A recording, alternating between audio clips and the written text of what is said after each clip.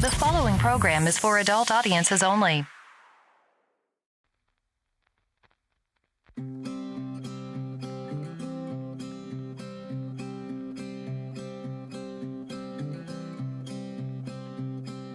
Clouds and thunders standing in my way.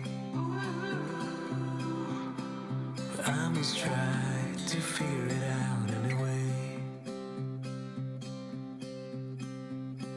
Songs of worries travel with the storm, but I must try to figure it out alone. Yeah, I must try to figure it out alone. And now, ooh, when you're gone, ooh, I know things won't be the same no more, I'm sure. It'll take a while 'cause I'm still sore, yeah, now, ooh, when you're gone, ooh, I know I still have a long way to walk, I'm sure. It'll take a while to reach the golden shore.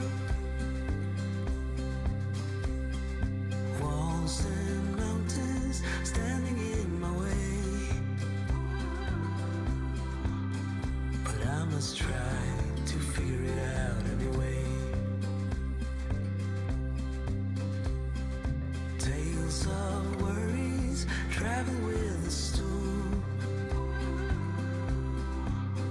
but I must try to figure it out alone.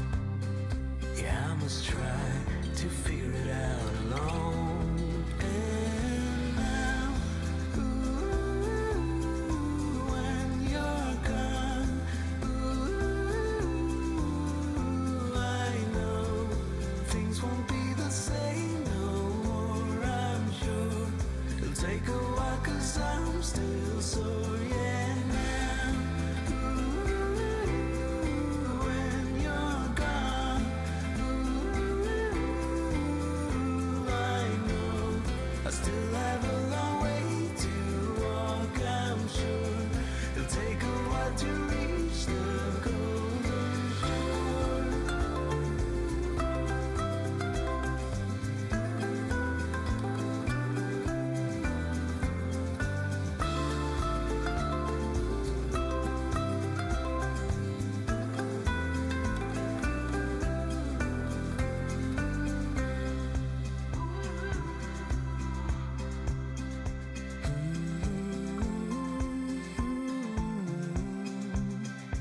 I must try to figure it out alone. Yeah, I must try to figure it out alone.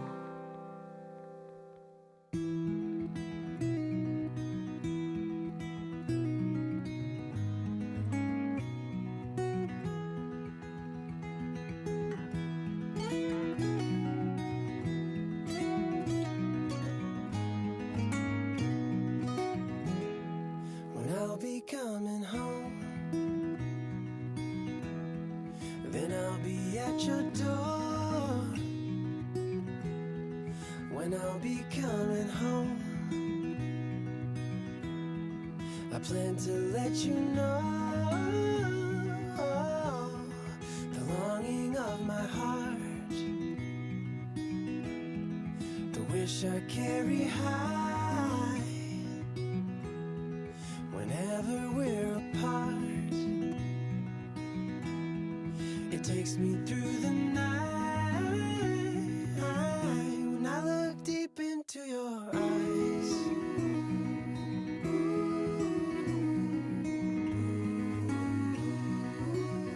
When I look deep into your eyes,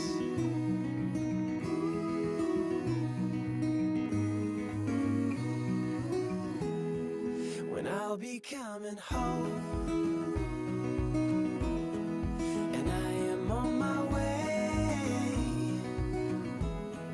When I'll be coming home, I wanna see you play the music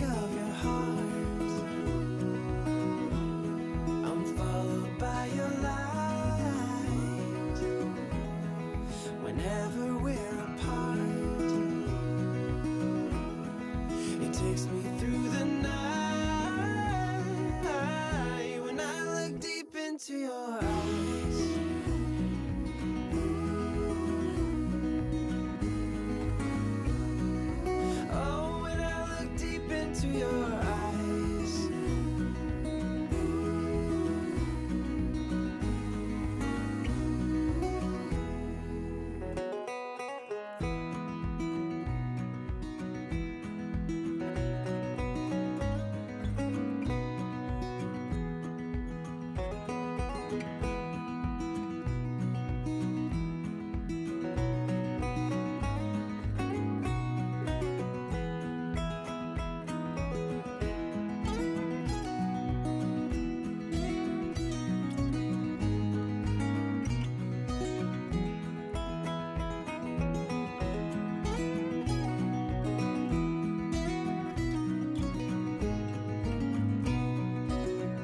When I look deep into your eyes.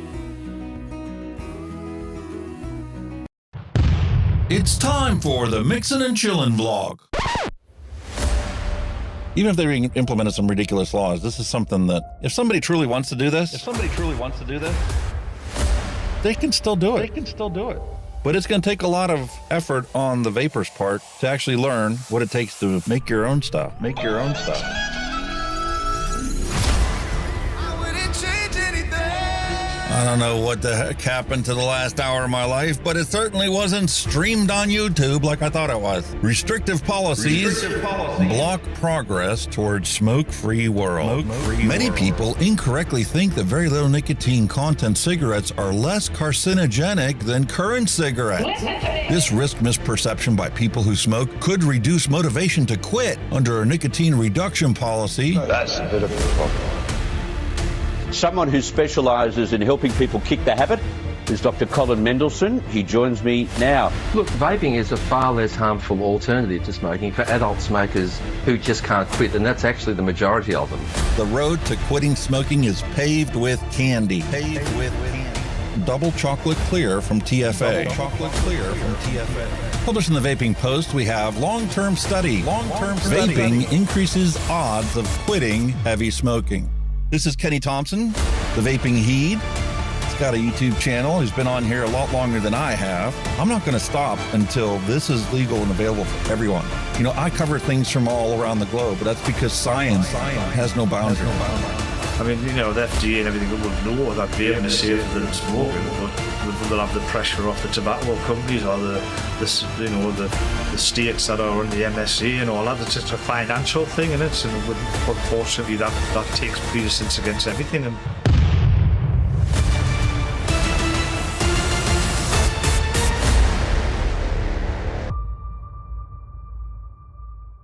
All of the things we went through. You just made my day. Just made my day.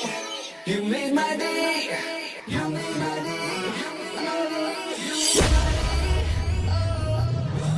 Grab your juice, grab your vape, it's time to get this party started. It's time for the Mixin and Chillin vlog. Long-term study. vaping is safer than smoking.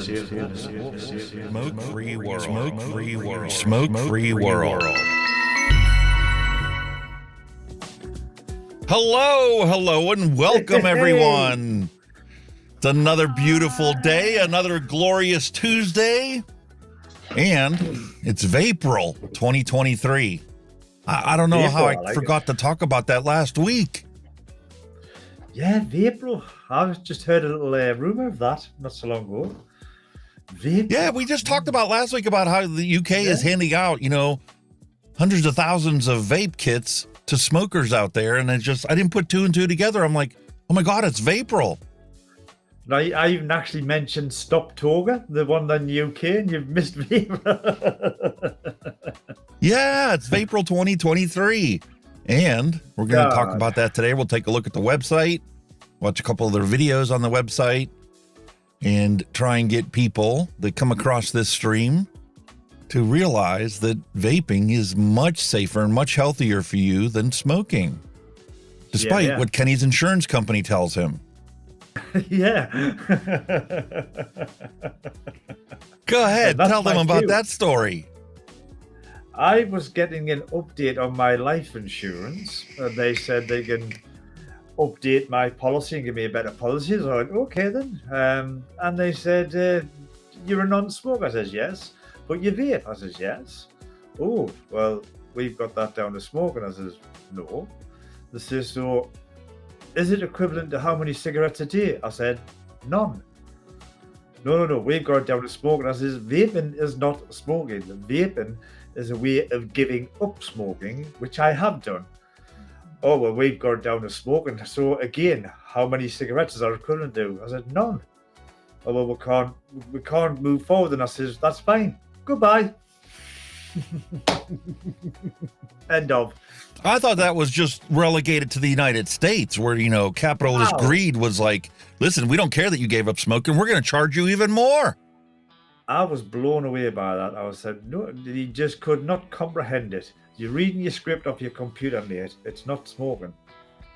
No. And then they said, like, how many times you do it a day? I said, well, all day. What?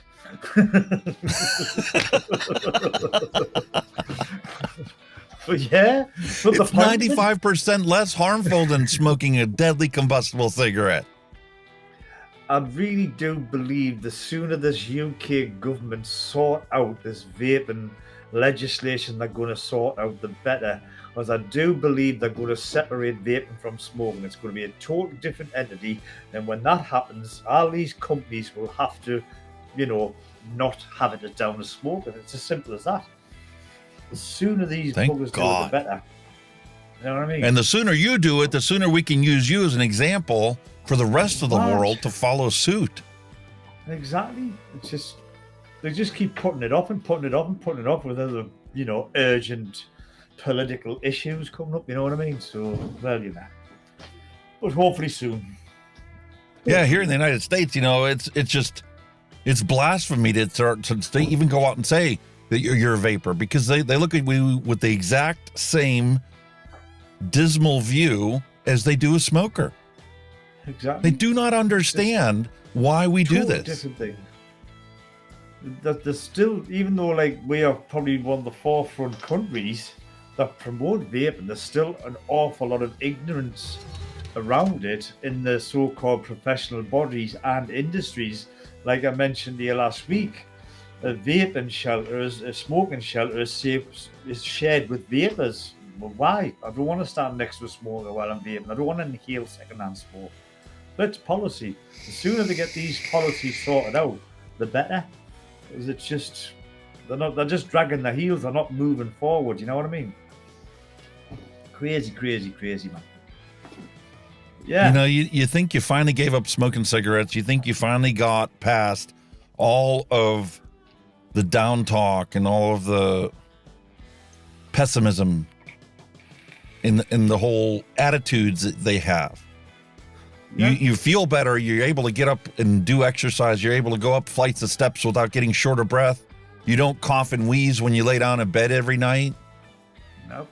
And yet we still have to deal with the same type of negative attitudes that people throw towards us. It's absolute craziness. Like I say, even our news channels here still spout negativity about vaping. And I don't know why, even though we're one of the biggest countries to promote it, to give up smoking. It's mind-boggling. Absolutely. Quite honestly, that's the reason why I wear this around me all the time. First off, I came to realize when we were at camp that it's so nice having this, because the whole weekend at camp, I only fill this thing up maybe 3 times. Once a day. Because, you know, going outside and doing the yard work and stuff, I was literally blowing the leaves out of the campground and stuff over the hillside. Spent the whole day doing that, and hardly ever did it was my wife actually had to tell me, hey, why don't you come over here, sit down and have a vape break?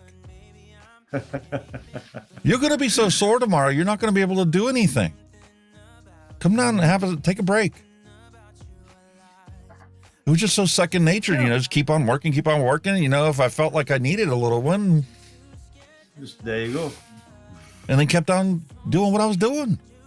Exactly. That's the beauty of them doing it. And when we got home, I was outside, you know, doing some work, taking the garbage out and stuff. And the new candidate for mayor is running, and their second or assistant mayor was out campaigning, getting to know the community and basically trying to foster, you know, the whole I guess their whole campaign is built upon the fact that they're trying to rebuild the communities so that, people don't hate each other just simply because they have different political views. Yeah. You know what I mean? So it's just getting to know everybody, having conversation, talking about whatever there's to talk about. And this is always naturally, a conversation starter. They're like, what's that? What do you use that for? Why do you have that? Oh, wasn't that bad for you? No. Then you go into the explanation of, listen, this was the only thing that empowered me to quit smoking. And because of it, I will never pick up another cigarette.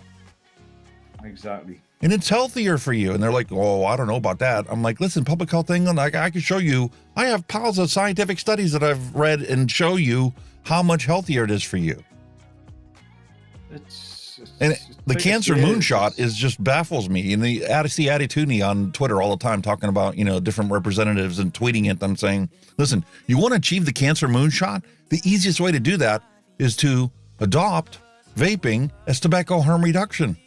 Because if you get every smoker that's out there to transition to this, there goes your cancer. You've reached your cancer moonshot. And plus they need to decategorize it from being tobacco because it's not tobacco. It's not part of it. It's not, we've got the TPRD, whatever it is, tobacco, blah, blah. It's not tobacco. It's not a tobacco product. It's an anti-tobacco product, if anything. You know what I mean? Yeah, exactly. They need to get that categorization gone. It's not tobacco is a leaf. It's something you smoke. That is tobacco. You know what I mean? This is not. Exactly. Honestly, it pisses you off at times. You know what I mean? I'm very laid back and very open to conversation, but some people just, just up yours, mate. Your ignorance, man. Go away. Tell your company to drag their heels up to the 21st century, for God's sake, man. My God. I don't know.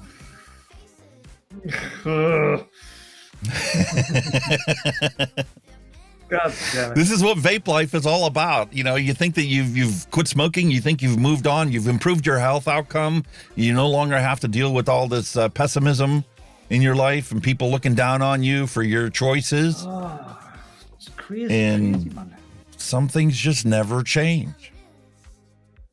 It's literally a battle of single person, converting a single person and informing them and giving them a little bit of intelligence and teaching them, listen, we did this because we want a healthier outcome. We don't want to get cancer. We don't want COPD, emphysema, all the gamut that comes with smoking. I still couldn't believe that. Well, it hasn't been out that long, has it? Where have you been the last 10, 12 years, mate? Planet Zoid? Actually, if you really want to push the issue, it wasn't widespread, but it's been around for almost 20 years now. Exactly. It's become more popular in the last 10 to 12 years, but it has been going. I've seen... And we currently have over 82 million people, 82 million ex-smokers that are using vaping to not smoke. I've seen inventions of the 17th and 18th centuries, which were technically vape devices that had them out then. You know what I mean? But they couldn't make it work right. I do believe Tesla actually had one. The actual inventor, I'm sure he designed one. Tesla as well. I'm almost certain he did. Could be wrong, didn't quote us, but I'm thinking he could have designed one. It wouldn't surprise us because he was a genius anyway, wasn't he? There were inventions back in the 70s of ultrasonic, atomization technology, but because nothing like what we have today. The reason I look at it, because I can't remember his name, but some Japanese or Chinese bloke said he'd invented it. I went, no, you haven't, mate. It was out a long time before you invented it. The guy who took all the credit for inventing vaping. I said, no. He says, there you go. There was stuff out like 200 years ago. You know what I mean? Vaporizers. It wasn't probably intended for vaporizing, mine, but the old opium. But never. It also used a bunch of different technology. They basically did the hard way around to do what we do nowadays. You literally are taking a coil, a simple coil, connecting it to a battery. You heat this coil just enough to the point where it vaporizes the vegetable glycerin. You add the nicotine in there to keep you from, wanting a cigarette. You add flavors to make it, as enjoyable as possible. And that's the modern electronic cigarette. Exactly. But so that's what we're going to talk about today. We got Vapril 2023. We're going to jump to here shortly. But looking at the featured table underneath Kenny, we have ourselves the Mechlyfe Slatra RDA. Very nice. We also have a brand new product from OXVA. It's the OXBAR G8000. Matter of fact, I handed one of these to my wife, especially when you get these disposable devices. I want her opinion on it because she's going to be the one that probably ends up using it until it's completely gone. She took it into work. She had the thing hanging around her neck because she originally didn't want the lanyard attached to it. I'm like, listen, it's part of the kit. I'm going to attach it on there. If you want to take it off later, you can take it off. But I'm curious to see, what the behavior is. If I hand this to her, is she going to keep using it, or is she going to, take it apart or just throw it in her purse? She took it in, she had it hanging around her neck, and all of her coworkers were like, what is that? What do you have down there? Yeah. That looks really awesome. I like that. Yeah, man. And she told him, she's like, it's a brand new disposable device. It's the OXBAR G8000. She's like, oh man, I love the style of that. How much nick is that? It's a 50. Oh man, where do I get one of them? She's like, it's not quite out yet. It's just being released onto the market. Well, how'd you get that? My husband reviews products. You watch his channel once in a while. You hear me listening to the stream when we do it live. Oh man, I gotta get me one of them. That looks really good. I'll tell you what, that's PR at its finest. That send the wife out with the device. That is PR at its finest. I was kicking myself in the butt, going, man, I wish I would have taken you to work that day and would have been able to film it. Because that you can't buy marketing like that. That's the real reaction people had when they first saw this product. So we're going to unbox one today and let you guys see what it is, see what it's all about. Good. It's the cool mint version of it. So I'm going to try that out and let you know, is it actually a cool mint? How much cooling, how much mint, and are there any other flavoring aspects to it? Is it too cool? That's the question. Was it too cool? Yeah. When I tried hers is a Skittles flavor. I didn't think it really had a whole lot of flavor, but then again, I only took the first couple puffs out of it. So, once you actually start using it, then you'll get a better indication of how accurate the flavoring is on it. And can't let our buddy Flavrz down. We've got a custard, an egg custard one shot that we're going to mix up a bottle of, and I'm going to finally get around to trying that out. Unlike Kenny, I'm not a big custard. But I made one of his last week, and I'll tell you what, this is really nice as well. It is banana custard tart. Oh my Lord. Oh my Lord, it's good. It's good. I've mixed a bottle of that before, and it is fantastic. It's the banana's not too, it is a candy banana, but replicating a real banana is difficult, but it's not in your face. It's just a hint of it. It's absolutely, I'll give him his dues. He's mixing for some of these flavors. You must think, when you look at them, you think, that banana's it's gonna be banana, that. And then when you date it, you're like, how the hell's he done that? You know what I mean? Perfectly balanced the custard and the banana. So the banana is actually kind of like a back note. Yeah, honestly, it is absolutely superb. And the tart, the custard tart, you can taste the tart as well. It's very, very good stuff. I'm blown away by it, actually. So kudos to you, buddy, if you're watching. Yeah, so today we're going to try out the egg custard tart and see what that one's like. Mix up a bottle of that. And well, I went to me local local vape store, I haven't been for a while, and I used to get all my juices from there. And he said, do you still like that Buddha Vape juice, don't you? I said, oh, yes, I still like it. But I said, I'm doing a bit of mixing me one, because I haven't been there for a while. Oh, no problem. But he says, I've got 2 bottles of the flavour that you like. If you want, you can have them both, including Nick salts. You can have these 2 bottles. Are you waiting for this? 120 ml, 2 of them for £10. Thank you very much. Thank you very much. And there it is. The yellow mess. by Butter Vapes. That's one of my all-time favorite flavors. Absolutely love it. Buddha Absolutely love it. Vapes, Yellow Mess. Yeah, it is awesome. They also do, the other favorite is the cherry cake Dodgers, but he didn't have any of that in.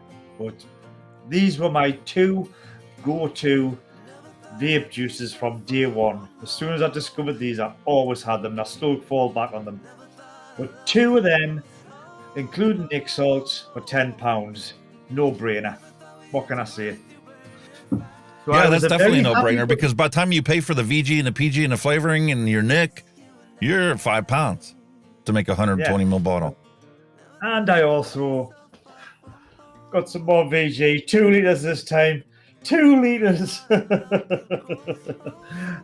ran out on my last bottle of VG. I thought I'd better get some in now, quick. So I bought the 2 litre bottle this time instead of the 1 litre. I mean, it's amazing how fast you go through it. Honestly, that's what's left of the VG. I don't know if you can see that in the corner there. That's what's left of that, and that's what's left of the PG. I've already touched it. I mean, come on, look at that. There's loads. Compared to that, you know what I mean? Well, now that the contest is over, the spring cleaning contest at Hunky Vape is over, and Dusty's package is finally on the way. I had to sit around yesterday, wait for the mailman to come, so I could literally hand him the package. It's on his way. He'll probably have it Wednesday. Now it's time for us to open up some vape mail that I got weeks ago. It's been sitting in the hallway right outside the studio, and we get to finally open it up. But I couldn't do it during the contest because it was going to change the number of flavors I have. Half the stuff in this order is replacing flavors that I've gone through, like the pineapple, Capella pineapple. It was a little bottle to begin with, and I plowed through that whole thing, and there's only probably about 2 mil left inside the bottle. So I had to get a little bigger bottle this time around, and got some other things. I got some VG from Bull City Flavors, and we'll open that one up. In addition to the three things featured on the shelf. Plus, I'm changing up this week. Our adult beverage will be something a little bit different, something we haven't done on this channel yet. Oh, curiosity. Yeah. All kinds of fun stuff planned for you guys today. And it's going to be a mixing and chilling episode. We're not going to get stressed about anything. We already covered all that. That's all behind us. So today we can finally enjoy ourselves and just simply have a good time. What's he doing with these beverages? I think you should run the beverage. I want to see what you've got. Very well. That's what we'll jump to next.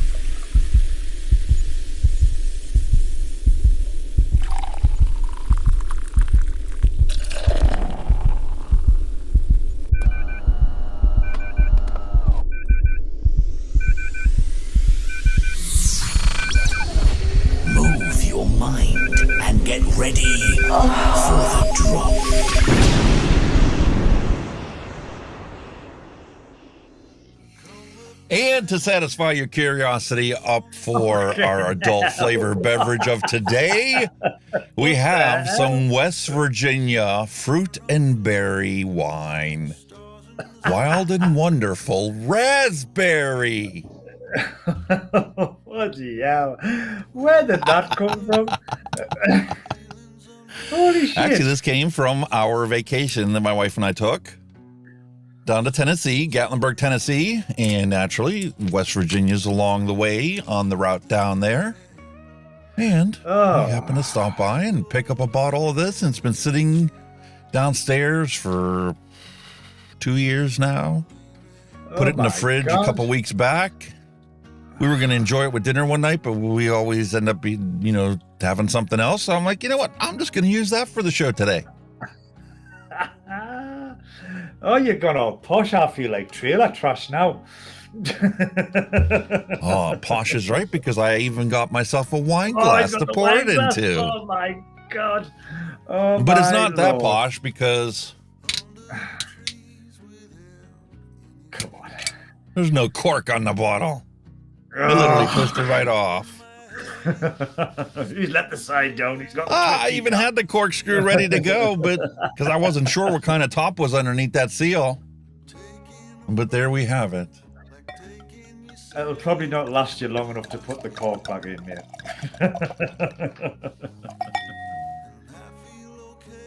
So, what alcohol percentage have we got on this this fine wine of yours?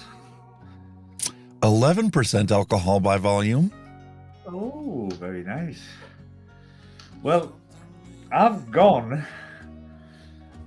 It's not a new lager. It's been out a long time. Nobody will know what it is. But this one is the Rolls Royce of the brand. This is Kestrel Super Strength. And as you can see at the bottom of the can there, this is 9% alcohol by volume. This shit is like rocket fuel. This shit is like rocket fuel. It's very strong. Born in Scotland. It's a Scottish brew. It's been around a long, long time. Normally it's in like a blue. The normal cans of Kestrel are in a blue can, exactly the same. Blue can, normally hitting about, I think it's 4 or 5% alcohol by volume. But this is the daddy of it. And it is a 9% premium beer. I don't think I'll be sitting on the chair very long if I have too many of these. That's all I'm going to say to that one. But there you go, guys. Kestrel Super Strength today. Lovely jubbly. And Mrs. Hunky Vape is like, an entire bottle of wine? Yeah. No, honey, I'm not going to drink the whole bottle of wine. I want you to be able to enjoy it as well. might save you a little bit. A cupful. There's a reason for these glasses being shaped the way they are. Oh, yeah. Wide-bodied on the bottom to fully release all that aroma, and then it narrows in the top to concentrate it. So you can smell it. They need to make it. See, there's an idea for a vape design. You see, wide body the bottom, filters up to the top for a lovely vape. Yeah, a concentrated vape. Yeah. Yeah. Cheers. There you go. Cheers, my man. Bottoms up.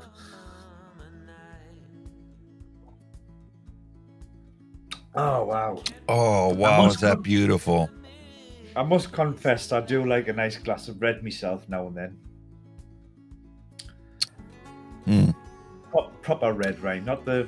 That is so fantastic. I definitely have to put this bottle away, and my wife and I are going to share for dinner. No, you're not. That's all I can consume for now. Right on. Oh. We shall see. We shall see. Got to keep the wife happy. Oh yeah.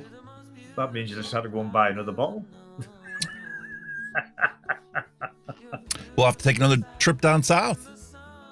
Matter of fact, she actually signed us up for a wine tasting, and it's actually a music thing. Oh, what the heck was the name of the group? Something back from the classic 80s whenever we were growing up. The whole evening is dedicated to this one band. I can't think off the top of my head who it is, but I'm so excited to be able to go and do something like that with her.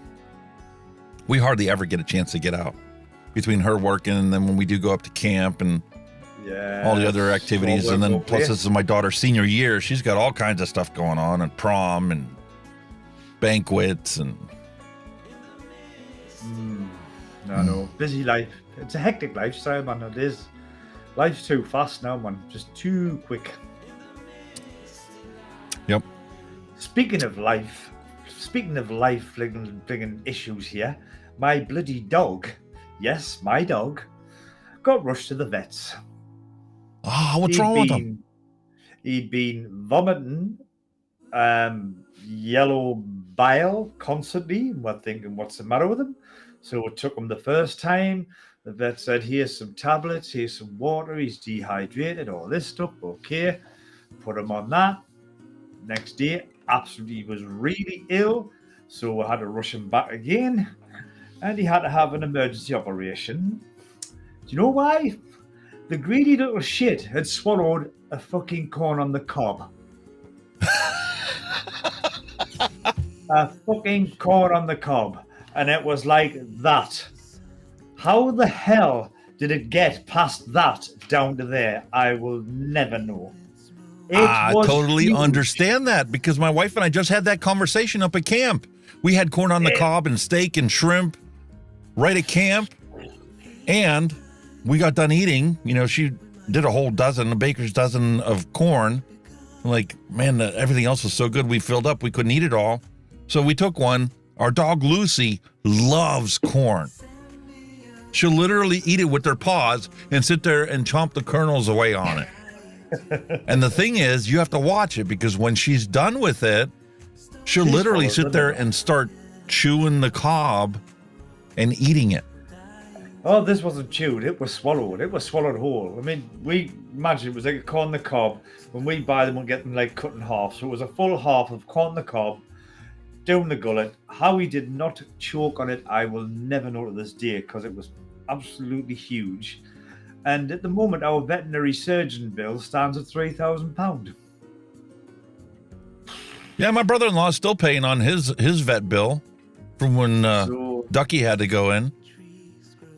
That's something we've got to approach when he's been back the day for a checkup. He's got like a little bodysuit on, you know, to cover his wound and everything.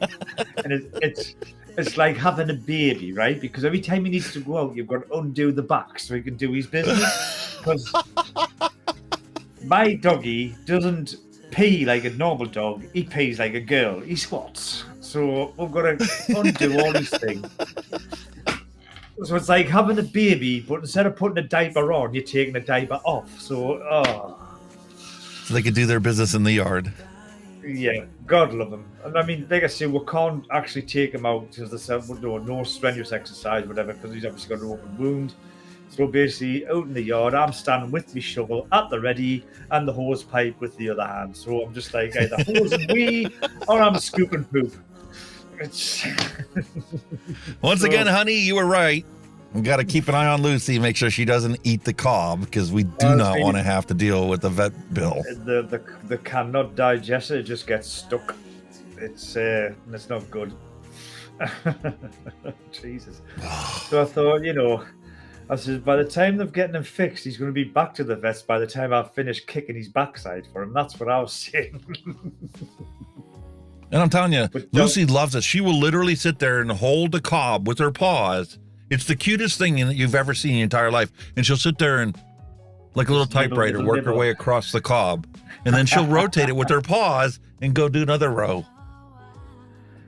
He eats an apple like that. He likes apples. So you'll get the apple and he just nibbles on it. Even though he's a Staffordshire Bull Terrier, he could probably crush it in one bite. But again, he sits and he nibbles on it. And he actually leaves the core. He doesn't even eat the core. He actually leaves the core. And yet, he'll go and swallow a corn on the cob, but he'll leave the core of an apple. What is the matter with him?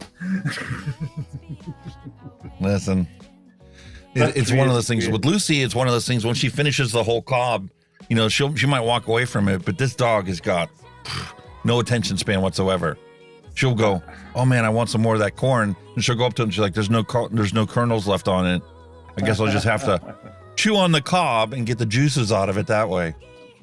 Yeah, be very careful. Make sure they do not swallow that because you're asking for a shit world of shit. Really. Yeah, it's going to be quite a while my brother-in-law's paying down the vet bill for Ducky going in. Because he actually stayed there for like 4 days. Yeah, we can pay it off like as a monthly payment plan. So, I mean, at the end of the day, you know, we could have got him destroyed or put down or put to sleep, whatever. But, you know, he's a healthy dog. I would never, ever put a healthy dog to sleep. Never. Nah, not in a million years. And obviously we love them a bit, so nah, get them fixed. Yeah, our poochies are getting old too. Jester's got, lumps and stuff that are growing, and it's not worth, trying to deal with the treatment of cancer or whatever it might be. Just give him the happy life that he enjoys, and when it gets to the point where it becomes painful or whatever, well, then we'll put him under. Yep. I mean, the last one, he had to be put under because he had acute canine, what the hell is it called again? Bronchitis, acute canine bronchitis, but it's now called COPD in dogs. Scrap that name, it's now called COPD in dogs. It used to be called acute canine bronchitis, whatever. And it got to the point where he just couldn't breathe, so, he had to go to sleep. But I mean, he was a ripe old age of 18, so he did have a good life, so, it wasn't too bad for him. But this little fecker eating a sudden corn on the cob, I could have strangled him. Oh, this is your little bugger, you. They're like children. You literally have to keep an eye on them 24/7. Oh, he's a sneaky sod. He's sneaky. Yeah. And my wife reminded me it's Fleetwood Mac. That wine and music night. It's gonna be a Fleetwood Mac night.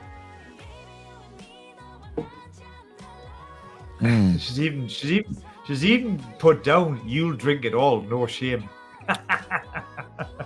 Nah, this is so good. She definitely has to try it, because my wife totally despises any dry wine, and this is anything but dry wine.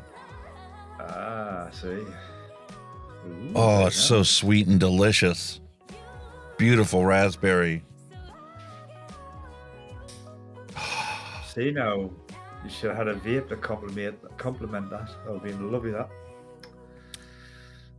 Speaking of vape to compliment it, this won't compliment it. No. But this does complement the bottle. Where'd it go? Of this icy pole. Here's the 3 that we mixed up last week. I finished off the 5. And I was downstairs waiting for the wife to come home from work.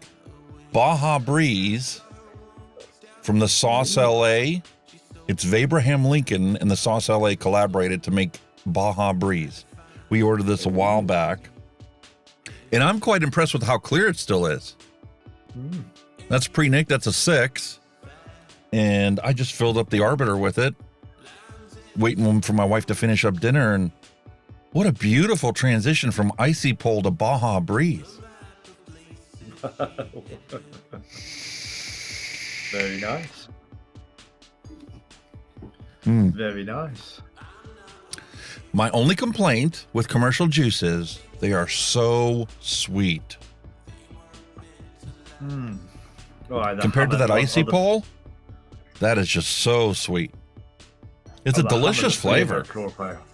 Yeah. That's what I like it with that. They're just, That vape is actually sweeter than this wine. That's why I'm back on me the heavy hitter with me bloody brain fart, get off me Valhalla on, right? Because I'm enjoying the full flavour of that. It's just they're just made together, like they're fused together so well. Absolutely gorgeous. I'm gonna have to try and replicate that. Like we need to find a recipe to replicate that. That's what I'm thinking here. Like our next weekend that we have off, instead of going to camp, we maybe making a trip to West Virginia to get some more of these, because that is just fantastic. I can't believe how delicious that is. I like a nice red now and then. Harsh for a bit of red. I'm not a fan of white, but I prefer red if I can. It's lovely. Absolutely love it. I'll go for either or. I just don't want it to be too dry. No, dry white wine's horrible. Ugh. Yeah. Like cotton mouth, yeah. Even dry red wine. Yeah. Right. Like sucking on a that cotton whole ball, sensation in your mouth. It's like a cotton ball. I'd rather go to the dentist than drink a dry white or a dry red. It's supposed to quench your thirst, not stick your lips together. Near good. Wow.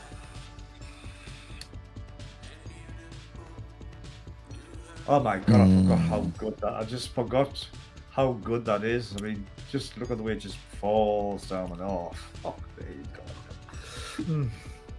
You know when you just get that vape that's just good, you just don't want it to end. That's what that is. That's where this wine is right now. I'm in heaven right now. Between that wine and this vape, I'm just. This stuff's quite potent, actually. Like 11%. Barley is crushed, not ground. Does it make a difference? Nice. Apparently so. How strong is the hops in it? Nine stage. It's a 9-stage brewing process. The crucial fermentation period lasts a full 7 days, including the Sabbath, in a process known as the Holy Brewing. Get out. Oh, yeah. Yeah. That's absolutely gorgeous. It's quite nice. I thought it'd be like a bit more stronger, but once you've had the first couple of mouthfuls and got the flavor going, it's quite nice. Yeah, once you get that flavor coating inside your mouth, it just accentuates every time you take another sip. Strong though. 9%. Jesus Christ, that's almost as strong as your full bottle of wine. Wow. Listen, we could sit here and drink and chat all day long, a bunch of old ladies, but I think we ought to jump into Vapril, get that out of the way. Come on. Yep. So it's Vapril 2023, ladies and gentlemen. Vaping Awareness Month. They have a bunch of beautiful videos. We'll play this one.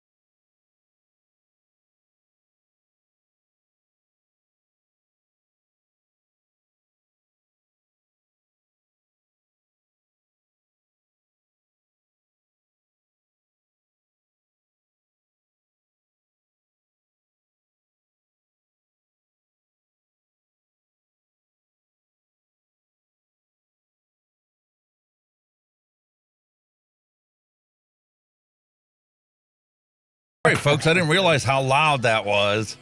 I had to turn the thing down. It's down 7.5 decibels from where we started. Especially with Kenny acting like a sexy supermodel over there, taking his vape.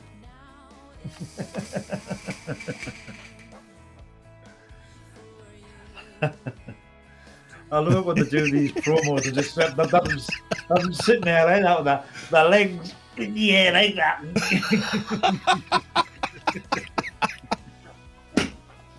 Really?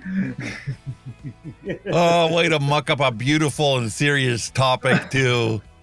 In the last 6 years, Vapril has established itself as the largest vaping education campaign in the world for smokers looking to quit smoking.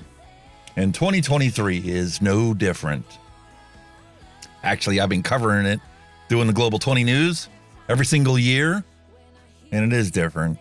2022 was my favorite. And the favorite part about it was talking about Bill. Bill I'm Bill. Answering questions about vaping. How long did you smoke for? Smoking for 40 years. And I quit last March. Started vaping then. Why did you start smoking? Well, the reason I started smoking was because I was in the army and everybody else smoked and it was fashionable. And if you didn't smoke, you were an outcast. Probably at that time I smoked maybe 10 a day because we didn't get paid much. But that progressed up to, I would say at the end up probably up to 20 to 30 a day. How much did you spend on smoking? A day? Anywhere between 10 and 15 pound a day. Why did you decide to quit? Well, I've got COPD. Breathing gets harder. The more you work, the harder it gets to breathe. Smoking doesn't help it. So I was convinced that vaping would help that, which it did. Why did you decide to use vape to quit? And at first I found it very difficult. So I was smoking and vaping, and then eventually went on to just vaping, and I was on 18 milligrams, and I kept on that, and I kept on it for a good while.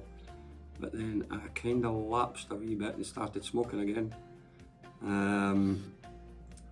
And then went back to vaping, and I'm now on 12 milligrams. It seems to be working, and it's a lot better and saving me a fortune. What have been the positive impacts? First of all, on your health.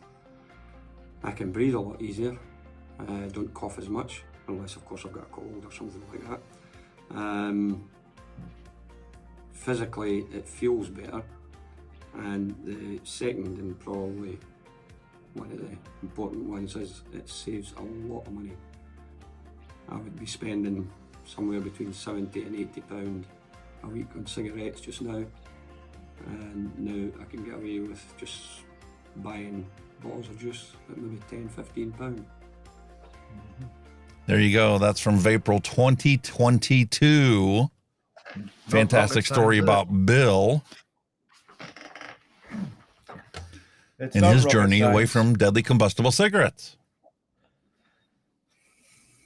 Kudos to him. Kudos to the man. He done it.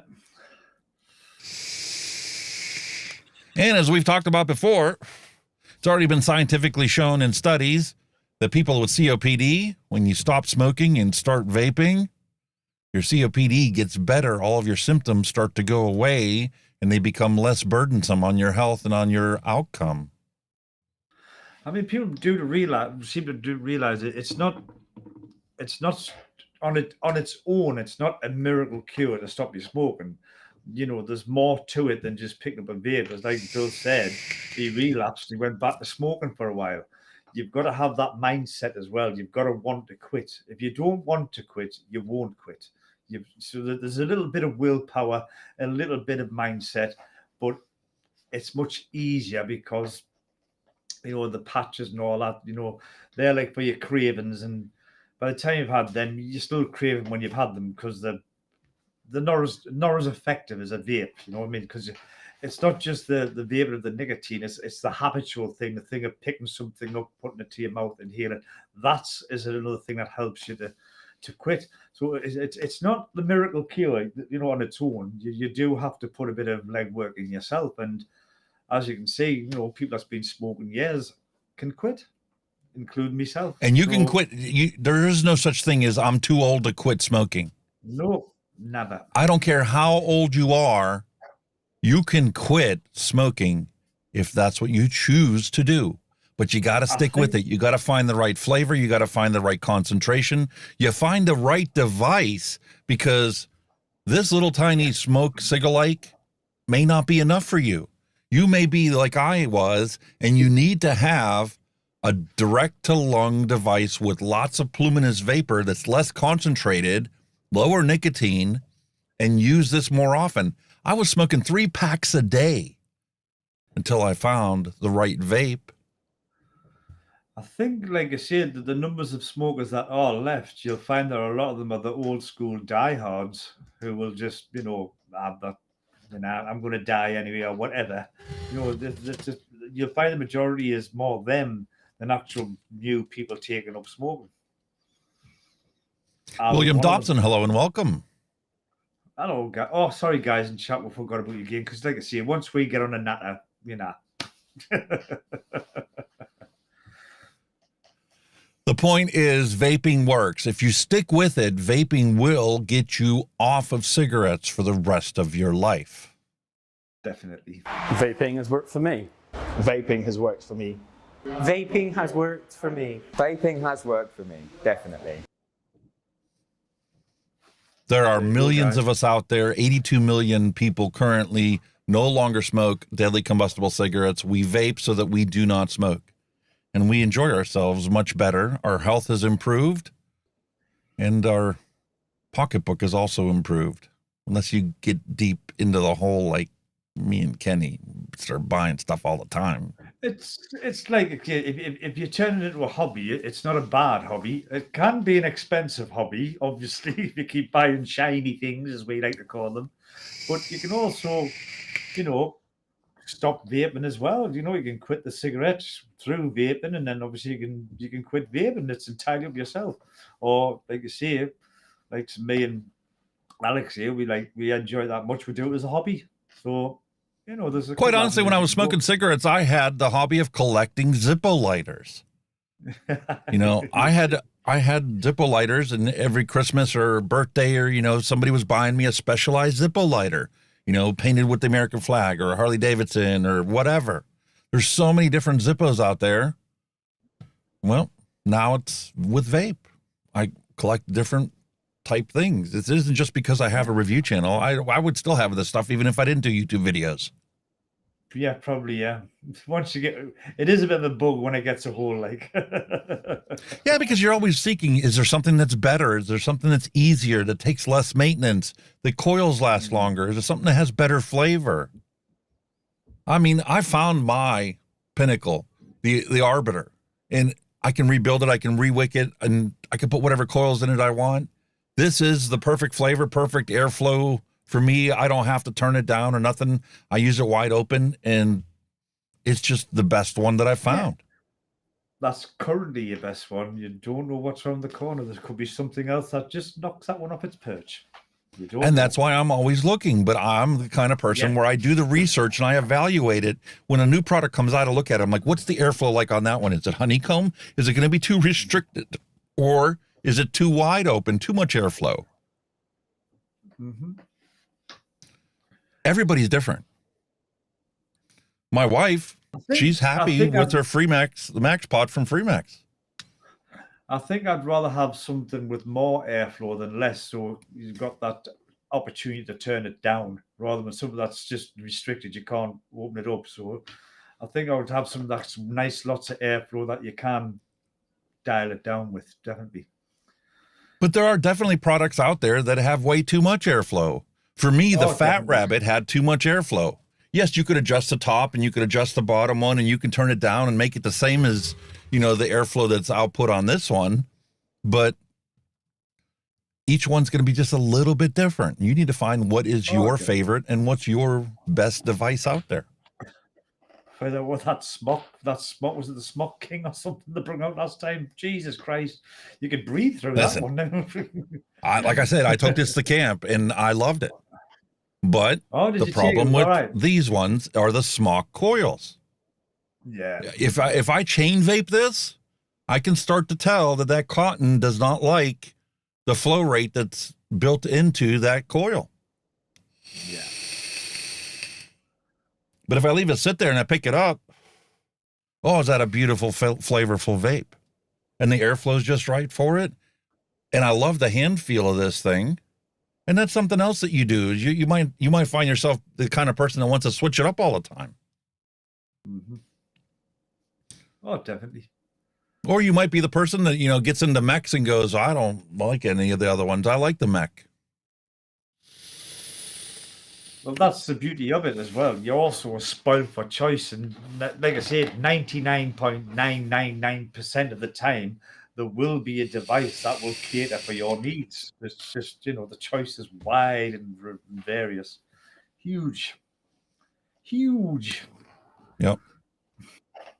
And everybody finds their favorite one out there, their favorite flavor, their favorite device. And they're always looking, you know, in the back of their mind, they're always wondering, is there one that's even better than this? I think it's one of those ones like I've found over the years with vape products, you'll get to, like, for you, for example, with the Arbiter, you found that perfect RTA for you at this current time. You love it. The flavor of it's brilliant. All the good, the pros and cons. building everything. And you get that but every now and then something will come out that will just go bang, wow. You know, what happened there? You know what I mean? Could it get any better than what I've been doing? You know, you're thinking I'm vaping. This RDA, I think this RDA is fantastic, best thing I've ever had since sliced bread. But run the corner, bang, somebody could bring another one out and put this on the shelf, basically. That's Definitely how unpredictable. And that's the way I was when I did the review for the XLIM Pro. I thought that OXVA already nailed everything there was to nail when they put out the XLIM. I thought the extreme flavor was already as good as it could get. Then they came out with the XLIM Pro, and it basically took care of all the things that might have been an issue with the XLIM. And this, it's just been a fantastic product. And somebody asked me, you know, why do you review things the way you do? Why don't you just sit down and open the box and then review it like everybody else does? Just basically, you know, go over each of the features on it. I'm like, maybe it's, you know, the residual part of like me doing the Global 20 News, but the products have gotten so good and the companies are required by law now in China to actually do the research and basically focus on customer satisfaction to guarantee that their company is going to grow. And that's something that really has impressed me with OXVA. It wasn't because they sent me that product that I did the research and put all those in there. I literally waited 5 days past the release date to release the video because I wanted their website to go live so I could show people all the different color options, all the different features that I couldn't discover just by opening and using the product and reading the manual. Yeah. I want people, once they get done watching my review videos, to have all their questions answered. And unfortunately, there is a question I can't answer, is when is it going to be in a shop near you? That's up to the shop near you to get a hold of them and order it. Yeah. I can't change that part of it. I'd say that's the thing about some of the more established reviewers who get stuff sent to them. They'll get that stuff sent to them way, way, way before it's released to the general retail market, you know? As I think sometimes, I think I've seen it a couple of times, I can't remember what device it was, but I know they sent it out to a lot of reviewers, and all the reviewers at the time agreed on a flaw with it. So they actually didn't release that one. They've done it, they revamped it, and then they released it after they reviewed it again. But I can't think which one it was. It was an RTA. That happens quite frequently. And sometimes you might get a shipping problem where the ship didn't actually unload the cargo on its, actual due date, and it might be delayed in the actual stores from being in inventory. But I really appreciated the fact that this is the first product I've gotten before the release date. I had it for 2 weeks. I've been using it in the background. I got to talk about it briefly on the show, but I couldn't show it. I couldn't really get into it until it was after the release date. But there was still so many things that I learned by going to their website that wasn't included and I didn't notice myself. And some of the companies they'll send you a product, but you're not allowed to review it until a certain time anyway. That's the way they work sometimes. But even with the 2 weeks that I had to do that, I vaped that thing using the initial charge that came on the device. And it wasn't until I was literally uploading the video that the battery actually finally died and the red flashy screen came on saying it's time to, charge this thing. I just couldn't believe how long that battery lasted. Fantastic, isn't it? That's how good the products are. And quite honestly, I keep asking myself, do we need reviewers that simply open the box and go, okay, this is all right, or I like this, or I don't like this, and then put up a 30-minute video? Or is it more important for them to put out videos that answer people's questions more so than evaluate the product? Because the R&D that goes into these products before they're even released or considered for, manufacturing is astronomical. Oh, God, yeah. There's a lot of work goes into them, definitely. And actually, that's our segue. I'm going to play a little video for you guys before I open up the new OXBAR G8000. So let's roll that bumper since I don't have an actual new vape bumper.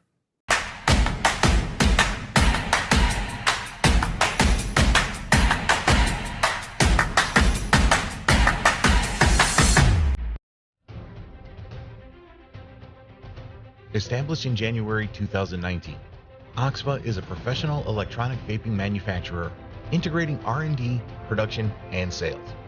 In OXVA, a community of 500 plus employees, each member here is always in pursuit of innovation, ease of use, and extreme flavor. Innovation is always prioritized in OXVA. By integrating knowledge with experience, we continuously improve our core competency. To address the differentiated needs of niche markets, we work closely with our clients to customize the best solutions. By analyzing massive market data, we establish user behavior indicators to reflect the objective market situation in real time and improve customer satisfaction and loyalty by offering premium service. By means of innovation and efficiency, OXVA has been trusted by the public and the government, awarding Shenzhen High-Tech Enterprise Certification. As a leading vaporizer manufacturer, who also provides OEM ODM services, OXVA strictly implements the ISO 7 Class 10,000 clean room standards to ensure the compliance and safety of operation while maintaining sufficient production capacity. Hundreds of automatic machines supporting multiple categories from die sinking, assembly, testing, liquid injection to other processes helps drive the intelligent integration in each part. Well-functional laboratories and dozens of sophisticated experimental equipment provides technical support for various researches. A large number of experienced researchers work at the frontiers of science and techniques to provide rigorous and reliable experimental data daily. OXVA's comprehensive supply chain management helps optimize product quality, cut half time to customer's response, and stabilize delivery capability. Over 2 years of rapid growth, OXVA now has more than 130 partners, with annual sales exceeding $50 million. In the future, OXVA will continue to carry out technological precipitation in the field of atomization, provide customers with credible solutions, and also help our colleagues and communities create a healthier and more sustainable future. We are always with you.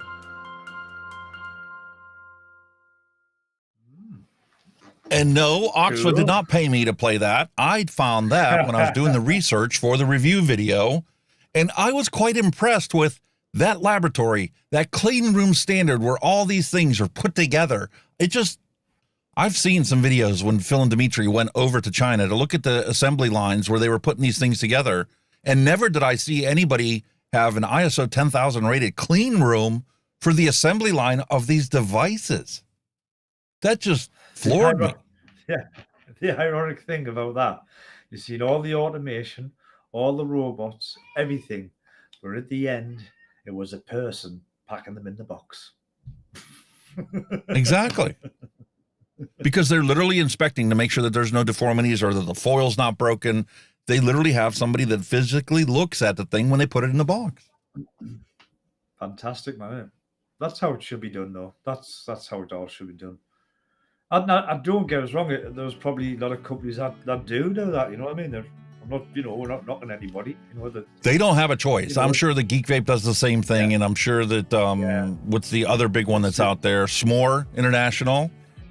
I'm sure all their companies do the exact same type of thing nowadays, because that's what's required by law in China for you to get the license to sell your product.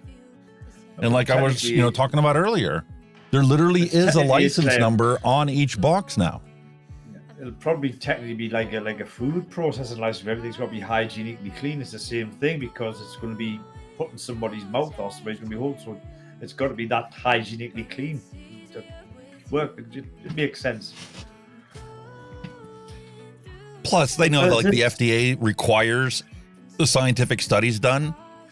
So if the Chinese government, who's actually China Tobacco, owns all these companies, has all the research from all these companies, then that can all be submitted to the FDA to get these products licensed and available for sale in the vape shops all across the country and all across the world. In fact, it isn't just the United States where this, requirement of having scientific studies and research proving the safety and effectiveness of these products to quit smoking. Yeah. Well, before we carry on, for all of us guys watching the UK, we can't have that. It's illegal in this country. that actual model, I'm not saying the product, but that actual model is illegal in our country. 8,000 puffs, Exactly, 5% nicotine solution. You guys are allowed to mesh coils, and you're allowed to have a free lanyard. Oh, well, yeah, well, two out of 4 ain't bad, I suppose. Why do you think the XLIM Pro is going to be sold with pre-filled pods in certain countries? Yeah, 2 mil. You meet the 2 mil and the 2% requirements. And in some countries, you know, like the United States is heading that way. Tobacco is the only flavor that's going to be allowed. So I wouldn't be surprised to see if OXVA puts in a PMTA for the XLIM Pro with a pre-filled tobacco flavored pod. I don't think that's a bad thing. I think if they can give you a pod where you replace the coils and put your own liquid in, definitely that's going to be on. But I also like that. I think having the choice to have a pre-filled pod is brilliant for like, say, when you're on the go. You know, you might have time to have a juice and a pack of coils in your pot. You might just think, right, I'm out and about. I'll just take that flavour pod, and that's it. Bump in, I'm gone. You know what I mean? That's the beauty of them. I see our graphics card is encoder overloading again because of the latest driver update that was put out last week. Thank you very much. Thank you. But yeah, the fact that they're going to have pre-filled pods and that's something that can be available for sale in your local gas station or convenience store is a fantastic thing. Because they don't have to have a whole line, you know, a whole wall full of different flavors and different strengths of liquids. Leave those for the vape shops. For your actual convenience stores and your gas stations, have the pre-filled pods available so somebody that is smoking walks in and sees that and goes, that costs the same as the cigarettes. I'm going to try that out instead of buying another pack. Was it this one I was telling you about? I seen with this one. Yeah. Actually, pre-filled pods available for this one, but I've never seen them in the UK, and I don't think Alex has seen them. I haven't been able to find them in the US either. But there was a US reviewer who done them, who had the pre-filled pods, and where the hell they're getting them from, I don't know. They might have been sent to him, to be honest with you. Possibly, yeah. You know, they may have put in the PMTA because technically the way the PMTA process is you can file the paperwork, but until your product is authorized, if it wasn't already out on the market before 2015 or whatever the grandfather date is, you're technically not allowed to start selling them until you get authorization. So then they may have actually come up with it. Yes. The lead designer and the CEO of OXVA used to be a Geek Vape designer and employee. I just thought I'd highlight that one there because I heard that. Actually, Geek Vape. Justin Lai. Yep. So here's our lovely lanyard. Kind of an Olympic theme, bright. If you ask me. That's bloody bright. That's very bright. God damn it.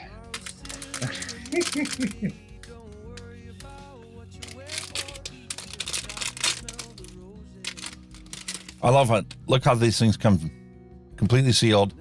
You have to peel off the bottom. It's a rechargeable, disposable.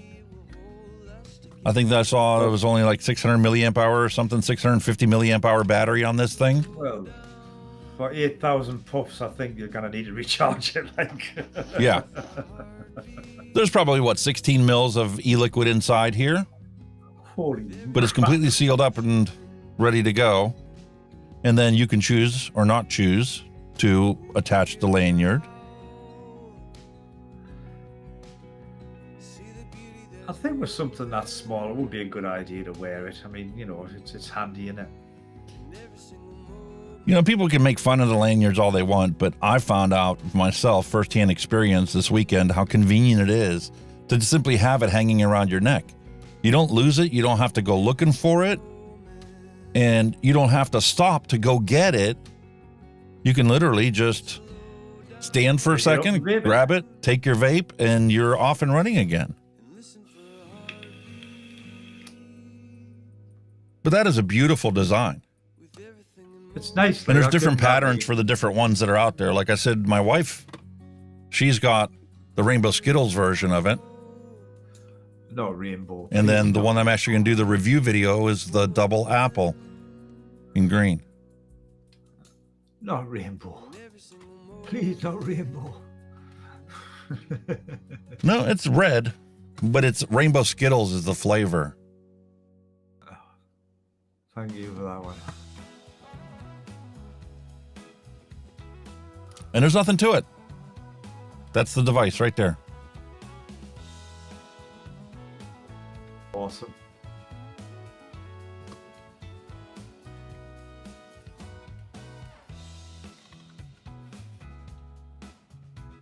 I'm just having a quick look through. It's a cool mint, not as in an icy mint, just cool. When you're breathing it in, it's not a heated vape. It's literally gives you that cooling sensation in your mouth, but it's not like an icy sensation where they intentionally cooled it.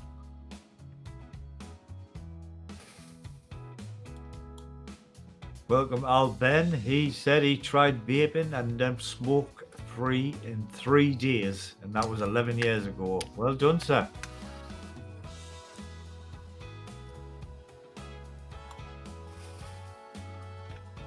I would love to be able to do a scientific study, just, you know, an informal one.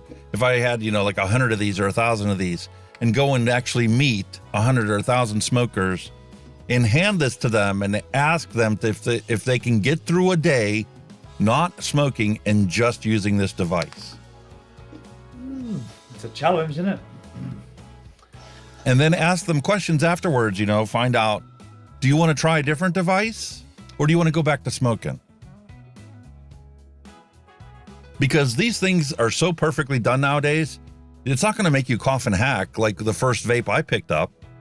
Oh God, no. I mean, like I say, the technology has moved on so fast. Like I say, when we started vaping, had all them horrible pens or the cigarette things, they were fucking horrible, honestly, absolutely vile. You pick one of them up now, you wouldn't give it a second thought and put it in the bin. You wouldn't even entertain it. Well, like that Atlantis. Matter of fact, that was one of the things that I sent to Dusty in his package was an actual Atlantis, so he could try it out and see what it was like. He can actually experience what it was like in 2015 if you tried to quit smoking with an Atlantis tank.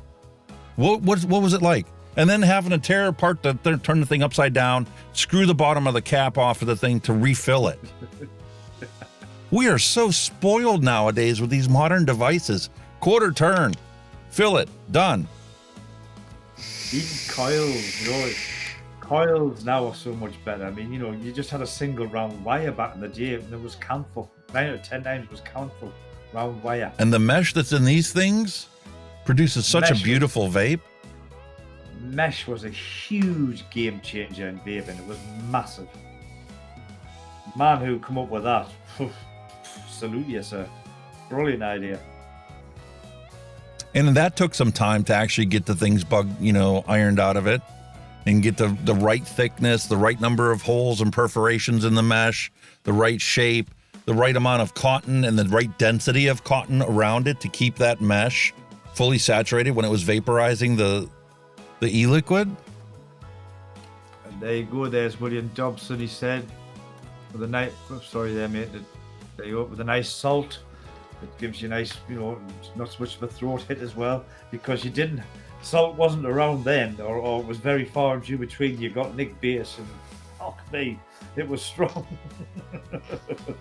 There is no real throat hit with this. It's just basically a nice, cool mist. A minty mist.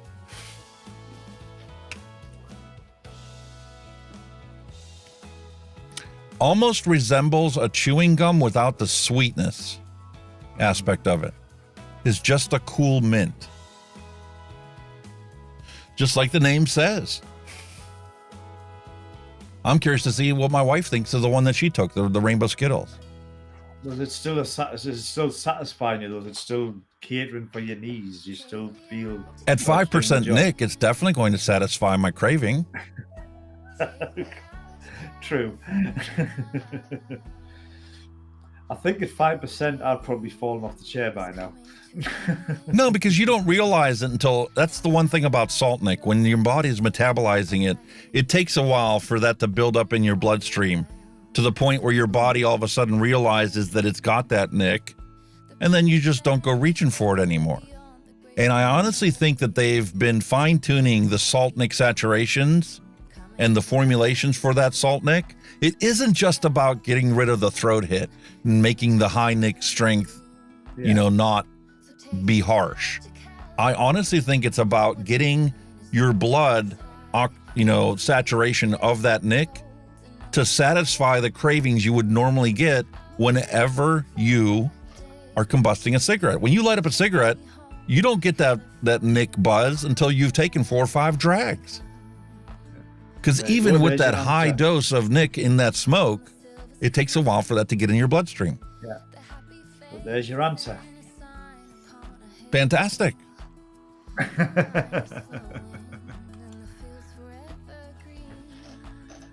And like I said, OXBAR didn't pay me to do this. They just sent me the product and asked me to do a review video on it. They don't want to see it ahead of time or anything else like that. I literally am making the choices of putting this information out there for you guys to realize this isn't a small mom and pop operation anymore. We're talking about major corporations that are now manufacturing these products to improve the health outcome of all the smokers on the planet. I wonder what it would be like if you had the same flavor but had freebase instead of nick. You'd probably get a bit more of a throat hit, mate.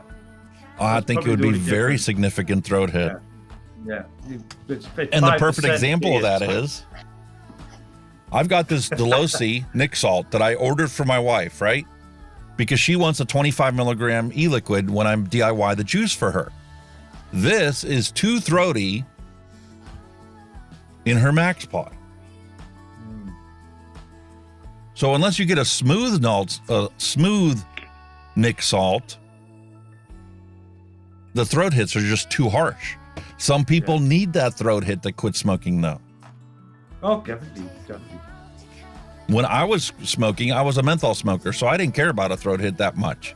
Yes, I wanted some so that I knew that I was getting my nick, because when you stop smoking, you're no longer taking those MAOIs into your bloodstream. You're only replacing the nicotine and the habit of, putting something to your mouth. Yeah, she's the only thing she wasn't keen on is the nick's bit high for her, but bar that, she loves it. Yeah, because my wife's down there, a 20 or 25 or a 30 even. Yeah. And that's when she goes out for a quick, break at work. She's a hairstylist. So when she goes out, she tries to do like you did when you were smoking. You want to go out and take a couple drags, get your nick level back up so you feel comfortable, satiated, satisfied, and then you go back to work. Yeah. The problem with the 50 is it takes a while to build up in your bloodstream. By the time you realize it, you do get a little bit of a nick buzz, and not everybody wants it. When you're a kid, that's the reason why the kids are abusing vaping in the first place. It's because they want to seek that nick buzz behavior. Yeah. Us ex-smokers, we just want to be satiated and go back to our business. We just want to remain calm. Yeah. That's all. That's it. I mean, we've all been there, like when we ran out of cigarettes and we think, oh shit, I can't, you haven't got time to go to the shop, and you can just feel your stress levels, your anxiety, everything just starts to pile up, and I need. When I was a smoker, I felt that anxiety before my feet hit the floor. Like I need to go downstairs, turn the fan on in the kitchen so I could smoke my cigarette while my coffee is brewing. See, that I was the other way around. I could never wake up and have a cigarette. I had to have a drink first. I had to have a coffee and a cigarette. I couldn't just, I know a lot of people do that, wake up, right, I need a tab, and then I couldn't do that. I had to have a drink with it. You know what I mean? That's how I did it. I mean, so I had to have my cigarette before my coffee was even done brewing. Oh no, I had to have my coffee and me, because I was getting the best of both. I was getting me nick and me caffeine hit at the same time. It was happy days. Yep. And when we were at camp, I'd have to get up and go outside, let the dogs out, and while they were peeing, I was smoking my first cigarette. the same with vaping. I don't have a vape until I've got a cup of tea or coffee in my hand. I don't wake up and vape. I've got to have a cup of tea or. There's been times I've woke up in the morning and I grab my vape and I don't actually vape it until after my coffee's done. Yeah. That was never like that with a cigarette. Yeah, that's the way I like it. I couldn't do it. You know, you beat to sleep, man. Your mouth's full of fucking shit and gunk and crap. You know what I mean? You need something to wash it off, and you know what I mean. That's the way I think. Like, you know what I mean? Yeah. But everyone to their own. I'm not saying, you know, whoever lights a fag up or has a vape before they can get the out of bed, that's totally your thing. Fine. I'm just saying that's my preference, not, you know, what everybody has to do. And the thing is, everybody is different. It isn't just the fact that, you know, there's people out there that, you know, only smoke when they go out to drink. When they're out with their friends on the weekend, or even during the midweek, you know, they'll go out for dinner and a drink with somebody, and that's the only time they smoke. I could never understand how people could do that, but there are a percentage of the population that's their social smoker. I've known a few. That's what they are, just social smokers. They never touch a cigarette during the day, during the week, nothing ever. As soon as they go out on the drink, pack of cigarettes. Or I used to know a guy who used to just smoke cigars. He used to like a cigar, piping a cigar. But he never smoked or anything during the week. Like a cigar with his beer. Yeah, I smoked cigars. I smoked anything I can get my hands on. Well, not anything, but I was never a cigar man. Go on, William Dobson. Order an Arbiter 2. Yes. It's a little more restricted than the original Arbiter, but the flavor is better on it than the original Arbiter. Oh, I've got the Arbiter 2. Honestly, absolutely love it. Brilliant. But again, I'm more into a bit of restrictive airflow, and that is absolutely perfect if you're into that kind of stuff. Absolutely brilliant. You know which one has surprised me? This Vandy Vape Matto. Oh, the thingy one, the rope one. I actually need to clean it and rewick it. Holy shit. That's getting gunked up. Yeah. And this has just been my bedroom vape.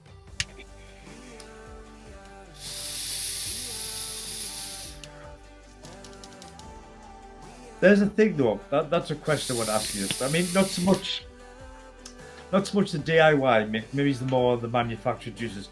Do you think that the US juices are absolutely loaded with sweetener compared to European juices, for example? Do you think the American ones are absolutely loaded with sweetener? Not all of them, but most of them. Yeah, yeah. My question is, are the ones that are loaded up with all this sweeteners? Because there's multiple sweeteners put in there. They don't just use super sweet. There's some erythritol in there. There's some what's that, xylitol or whatever, and then the max it out with everything, don't they? Pretty much. Yeah, and some stevia. And the reason why they put multiple in there, I think, is because some of these juices are just plain shit without the sweetener. It's a muddled mess, and by cranking up the sweetener in there, you make it a very sweet as the prominent note, and then you start getting the layering that we expect in a lot of these commercial juices. I get you, yeah. Or you get a very sweet and a singular note that pops, like, you know, grape juice or strawberry, like custard, where you get strawberry as a prominent note on the inhale, and then you get a lingering custard in your mouth. On the exhale, yeah. And quite honestly, for the beginning DIYer, that's what you need to do. Single flavor test something that you love that flavor. You know, for me, it was grape. So I bought half a dozen different kind of grapes, and I tried different ones. And then basically I took that, and then maybe I put another grape in there to try and broaden the palate a little bit. But it was mainly a grape juice, and it was sweet, and it was a recognizable single flavor, and you make it strong. You don't need to put in 5 different flavors to try and come up with a commercial juice. I mean, my reason for asking was basically at the time I did like sweet juices. I did like commercial juices with a lot of sweetener in. And, you know, there were shops over here that were selling US-made juices. And I was kind of going towards them. And then when I was buying another brand, maybe it's a European brand, I was thinking, that's shit. You know what I mean? It's bland. I needed to, I was going for that. I was going for the US made juices because of that. But at the same time, they were coil killers. You know what I mean? They kill your coils quicker than. Yeah. Here's the perfect example. Now, this is a Flavrz slushy, but to get a blue slushy flavor, you have to crank the percentage of your flavors and you have to put enough sweetness in there to give you the same experience you would drinking a blue slushy, because a blue slushy, you don't realize, is like 80% high fructose corn syrup, sugar. Well, that's the nature of the game. You're simulating a flavour of what is described, and that's the aim of the game at the end of the day, isn't it? You know what I mean? And from the UK perspective, you get flavors that are very exclusive for popularity purposes in the UK, like blackcurrant or rhubarb. Those are flavors you're not going to find in the United States unless you literally go looking for it. And those flavors are going to be more of the natural fruit. You're literally going to get that singular blackcurrant tart flavor. And when you crank the sweetness in it, you turn it from being blackcurrant to being a blackcurrant candy.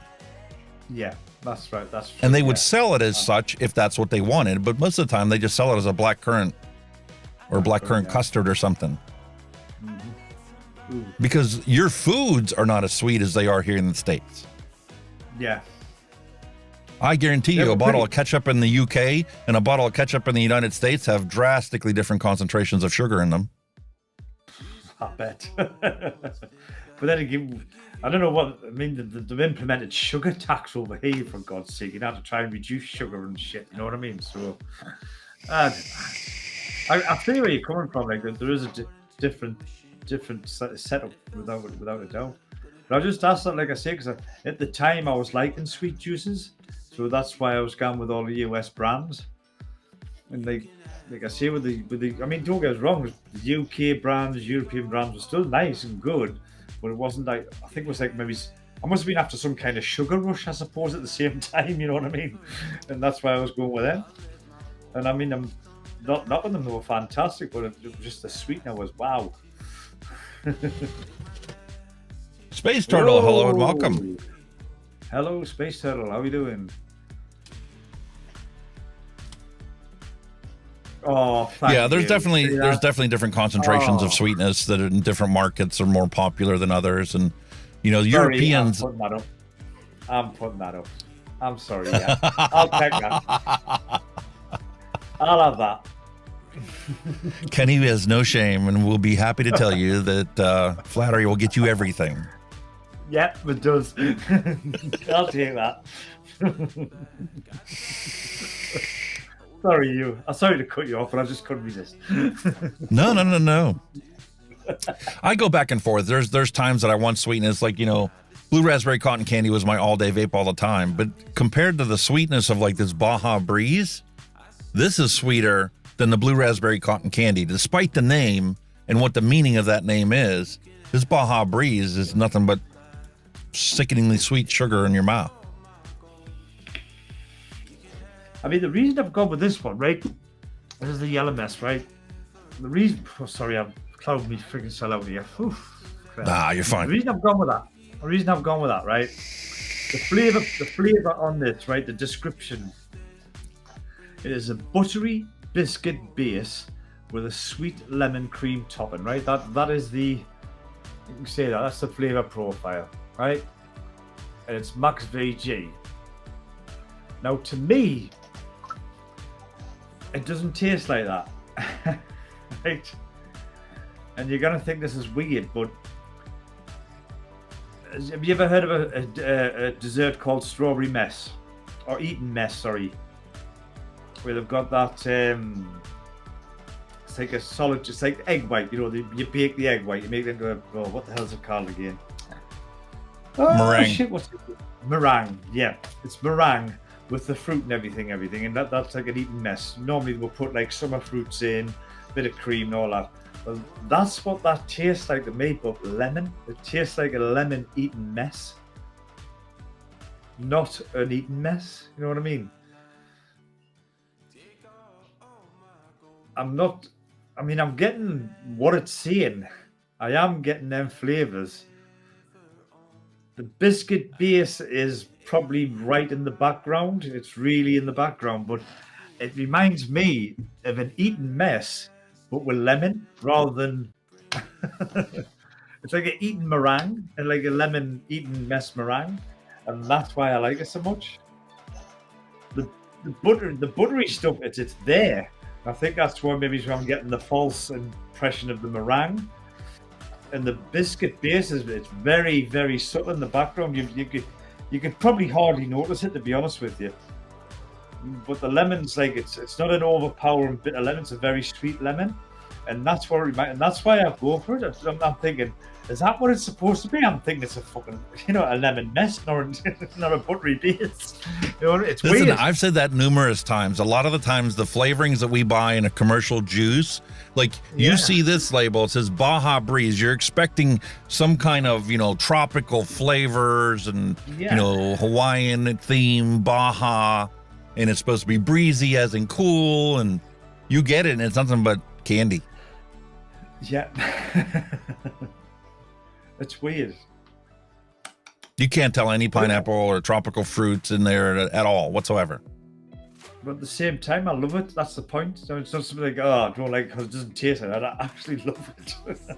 It's the same here. I transitioned over from this icy pole, which is, replicating a summer ice cream treat, to this. But the only problem I have with this is it's even sweeter than that one was. All right. Exponentially sweeter. And jumping back to this isn't as sweet as that. And this is pretty sweet too because it's a slushie.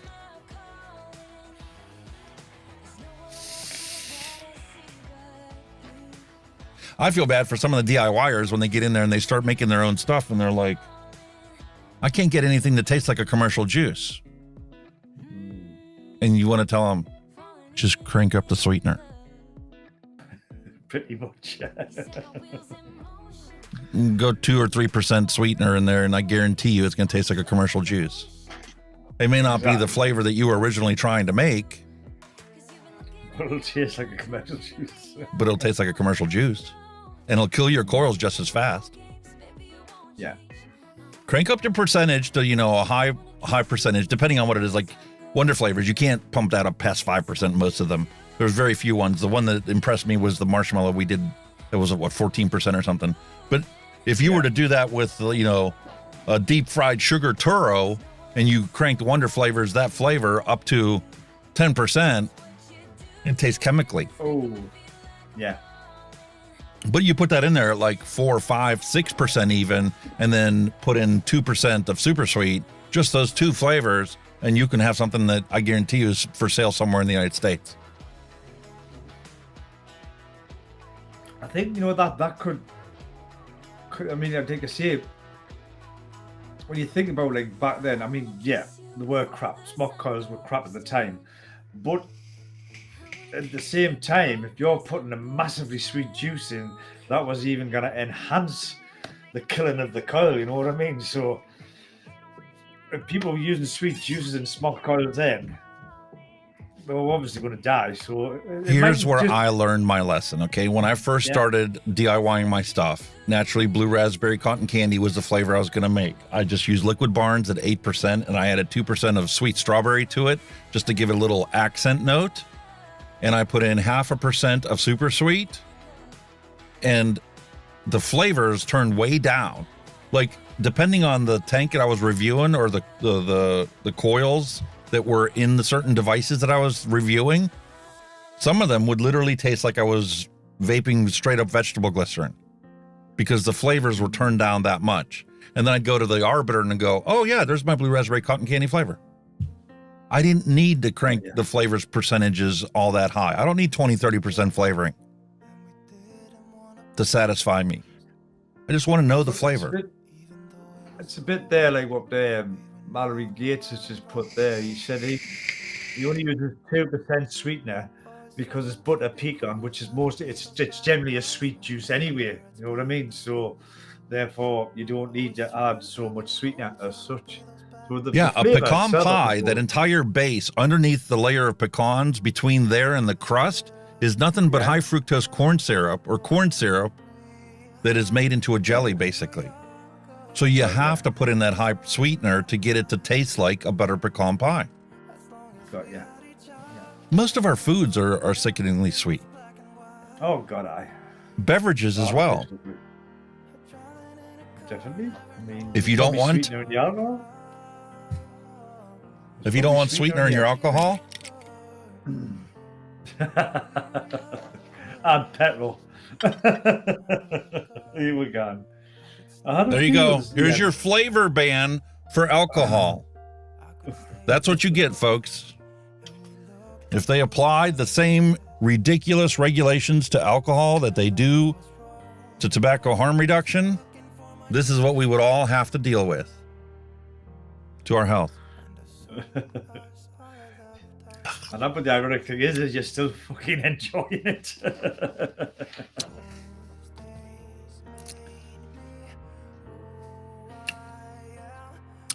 That's my European heritage. Oh, yes. No wrong with a drop of body now and then. I prefer that over whiskey.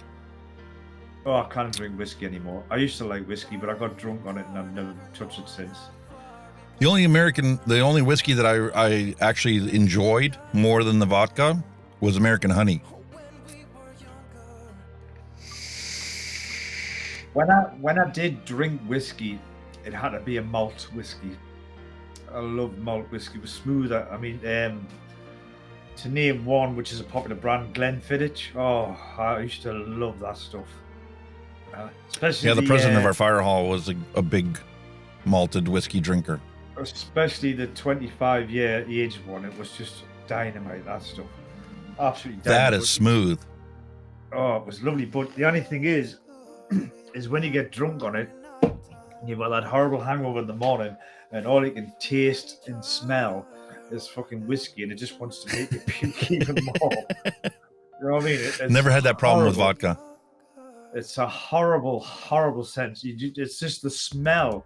You're vomiting, and then you've got the smell. It's not so much just the smell of the whiskey is making you vomit even more. It's not the vomit, the puke that's making you puke. It's the smell of the whiskey and the taste and the burning of it. You're like, oh, it's awful, awful hangover of that.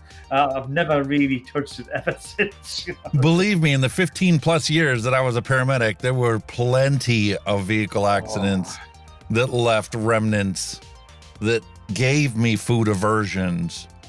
Pizza and beer. It's something I rarely had, because every time I had pizza and beer, it would bring me back to those days when I'd pull up on that vehicle accident, that motorcycle's laying in the ditch, or the car's upside down and we're literally, cutting people out of their car. And inside that car is nothing but puke from what they consumed right before they crashed. Yeah. Oh, but I mean, don't get us wrong. It is not totally off the equation. I don't mind the odd one on a special occasion, but it's got to be a chaser. I've got to have a beer, whiskey, beer, done. That's how I do it now. But I got wrong off a Scotsman once. I went out for like a drink with him, his friend, and he said, "Do you like a whiskey?" I says, "Why?" I said, "If it's a malt, I'll get you a malt." And he got us a 30-year matured Glenfiddich. This was a 30-year one. So I'm thinking, this, got me pint ready. Yeah. What you fucking doing? You sip it. I went, oh, sorry. We're fucking off it because I necked it. But, that's the way they drink it, so, fair enough. What cracked me up was those people that, they were high fine in society and they would have to have their whiskey watered down. Oh, I've had it with tonic before, and it's horrible. It's just fizzy water. It's fucking horrible. Ugh. That's what gin was made for. Yeah. Gin and tonic. Gin and tonic, exactly. Not a whiskey and tonic. I can see whether I can kind of see if they want to water it down. It takes obviously that heat away from it a bit. That's all that's for, because when you drink the other, but like you say, a good malt that's been sitting in a barrel for 30 years, it's smooth. It's it's nice, and that's the beauty of them. And that's why you're supposed to be sipping it. Yeah, that's why to get that smooth flavor covering your palate and your mouth. But the cheapy stuff like your Bells and I say, I'm not being a snob here, but your more run of the mill stuff, I'll say your Bells whiskies, your famous Grouses, they're like fucking petrol. Honestly, they're fucking bad. I cannot do them, not at all. They're really, it's literally like drinking petrol. I just can't do it. Sorry to all you guys who drink now. I'm not saying it, but I can't touch it. No worries, mate. All right. I think it's time for us to have a little vape mail. Oh, William Dobson's got brandy and pineapple juice. Sounds strange, but it goes together. Ooh. Really?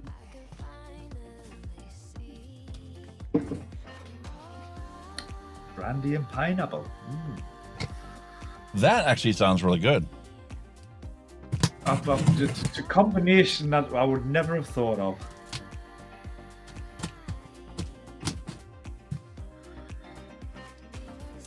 Then again, I'm not really a brandy drinker. I like brandies because when you make Hungarian Palinka, that's essentially what it is a brandy. It's a moonshine version of brandy. Ah. And my dad we had pear trees and plum trees in the backyard and apple trees that he would turn into moonshine. So there's my question. Now you've got the American moonshiners and all that. What is it? Is it a vodka based or is it a whiskey based moonshine? What is it? The moonshine is essentially corn. Corn was what moonshine was originally based off of. It was a malted corn. Oh, yeah. Right. And then you could do, triple malts. You could do barley and wheatgrass and rye but the original essential moonshine came from corn because it was the most abundant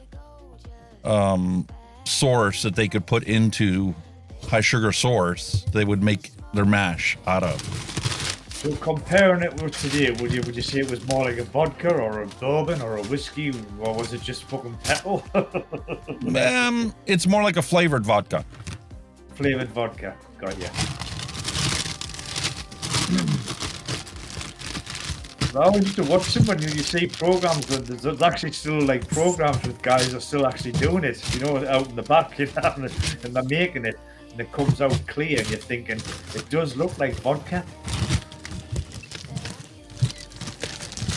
Now this box is huge, but that's mainly because I ordered more 60 ml bottles.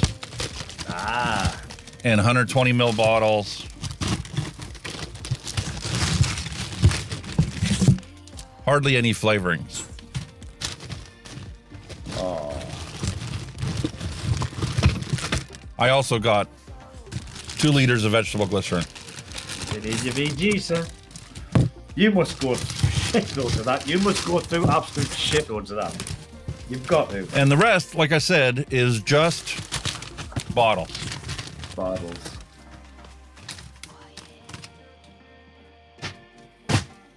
Because I am legit out of bottles.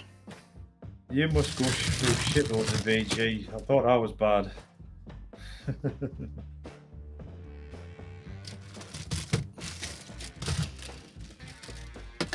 Saturating this bad boy. Oh, he's gone a bit dry. Look at that. Speaking of alcoholic beverages. Oh. How about rum with honey? Who? SSA, rum with honey. Rum and honey. Ooh. Cookie flavor from Chemonovatic. Got a recipe I want to try that out of. Mint candy from Flavrz. Jammy grape flavor.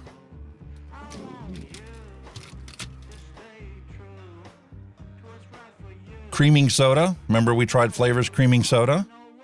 That's right. Yeah. I'm curious to see what this tastes like, see how close it is to the creaming soda.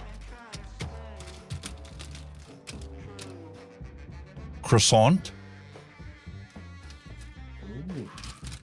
Getting very Dave posh Lloyd there, that has head made bit. himself Croissant. a bunch of savory recipes, like chicken fried rice. Oh, God. He made Steve a ham and cheese. Well, you got to put that ham and cheese on something. Toast. Well, Flavor sent over toast. I'm so weird of And that. actually, I sent Dusty a 30 ml bottle of that toast that he can try out. But croissant is way better than toast. Not bad. Buttery, flaky layers. Yeah. I find most of the toast flavors that taste like burnt toast rather than toast. Yeah. No, that's a legit toast, but it leaves that dry toast flavor in your mouth, like if you ate a toast without butter on it. Oh, not so good. Vanilla pudding from Kemenavatic. Ooh. Creme de mint. Creme de menthe. I heard this was supposed to be really, really good. Mullenberry Glamour Chocolate. Ooh. That sounds interesting. The golden pineapple flavor I ran out of from Capello. Some juicy orange, another flavor that I ran out of. It was a smaller bottle. And that's my suggestion to people that are DIYing. Start off with a small bottle like this. 10 mil. Yes, I know it's not the most cost-effective way to buy flavorings, but you can buy a lot more of these small ones to expand your palate than you can buy the big ones. And once you get these ones and you use them and you find out that you actually enjoy it and you use it regularly, like these two flavors, then move up to the bigger bottle. Yeah. Welcome, Michael Redfern. Cheers, bud. Popping in. We've got Flavor West Banana Nut Bread. Well, it I kind heard of that's makes supposed to sense be what you're good. saying. Yeah, it kind of makes sense what you're saying. Buy the small bottles first, because it's no good you buying a big bottle and you think it's horrible and you're never going to use it. It's waste, isn't it? Yes. And the only exception to that, obviously, is like whenever they have them under 50% off sale. Oh, yeah. I will spring for a bigger bottle on something instead of just getting the little one. Because if it is a flavor that I like, I bought it for 50% off. It's cheaper than if I would have bought this one at full price. You know? True. Well, you know, everybody likes a bargain, so I mean, there's that as well. You always look for bargains. Sugar pie flavor. This is a very good recipe ingredient to add. To add sweetness, add that bakery essence to a recipe without having to try and make things too complicated. Well, I've just found And a little something like recipe there. this is so complex that you're not going to be adding this to other things. This will literally be a banana nut bread vape. Yeah. You can enhance Yeah, the banana by adding more banana to it. You can put some acetylpyrazine in there to enhance the nutty aspects of it.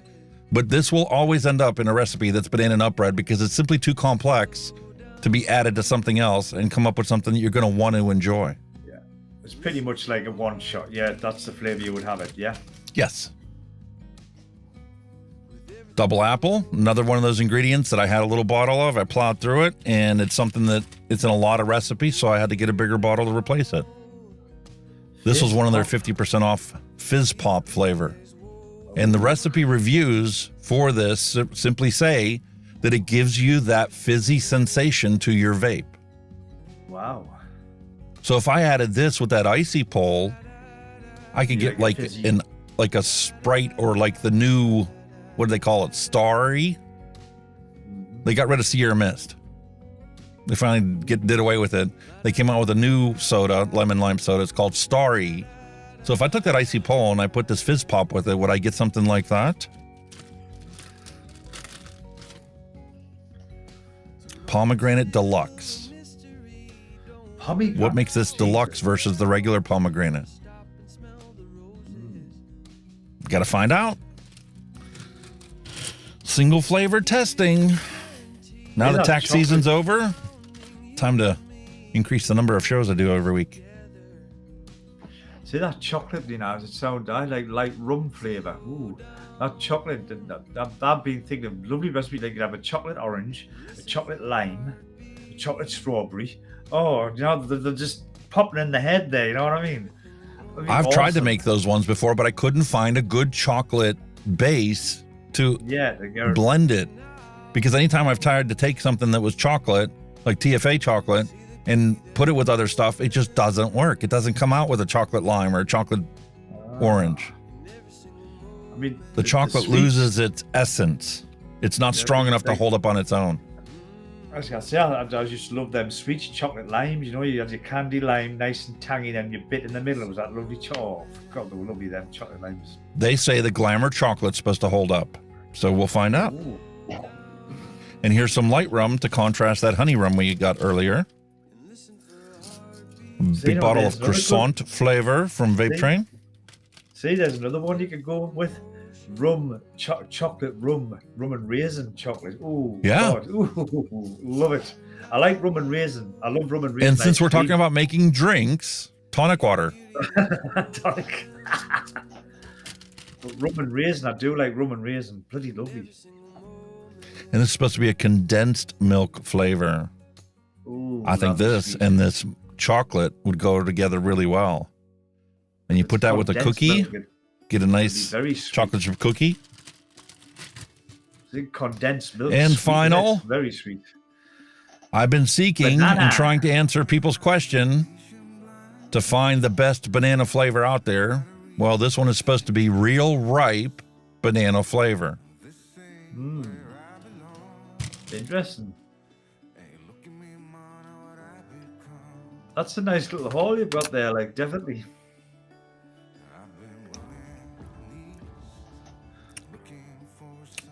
First off, it's an SSA flavor. So knuckle testing it, you're not going to notice any sweetness whatsoever. Yeah. And it is going to be kind of potent. Not as much as Wonder Flavors. But you know what? I think they nailed the ripe banana aspect of it. It isn't a candy Really? banana.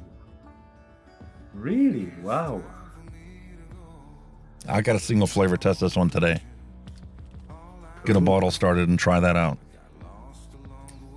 You still get the scent like you get from other bananas.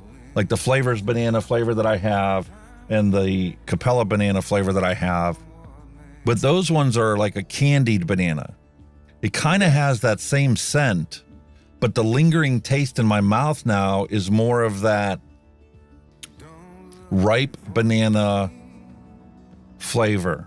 Not really a macerated banana, but it's just that ripe aspect that you like reaching its and grasping its straws to try and describe what differentiates candied banana from ripe banana. There you go. William Dobson's has been on the lookout for a banana for ages to make a banana custard. Could that be the one? I don't know about that, but I do know. Let me go to my recipes. You just mentioned it.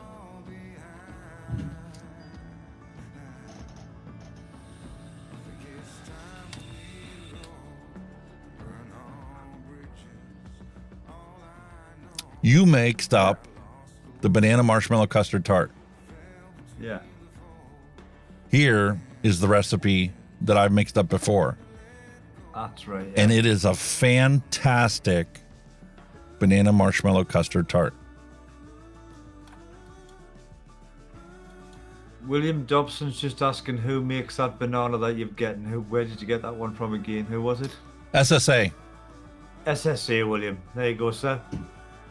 SSA. Real banana type.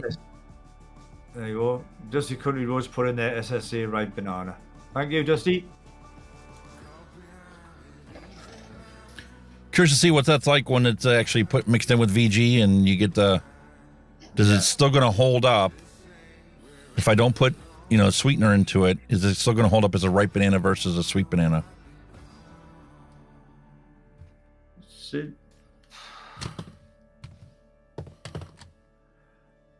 And despite, this seeming like a big haul of flavors to add to my stash, I won't need any extra shelves because 3 of these bottles are replacing smaller bottles that I had. And the rest of them are just basically going into places where I don't have a lot of that particular brand.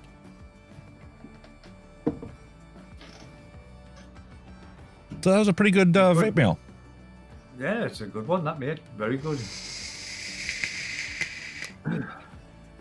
What do you think of their banana marshmallow custard tart? Me? Bloody lovely. Absolutely gorgeous. I was pleasantly surprised, actually. Pleasantly surprised. Here's the recipe if anybody wants to make it. I plowed through 120 mils of it. I really loved it.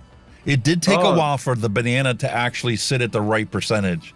And if you mixed it up off of a one shot, the flavors are already pre-mixed in there and they've been sitting in there to reach equilibrium. So when you make that into a one shot, they're already blended. So it'll come to ripeness a lot sooner than if you mix them from raw flavors. So I'll tell you what I thought of that. My honest opinion. Yeah. That's what I thought of that. That's what I thought of that. That's exactly what I thought of that. Absolutely tremendous. It is. I've been cleaning up around here, so I probably pitched my bottle because I thought I had it sitting here as well, empty. But I'd definitely recommend that one, guys. It's stunning. It needs a little bit of steep time, though. We'll give you that. But once it's done, wow. Just wow. Yeah, for me, the the banana wasn't forefront enough in there when I first mixed it up. But once I let it sit here and it came back to like a month or two later, that banana was perfectly balanced in there with the custard and the marshmallow. It wasn't overpowering like a lot of banana flavors are, because the first thing you get is that banana candy and it just kind of just blitzes everything out. That was just, you got it, but on the exhale, all the other stuff came through and it was just absolutely, that was gone in about 2 days. I just couldn't put it down. It was just fantastic. I was going, ooh. And you'll notice another ingredient in this one is smooth, because when you push, 14% of marshmallow custard, 5% of the graham cracker, 7% of the banana, add another 2.5 of dragon fruit, only 0.5% of super sweet, you still need the smooth to round out those flavors and blend them together. But saying that, you've got like that 6% of graham cracker, but that was more like of an aftertaste. It wasn't like you think 6% it's going to be, but it was more like an aftertaste when it was like when you got that on, it left that taste in your mouth. Honestly, it was just like when fabulous. you were, eating. If you were to eat a banana marshmallow custard tart, you go and you eat that thing. Your primary flavor that you're going to taste is that banana custard with the marshmallow. And then only, once you get an actual piece of that graham cracker on your tongue, do you taste any of that? And it's what's going to linger the longest afterwards. It does. It just sits. It's not overpowering, but it just sits there. And the blend was absolutely honest. I loved it. Absolutely loved it. Absolutely fantastic. Because sometimes I'll be like, and I'll look at a flavour and I'll go, do I fancy that? I mean, the same with like flavour splice there. I didn't even have a clue what that was. What the hell splice? I'll give it a go, and when I give it a go, and my God, why have I not tried this earlier? Fantastic stuff.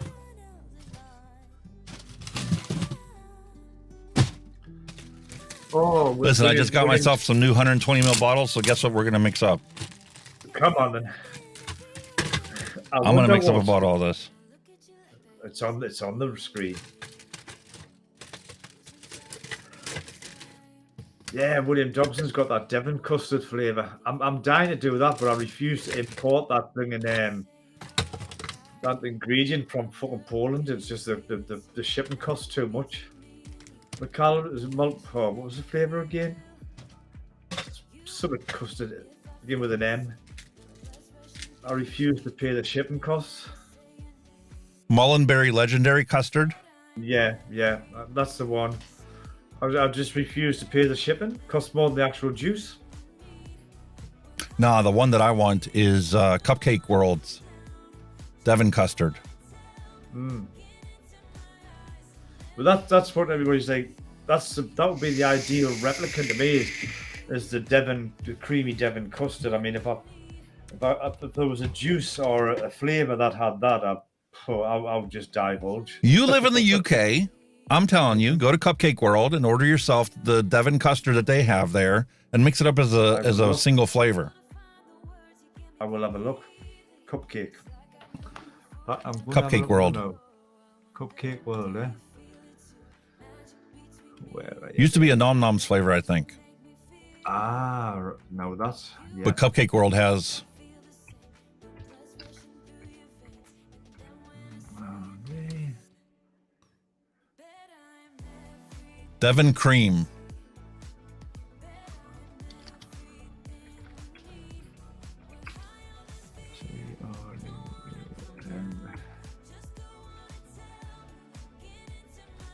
Amazon sell it.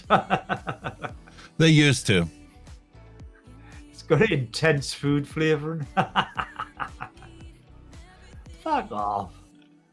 Worldflavorsonline.co.uk. Devon Cream. It's made by Cupcake World. World Flavours, Devon Cream. Let's have a look here. You can buy 10 Devon mil for Cream. £1.85. That's the one. World Flavours. I love how it's got Devon Cream food flavouring. No, it's not. Tea liquid. Yeah, I found it. I might participate in that. I think I'll order one. Tell me give if it a it's as bash. good as what the reviews say it is. No, what would I go? You freaking hell. 60 mils only £7. May as well gamble that. Fuck it. I'm gonna go for a 60 mils so I have a good chop on it. This really has that fat content feel of real cream, more so than the others I have tested to date. That sort of palate coating something about it real creams do.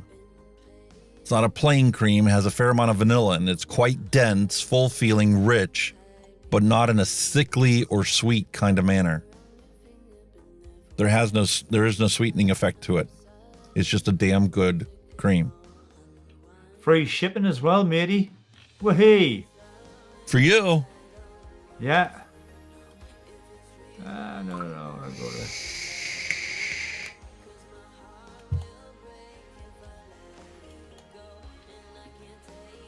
There you go. Oh, I'll just confirm my payment here.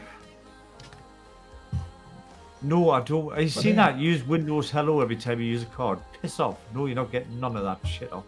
Dragon fruit. Graham cracker. Marshmallow custard. Super sweet. Smooth.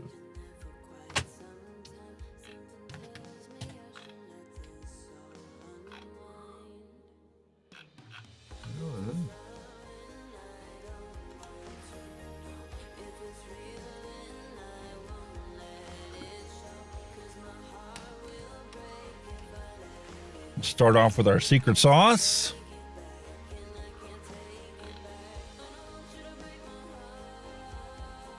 $3.73.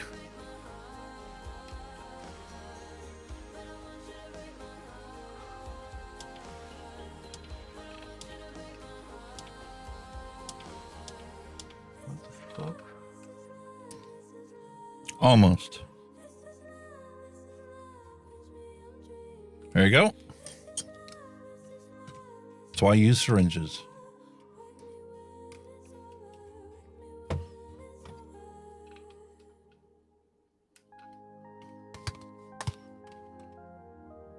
Proceed to what's that? Apply coupon.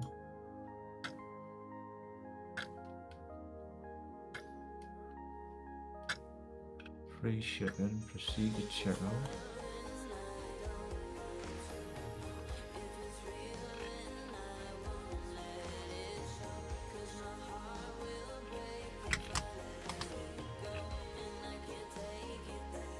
Dragon fruit. Done. Ordered. 3 Ordered. grams. I've ordered that Devon cream. Done.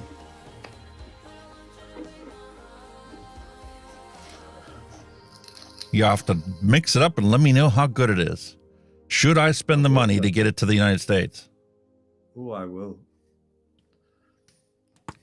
Well, as a fan of custard, you know I'll probably like it. But it's not a custard. It is actually a cream. Yeah. That rich, fatty flavor in your mouth when you get an actual cream. Not Cool Whip or any of this other artificial type of cream. A proper cream. Yeah. You know, you take a double cream and you whip it into whipped cream. That's what the Devon cream in my brain tastes like.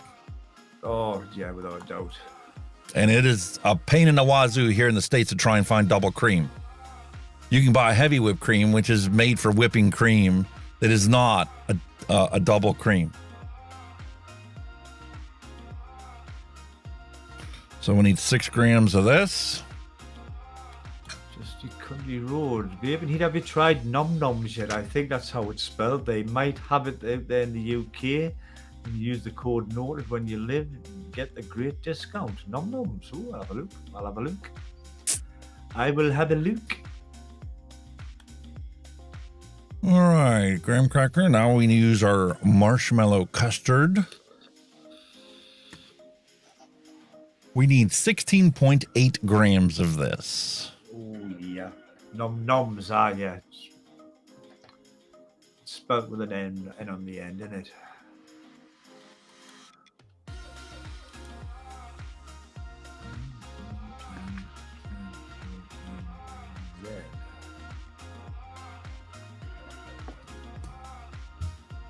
Overview UK flavors. Yeah, I've got you now. 0.6 of super sweet.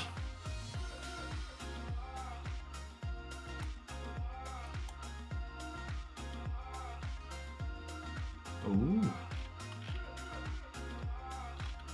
Nom Noms have got a lot of VSO flavors in. And then a bit of smooth. One shots. Do vampire vape stuff, dinner lady stuff. Ooh. Well, thank you for that. I'll bookmark this page and I'll have a browse through it later on.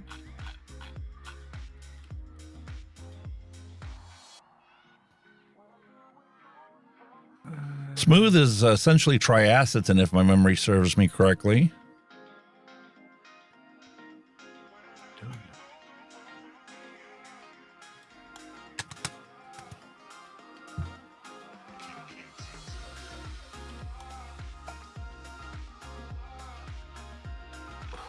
Doesn't smell like what it tastes like.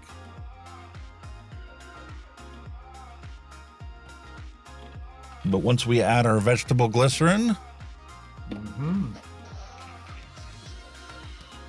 flavor totaling in this is 30%. So no PG, additional PG necessary. Ooh. That sounds interesting. Just got that Nom Nom site up. I've just got that Nom Nom site up, and they've got a clearance sale, and on one of the flavors is Capella Boston Cream Pie V2. Oh, that sounds nice.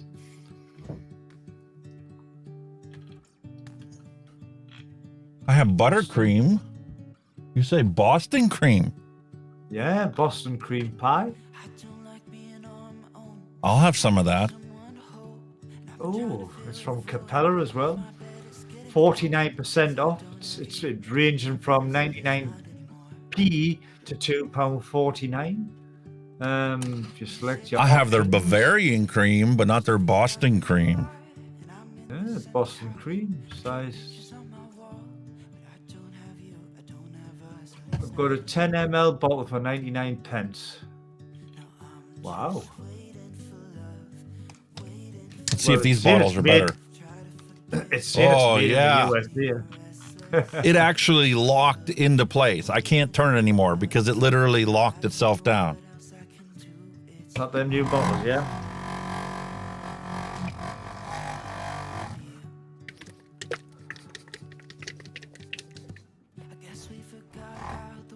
Okay, so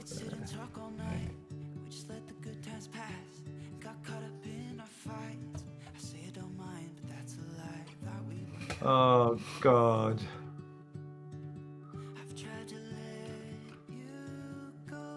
Got you shopping already? Mallory Gates is back on form.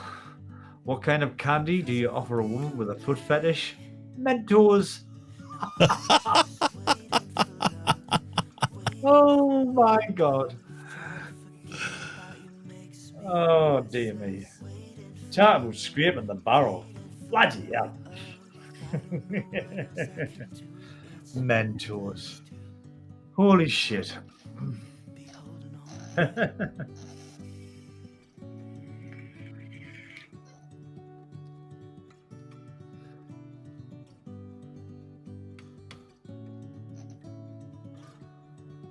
Yeah, I definitely need to start buying a few flavors to play with, guys and girls. I mean,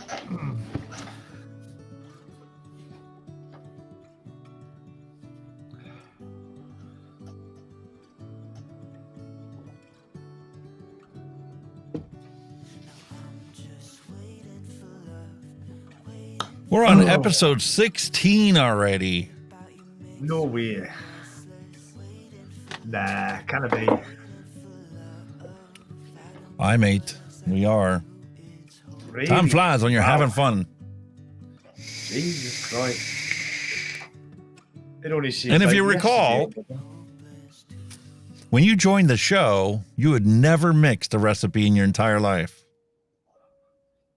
Well, now, with the one exception of those bottles you just bought in the shop, every single bottle you've been vaping have been bottles you made yourself. Yeah. Either from one shots or... Yeah, man. Loving it. I know, but come on, man. Two for 10 quid. If your favorite... Oh, you can't beat that. I would You know what I I would mean? spring for that as well. You know what I mean? You can't deny it. I mean, I know the people because, like, I was kind of there from day one, and I did help out a little bit at the time when he was getting established and, you know, building the shop. I was doing a bit of DIY and that for him and everything. So I know the owners pretty well anyway. I'm friends with him, you know, but, you know, he's brilliant. But like I say, he's bread and butter's juice at the end of the day. Oh, there it is. I couldn't There spell is, it right boy. because of my logo I put on there. I see. Pardon me. She's a steeper. Oh, definitely. But that's sitting there ready to go. Wow. Wow.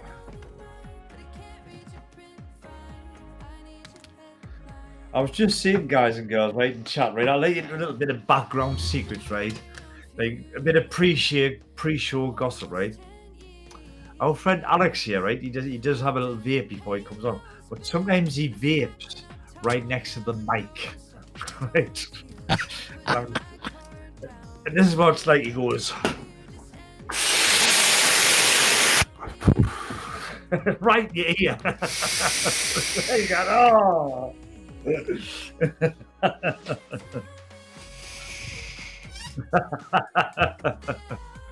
You see what I'm going to put up with, guys and gals.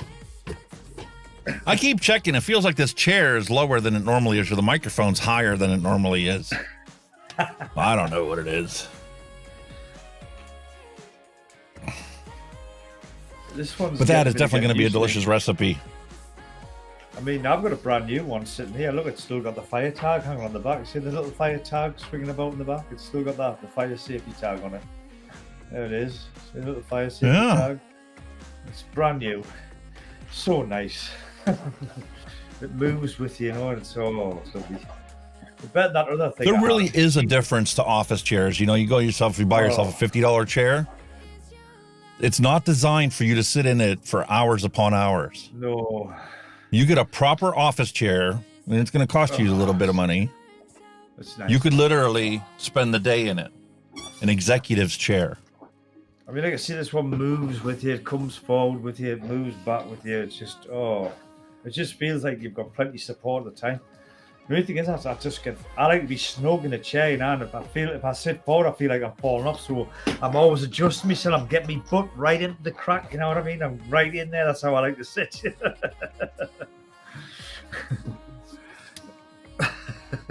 I like that, Sherlock Holmes.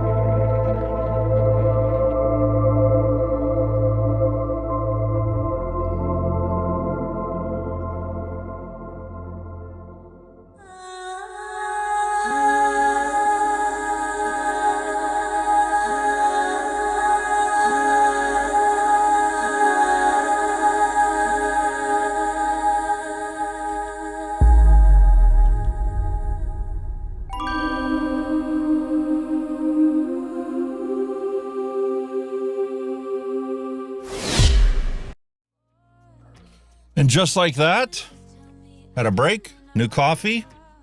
And now where'd that come from, you crafty git? And that Sherlock Holmes completed his search for our random recipe. Ah. So when you go to eLiquid Recipes and you bring up your flavor stash, you can click what can I make, and Sherlock Holmes will pop up for you so you can find out what flavors and recipes you can make using the ingredients you already have in your stash. That's cool. Bastard has just joined us again, sir. Very welcome.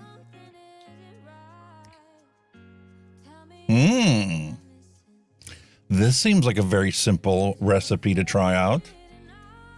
It's not a Boston cream, it's a Bavarian cream with juicy orange. Interesting. Sounds very simple.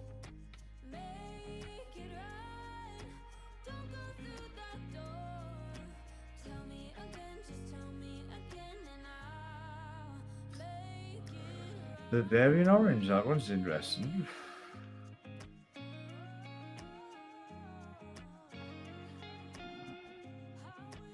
Capella super sweet. What we got in it? Bavarian cream, juicy orange, and super sweet. That sounds very simple, doesn't it? Yeah.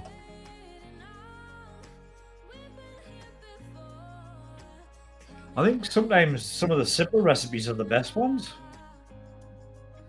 You know what I mean? Yeah, because you can always turn up the volume if if the orange is lacking, although it's at 3% already, and the cream's not enough, Bavarian cream's not enough, you can jump the flavor percentages up in it. If 2 to 3 doesn't work, then try 3 and 4. Yeah. Super. Then again, in the Arbiter, I'm going to be able to taste it either way. Super sweet at 0.5%. Yeah, that's all I need. Just a hint of it. The juicy orange is kind of sweet to begin with. Ah, right.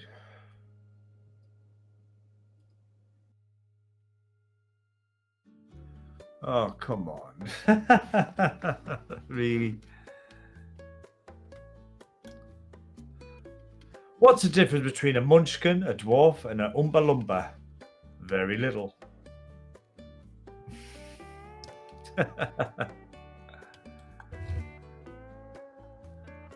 Please tell me juicy orange was in my order.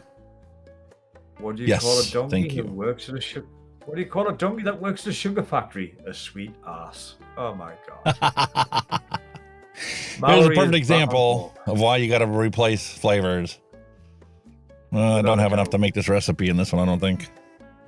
Without this order I just got in. Good stuff.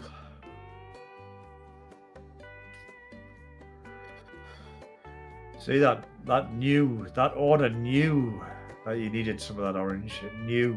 It was some psychic shit going on there. Just when you think that you're going to kill the bottle,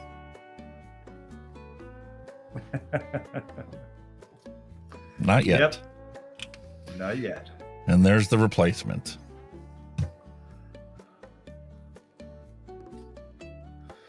I love it. Fantastic. Oh, that does smell like a beautiful orange. I do like some of the smells of them, you know. You think if the taste is as good as the smell, you know what I mean? If only.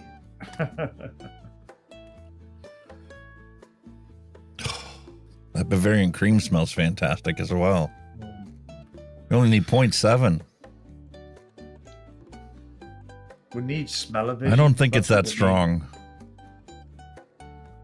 We need smell-o-vision. We need smelly telly. Yes. The aroma just oozes out your speakers. You know how expensive that would be?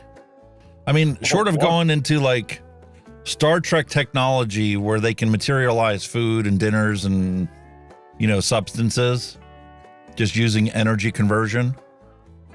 How expensive would it be for you to have all the base flavorings, scents necessary for your TV to accurately reproduce the scents that we commonly come across? That'd be weird, wouldn't it? I mean, anything as well. You know, anything. From a pineapple to crusty tofungus. I mean... No, come on, no.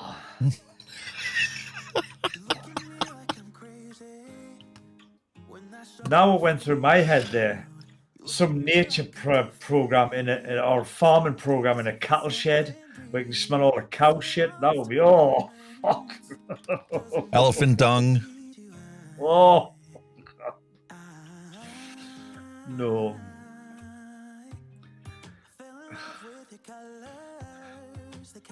Documentary about a morgue and smell the decomposition of a body.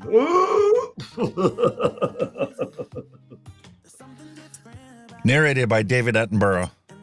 Oh, what? Perish the thought on that one, like.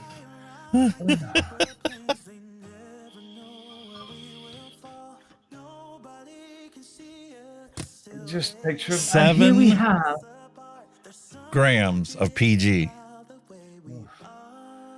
Just picture him now. And here we have the decomposing body of a willoughby.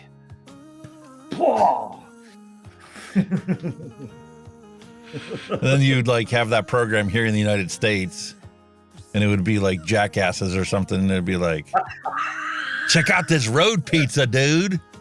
Yeah. Roadkill. Dear me. Yeah, it would have its good things, but I think it would have its bad things as well. Like there must have to be, they would have to put some kind of censorship on it. If you do not wish to smell this smell, hit mute.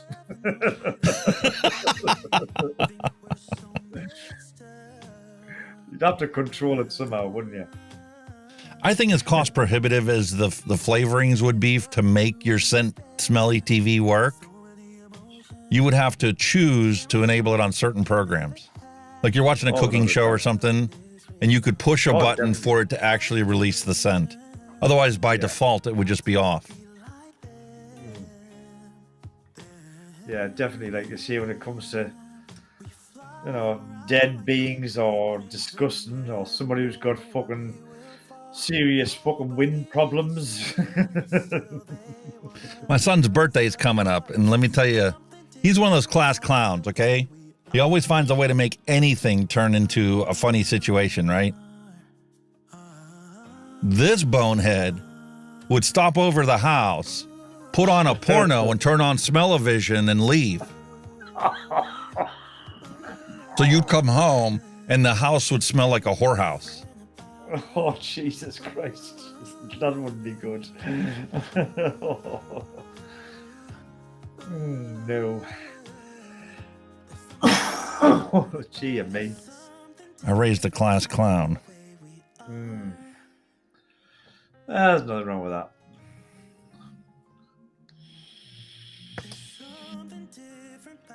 It's your typical middle child syndrome. Did it to seek attention. We've all done shit like that before, man. You know what I mean? We've all done it.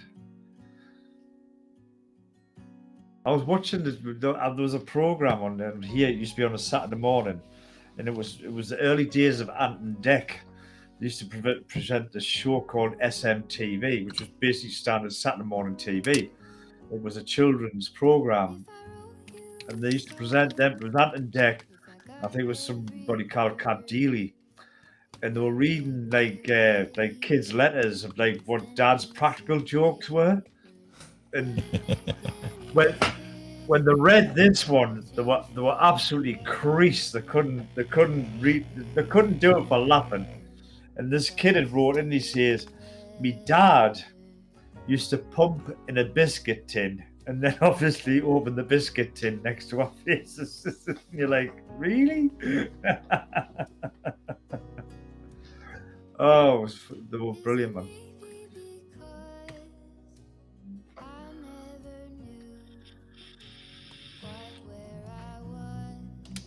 Oh my God. I'm excited to try this one out.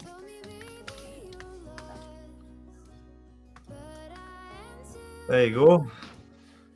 What do you call a fire at a candy factory in Paris? A bonbon fire. Oh my God. Come on, Mallory. Are you on a dad jokes website here or something? You know what I mean?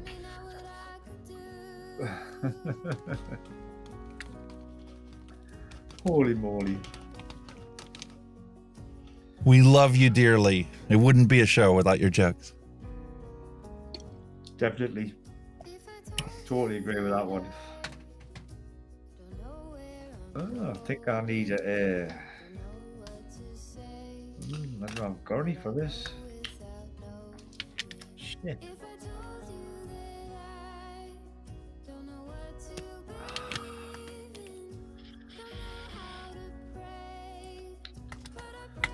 I'm gonna have to get some more coils for me Drag S because this one's starting to burn a little.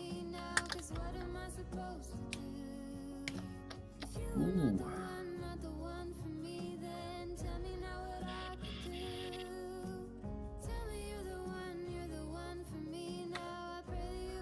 Oh, 1, 2, 3, 4, 5.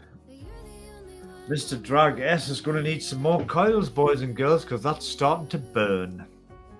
0.55. Best 25 to 35. This is a pretty cool feature about that. Oh, yeah.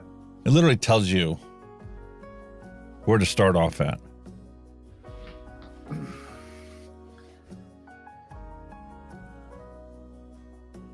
Don't need an app when your mod tells you what percentage or wattage you should start at. How accurate it is? I guess we'll find out. Nope, not enough.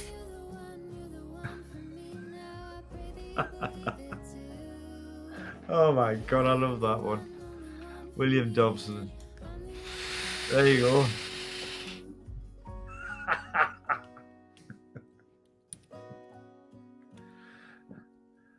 I love that. Apparently, having sex in Iceland while the drug is illegal. Not sure about Asda or Tesco.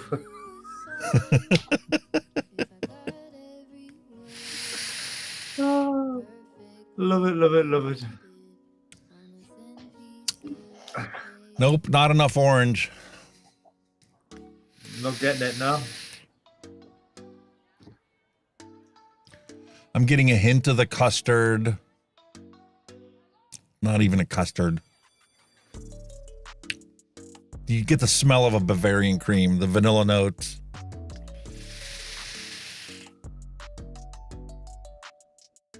No mouthfeel whatsoever of Bavarian cream. And definitely no juicy orange.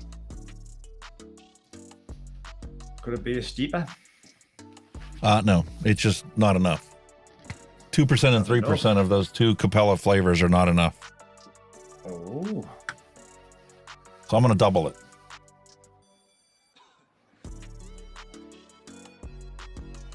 Double up, eh?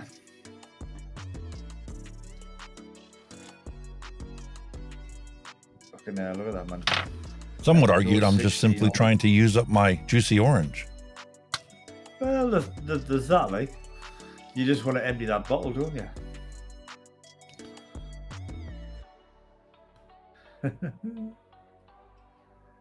Yep, he's just bollocks. He's going for it.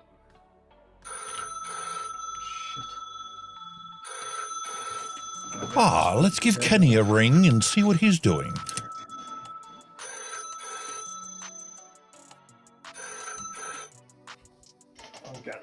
Fresh flavors are more potent than flavors that have been sitting around for 2 years. I can say that with a certainty now.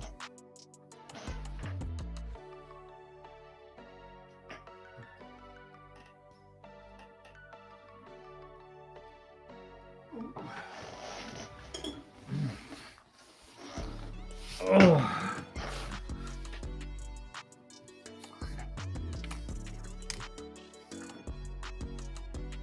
Yep.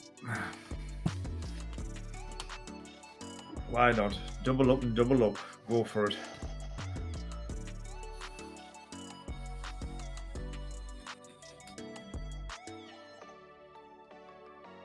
That bottle's getting mighty full, like. I'm only adding essentially 2 mils to it. And I squeezed out 2 mils to load up that coil.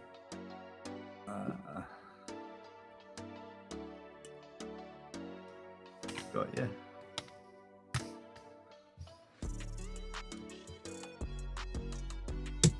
Give it a shake and bake, matey. Shake and bake. And while we're at it, we'll jump back over to the recipe and edit it.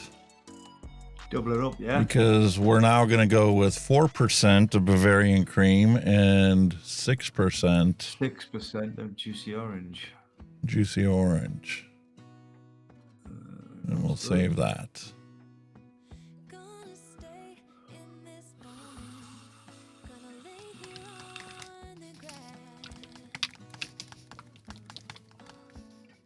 Shake and vape, shake and vape. Go for it, boys and girls.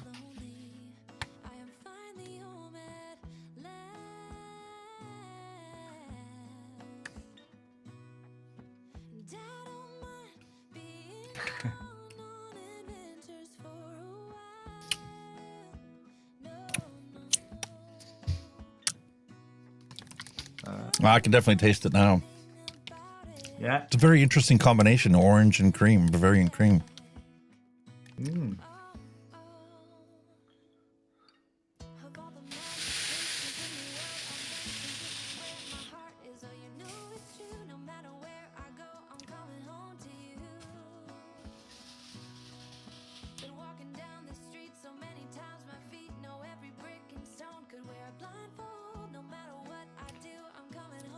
I'm going to need to let this sit a while because I still can't, there's no separation between those two flavors.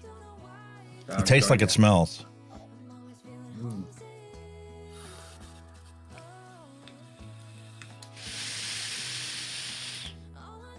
It might need a little bit of steep time, even though you wouldn't have thought so, but it still might need a little bit of... Yeah, obviously I'll come back to it tomorrow and take a look and see what it's like. Mm.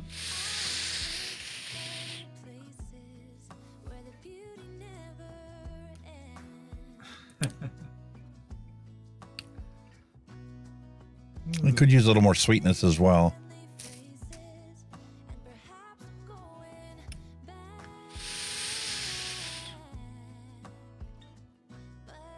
Not a banger. Nah. Nothing as yet. I thought it was going to be a simple combination, you know, two contrasting flavors that complement each other, and It's just not working.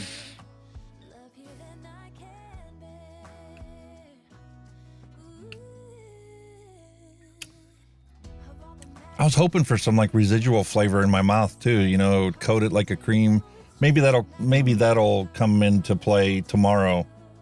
But even at 6%, the juicy orange is just not very prominent. Very surprising, like, 'cause you would have thought it would have been like a strong flavor profile. Now, granted, I did smell a drastic difference between the new bottle of juicy orange that I just got in compared to that little bottle that's been sitting here for 2 years now. 2 years, Jesus. Finally finished off that 10 mils after 2 years, yeah. Jesus. This isn't a very strong flavor on its own. Now, I've paired this up with a strawberry before, and maybe because of the acid levels that are already present in the strawberry, it kind of works in balance with the juicy orange citric acid flavor.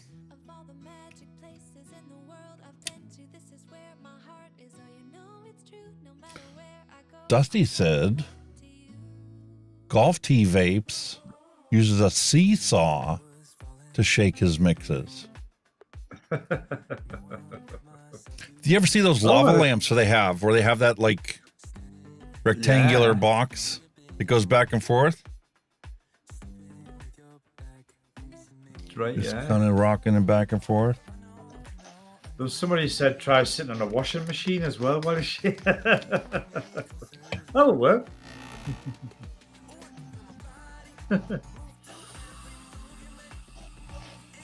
Yeah, Capella's Juicy Orange is not a prominent or strong flavor on its own. No. Shame. Very shame. It's one of those ones when I single flavor tested it, I did it at 5, and then I'm like, it's not strong enough. Let's do it at 7. I did one at 10 to find out what it was like because it still wasn't strong enough in my book. Must be a weak juice. Because I'm looking for, an end result of something like Tang that I can, mix with other things. You all are old enough to remember what Tang powder you used to mix up your orange drinks with? That's right, That's right, yeah. This Bavarian cream from Capella gives a good smell for Bavarian cream, but has no mouthfeel. I bet that Devon cream you ordered, if you added it to this, would give you the mouthfeel and the smell that you were looking for. Mullenberry's Custard Premium kind of works the same way, but you got to wait like 2 weeks for it to show its face to get that feel, that mouthfeel. Right, yeah.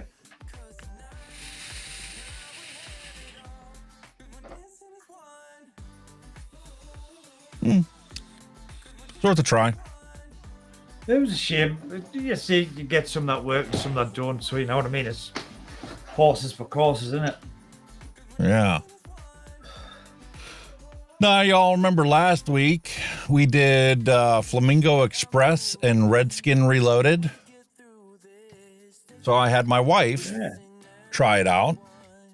Here sits the Flamingo Express. She's like, what is that? I'd show you the Redskin Reloaded, but she took it. Oh. Apparently she liked the Redskin Reloaded. That's probably why you've never seen it since. Ironically, because we were going camping last weekend. Uh-huh. I asked her, I'm like, since you took that Redskin Reloaded, do you want me to make you a 60 ml bottle of it? She's like, no. Oh, fair enough. So it was good enough that she wanted it for her nighttime vape or her end table vape, but it wasn't good enough that she wants to constantly vape it. Now, granted, she's not like most other people out there because she literally has dozens of other things that she can choose from at any point in time. So she's not afraid to try something new, but unless it's fantastic, she doesn't ask me to make her bigger concentrations of it. She'd rather explore the other things in the collection. Well, that's the beauty of having a better half as a mixer. Just spoiled for choice. Yeah, because you can just make it whatever you want, and you're off to go. But took it, but she wasn't keen on it enough to get you to make some more, basically. If you have a good bottle, you don't have to worry about it flying off of the wash machine, and like you could drop this on the floor and never worry. I'd never worry about this bottle opening up. Yeah. Like if the dog grabbed this off of the thing, because my dog Lucy loves to chew plastic, like empty pop bottles we tossed at her because she sits there and chews the top off and then leaves it go. Fortunately, she doesn't eat the caps. That would definitely be a hospital visit. Yeah. I wouldn't be afraid to find this in the dog's mouth. Yes, you could chew the top off, but these bottles are pretty indestructible, comparatively speaking. Good stuff, man. Unlike these bottles, these ones are junk. They've split at the seams, and it's a Gorilla bottle too. Really? Wow. But I've had them before where, you put the little top piece in and it literally splits the seam right on the top of this. I think that they must have been knockoffs and not real. I got them off of Amazon. Well, but probably not off.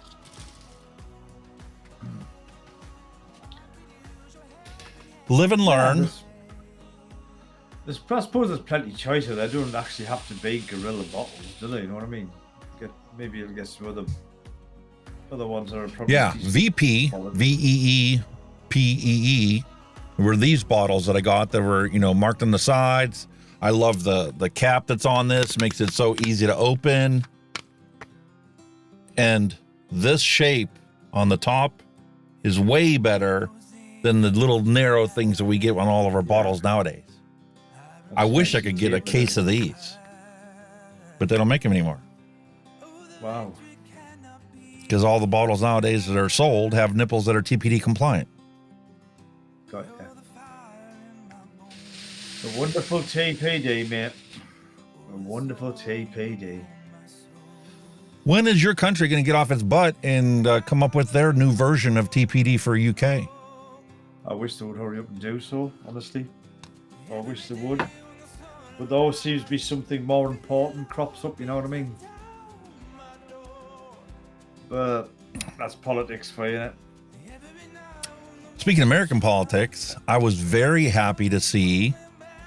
Remember, I've said before, how come the UK is the only country that has the all-party parliamentary group for vaping? Well, here, they just formed the Tobacco Harm Reduction Caucus in the United States. Right. And one of the representatives that I keep sending emails to and bitching about stuff, Guy Reschenthaler, is one of the ones that's chairing the committee. So that's essentially going to be the United States equivalent of the UK's all-party parliamentary group for vaping. Tobacco Harm Reduction Caucus. So when I get some free time, I'm going to send him a letter, and instead of it being a bitchy letter, I'm going to congratulate him for forming the Tobacco Harm Reduction Caucus and hope he chairs it for a long time, and he has my support and will have my vote as long as he keeps fighting for harm reduction.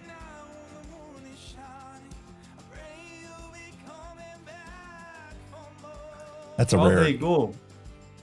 There you go. William Dobson said our science and technology are supposed to be meeting in October. Bloody hell. I thought it was the summer, so it's being pushed back again. I heard June, July. There you go. October, well, at least you have man. Something. Fucking hell, man. I know, but it's just getting pushed back and back and back all the fucking time, man. You need to get a grip with it. I mean, that was the whole point of us leaving the EU, so we can devise our own shit, and especially with the vaping. And everybody knows we need to get rid of this 2 ml fucking bullshit. The problem is everybody in the planet now knows that the UK is a transitional state, and now they're trying to get their influencers, especially from the University of Bath, where they have the freaking eliminate all forms of tobacco, including vaping studies. So Bloomberg, I'm sure, is dumping money into that area to try and get a foothold so that it goes the other way and not the way that we think that they should go. I don't think he would have much influence over here because it's down to the UK taxpayer who runs our government, not the fucking somebody hiding fucking suitcases of money at them. Oh yes, well politicians will love that, but I mean, I didn't think he would get away with it over here. Because you have a committee of science and technology that puts that above political interests. Yeah. So. Definitely. I think we'll get rid of the 2 mil restriction. I think that'll go the journey. I'm not sure about the 20 mil nick level. I think that might stay or may go up a tad, but I don't think they'll up that by much. If they do. I think they should go to 30 because nobody else in the world has a 30 milligram limit. Because like you said, all the smokers that are left are diehards. 20 milligram may not be enough for majority of them. No. Even when I quit, I started 18 when I quit. So, in a sense, I was a bloody damn smoker. You know, I could go to anywhere from 20 to 40 cigarettes a day.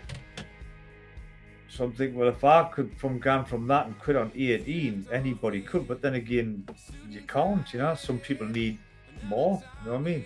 There's people that probably smoke 60 cigarettes a day, 80 cigarettes a day. You know.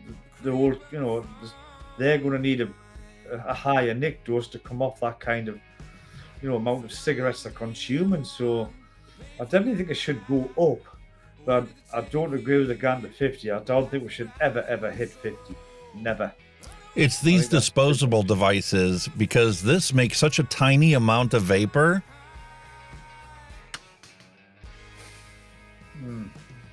Yes, 50 is pushing the limit to the max. Yeah. I've seen 60 milligram disposables. Really? We're going to be honest. Because the salt nick, you can't tell them. But if they did this in a 30 versus what they can do in a 20, because this makes such a small amount, I'm not talking about, your big honking tanks.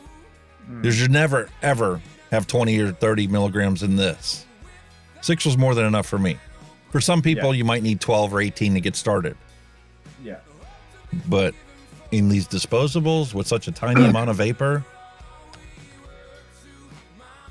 But that seems to be the consensus. People who smoke, fucking smoke, I've got that word in my head with that stupid fucking insurance company. People who vape, fucking cunt. People who vape higher quantities, like they say the 12 or 18s, usually do that in MTLs. They don't do it in tanks. It's normally an MTL if you're going to have a higher quantity, or a pod, if it ever comes to that. But you're vaping 20, 30 mil, like you say, in one of them. Fucking hell, I wouldn't even like to try. You know what I mean? But yeah, I'd say 30 is probably a nice number to sit at. Bin the 2 ml stuff, because obviously, technically nobody takes any notice of it anyway. You know what I mean? No, everybody I know, even myself, is just going to say, fuck that.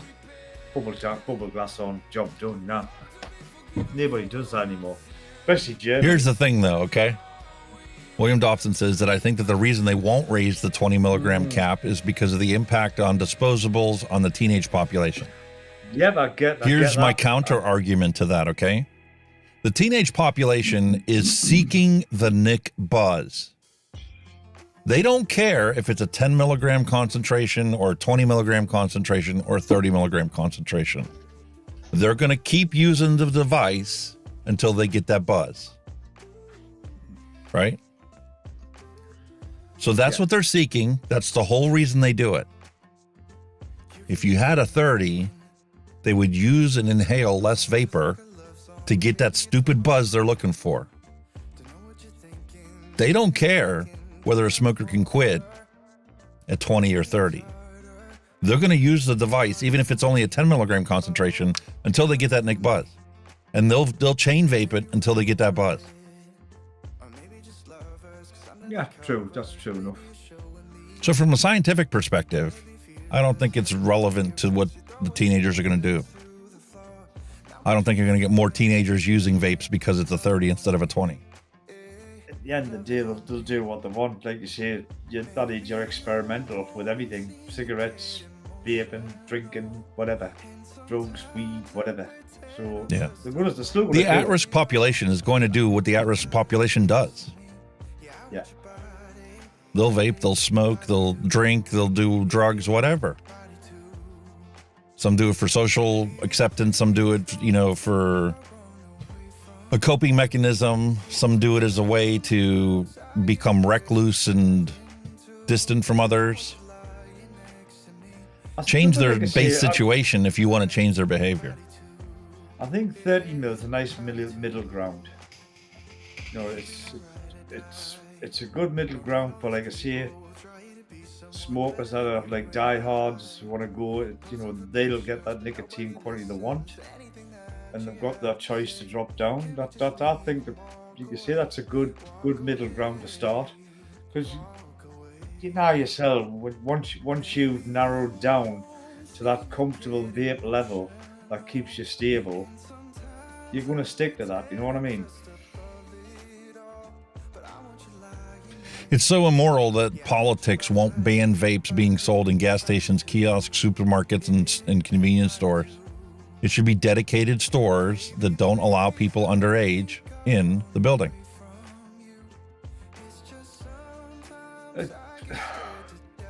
I see where the argument comes from, and part of me wants to agree with it. It is a valid point, but it wouldn't work for, like you say, the average smoker who wants to quit will not go to a vape shop to buy a fucking device. They'll be in that supermarket, they'll be in that garage, and they'll see it, and their first purchase will be a spur of the moment purchase. That's how it starts.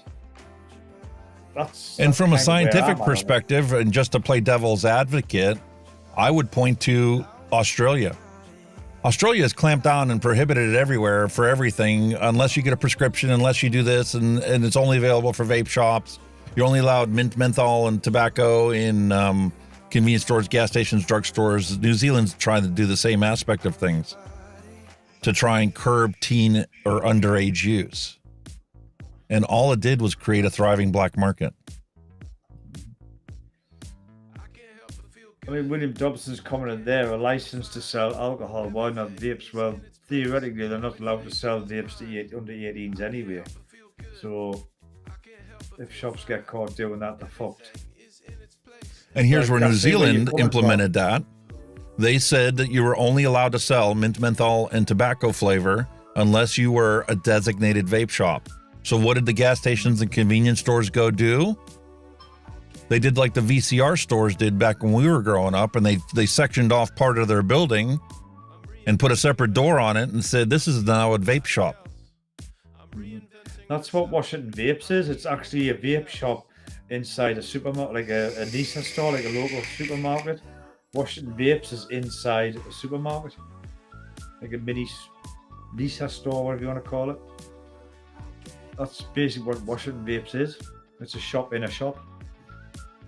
Yeah, and it's age restricted, so nobody is supposed to come past the doorway if they're not, of age.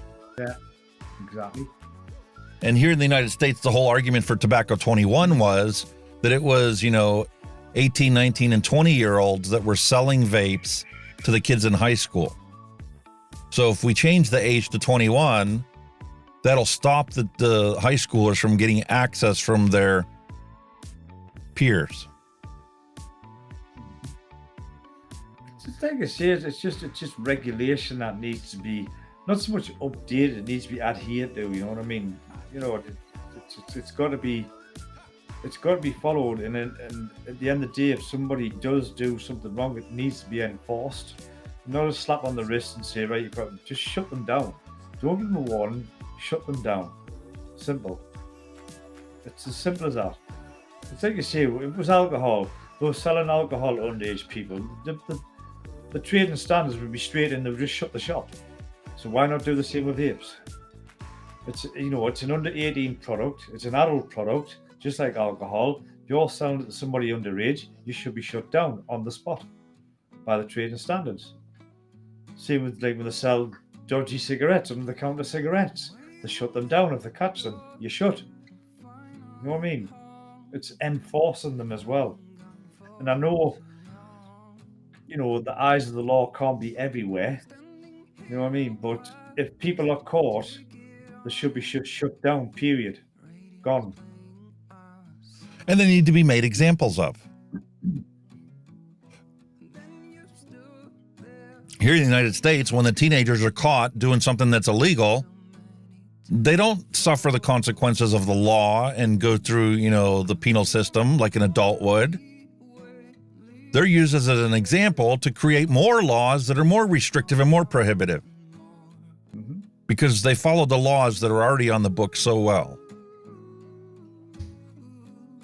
And here, because they're taking a look at the harm reduction aspect, William Dobson points out that even in the UK, they're not going to be launching vending machines with disposable vapes in it. Mm-hmm. And they do that in Canada for harm reduction for other drugs. And there's literally a web connection, an internet connection to the vending machine. So when somebody goes to purchase it, there's somebody that is on a two-way video feed with the person at the vending machine, and you have to scan your state-issued ID, and the person on the other end of the machine won't let the machine dispense the product until that person confirms that you are that ID. Yeah. So you can't steal mom or dad's ID and then go buy your disposable. At the end of the day, though, it's about cost as well. You know what I mean? That would cost money. With a lot of councils, governments, etc., haven't got, to put in. It would work. I mean, they are simple solutions, but it's the way your councils go, whatever, I just kind of put it down to cost. But for a vape manufacturer, a vape vendor, you get a large vape vendor here, in the UK, you could see them spending the money required to buy the machines and to pay for the service to age verify. They could take rather than, dedicating an actual shop to a small town, they could simply put in a vending machine inside of a grocery store that somebody could go in and purchase their disposables. Well, it's going off the idea of years ago. We used to have cigarette vending machines. You can go in and buy a pack of cigarettes out of a machine. You probably had them yourself outside gas stations, petrol stations. We used to have them in pubs and clubs. Every single bar has one. Still here in the States. Yeah. So it's a matter of time before that does happen for the disposable market, I think. He's got a point. Like it's just a matter of time before it happens. How, like I say, the proof of age or whatever works is a different matter. It should be a free and open market so that it can be improved upon and grow, and the government should keep their nose out of it for the most part. Freedom is not free if someone tells you what you can and can't do. Yeah, I know, but you've still got laws to enforce, you know what I mean? It's like having a vending machine for alcohol and some teenager can access that. You don't want that to happen, you know what I mean?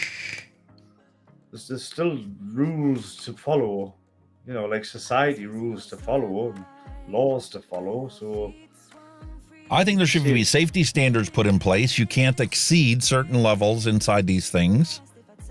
Just like you have the max capacity and the max, concentration strength. And just like Europe has right now, there are certain ingredients that are prohibited for being included in your e-liquids. But other than that, they should keep their nose out of it and leave their hands off of it. Because teenagers are going to break the law, and they're going to do things regardless of what crazy laws you put into place. And people like Dusty Country Road are directly affected by the stupid vape mail ban that didn't protect a single teenager, because teenagers would simply go on social media and have whoever sell them whatever they want.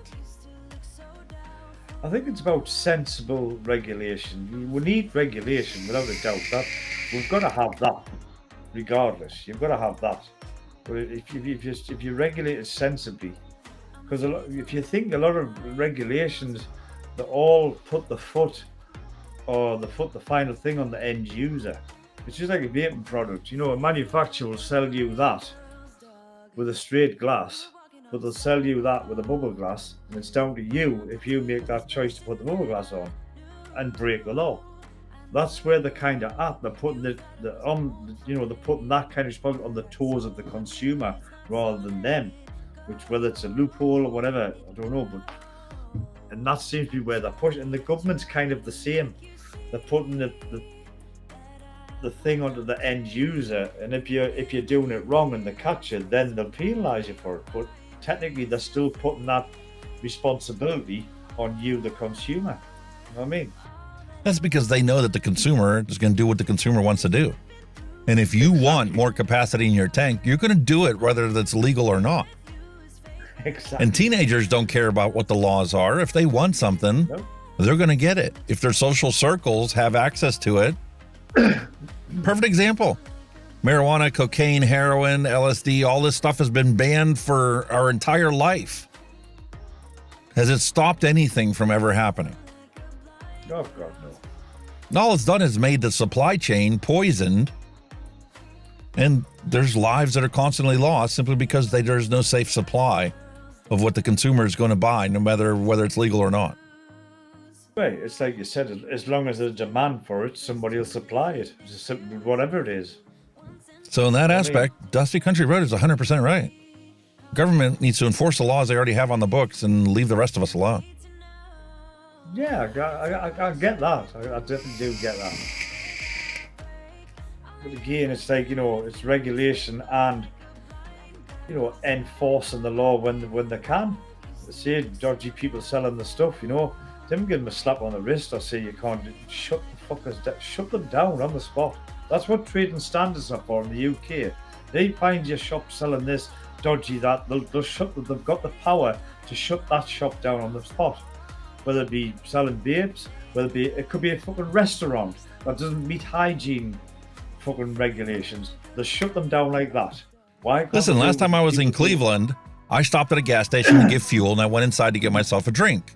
And while I was inside there, I saw an entire rack of disposable devices that I know are not authorized for sale. And I saw a kid buy one of those devices. So out of curiosity, I got on the FDA's website and chased down the website that lists where the shops are that they fine for violations that get turned in and the whole 9 yards. The gas station that I was in has been fined half a dozen times in that year alone for underage sales. And they pay their fine and they keep doing it. Because as long as they can keep doing it and keep selling it, they're going to pay more than what it costs to be fined. Well, that's what I'm saying. They're making profit off them, so that profit is nothing to the fine. That fine could be a small percentage of the profit they're making. You know what I mean? So that's what I'm saying. Shut them down. Stop them trading. Simple as. Sharp for them. Sharp player, kill it off. Without a doubt. I mean, I'm driving by Amazon, right? And this was an eye-opener to me, right?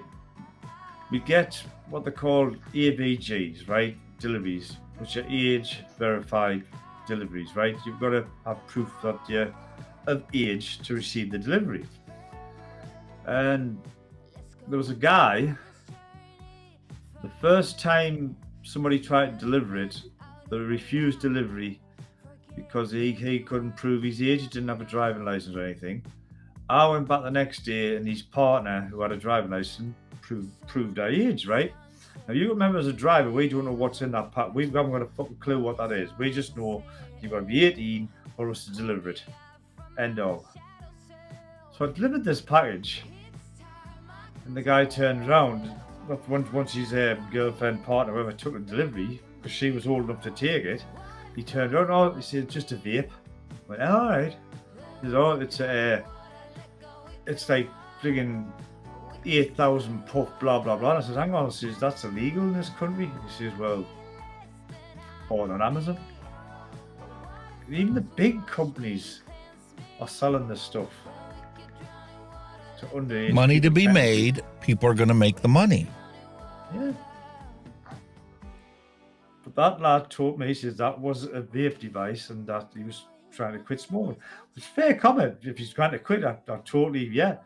But it was an illegal device he bought from Amazon. Fuck's sake, man, really. Because there are people out there that tried to quit smoking and the 20 milligrams wasn't enough for them. So they're like, okay, well, let me try a 50. Let me see if I can find one. And if Amazon stops selling them, guess what? They'll find it somewhere else. It'll be on some TikTok advertisement, somebody selling it, or some Facebook market group, or...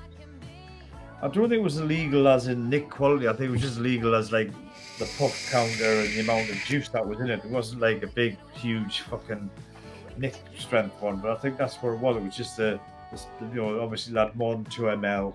It had a 6,000 fucking puff count on it. I'm thinking, God, some of these companies, if they're selling in the UK and they're now the rules, they shouldn't be fucking selling them. They shouldn't be selling them in the UK. I don't think the UK should have a limitation on the number of puffs that a disposable is, because in the same breath that they're bitching about the number of puffs, they're bitching about all the disposables they're finding laying on there. Well, if this is only allowed to have 2 mils of capacity, how many of these are going to be out on the streets as, environmental waste versus something that has 16 mils? I don't think it's the puff quantity, it's the amount of juice in it. Obviously, something 6 to 6, I think he had about 600 to 800 puff capacity on a 2 ml tank. That's probably roughly where we are here. But if you've got something like a 6,000, 8,000 puff, it's just exceeding the 2 ml. It's got to be more than 2 ml. You're not going to have 8,000 puffs on 2 ml of juice. That's where this 8,000 puff here has probably got 16 mils of juice in it. Yeah, and that's the point. That's the bit that's still illegal in the UK. But that's what I'm saying. But that's a crazy law because that's replacing 8 of these that would be legal. Well, that's what I'm saying. This is if we get rid of this 2 ml bullshit, then it opens the doors for that kind of thing. You know what I mean? And like you said, that one device you've got now will outlast, say, 2 or 3 600 puff ones that are going to end up on the 8 street. of them. Yeah. And which are probably going to end up on the street, and then into causing all this pollution that everybody's kicking up about, or environmental. So instead of buying one of these every single day to get through your day without a cigarette, you have one of these that'll last you 7 to 10 days, using it religiously, faithfully as its only exclusive device. You want to eliminate environmental waste and garbage? Well, that's the easiest way to do it. Raise your 2 mil limit. The manufacturers will be loving it, you know what I mean? We'll sell vapes that last about a day or two, keep selling. They don't want to sell us 6,800 pump vapes that's going to last a week, because we go, well, what's the point? So there's that side of it now, isn't there? You know what I mean? Because there's more money to be made in this. It's got 16 mils of juice in it than there is for the cost of 8 of these. Look at the cost of the plastic and then the metal and all the manufacturing costs. All that goes up. You get something like this that they can sell for 20 quid instead of a daily disposable for 10 quid. They're going to make more money on this at 20 that's going to last you a week than what they do on one that they sell you every day for 10. They might be making 50 pence on a daily vape disposable that they sell you. Whereas this, they could probably make 5 quid on it. And also in the UK, I'm not mentioning names, but there was a guy who bought a device like that, a disposable, from a UK vape shop, an actual vape shop, which was an illegal device. So there's still vape shops selling them as well. So, you know, it's a minefield. And I mean, like I said, I've never been against disposable. You know, I think every new device or every new design is to help somebody quit smoking. It'll only be a plus. It's only when it's abused that it gives, you know, the rotten apple for everybody else, which is, I think, is just totally unfair. I mean, the minority, it's a classic case of the minority fucking it up for the majority, isn't it? Yeah. Always has been. All right, one last thing. Let's get to our retro vape because we're already at 3 hours and 15 minutes for today. Woohoo! Is that out? Come on, give it down.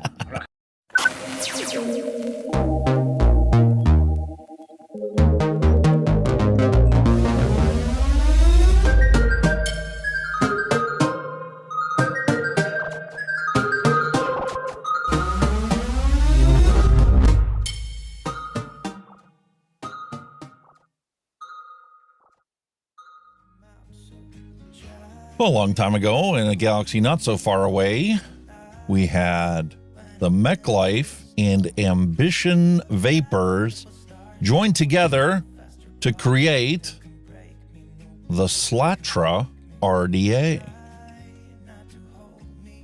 Curious to see what this one is going to be, because the picture on the side shows us that it is a squonkable dual mesh clamp style deck. And it says that it's less finicky to wick. I don't know how it can be less finicky to wick if it's mesh. My experience with mesh is you have to wick that thing exactly right to get a beautiful vape out of it. Because all you're going to get is a dry hit if this thing does not have contact with the cotton all the way around it.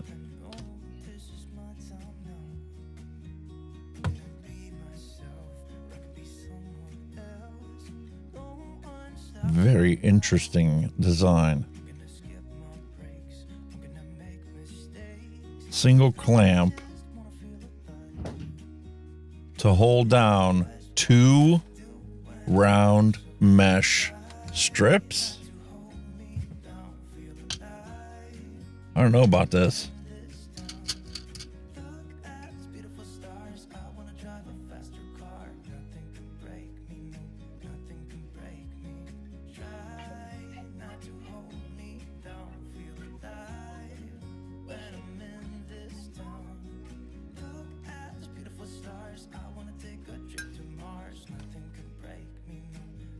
Beautiful stainless steel.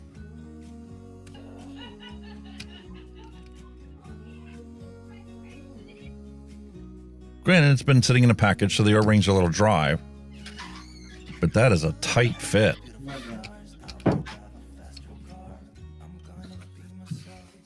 Well, my apologies. Call of nature. I snuck one in on the last break that we had. The last bumper. That's the advantage of having long, 2-minute long bumpers. Your favorite? Ooh. Mesh. Ah. A mesh dripper. A mesh dripper.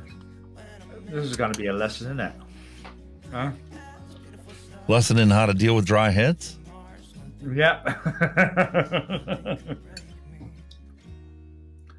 See, it's still a learning curve.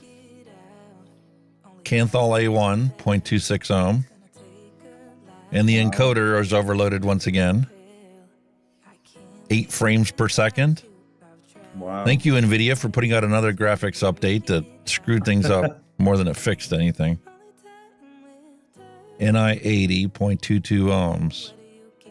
And because there's 2 of them, that's going to be a 0.11. Wow.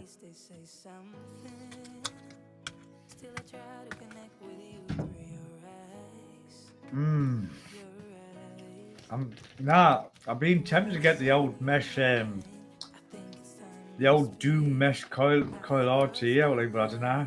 Ooh. I did the review comparison on the Doom, and it was not my cup of tea. Yeah. Here's your coiling tool.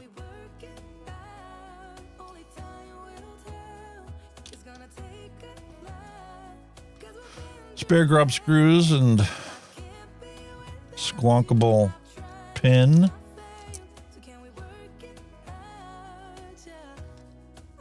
I think I've I got don't know, a my Watofo friend. one as well. I'm sure I've got a Watofo RDA. That's mesh. I could have sworn. I was trying to find the other Kylan M. Remember we did that a couple weeks back? Oh, yeah. Mm-hmm. And I was wondering, is this a knockoff? This is printed. The serial number is printed on the box. Oh, I don't know. I wouldn't have. That doesn't seem right. This should be a sticker. You know what I mean? Yeah, it's normally a sticker in it with a barcode on.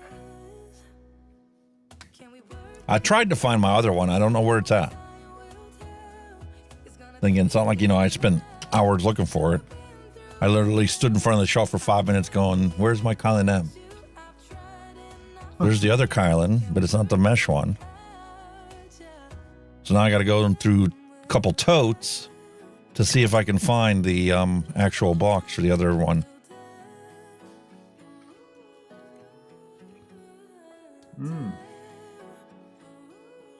Like I say, Looks like they're pre-formed. They're already formed in the shape. Ah, that's interesting. They're normally not, are they? They're normally flat. Yeah.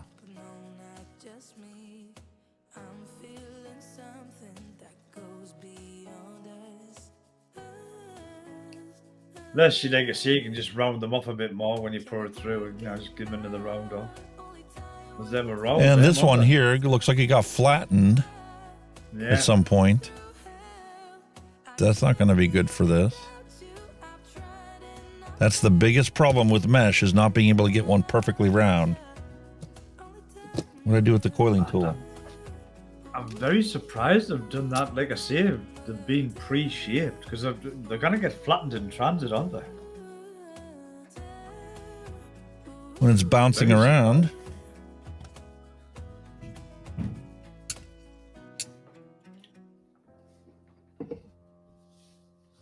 Well, that's the whole point. You want them nice and round so they maintain contact with with the cotton.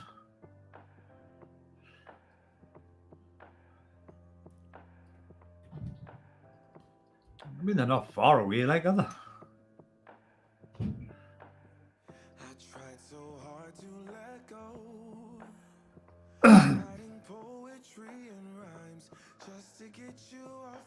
Oh, that one's well out of shape, isn't it? Yeah.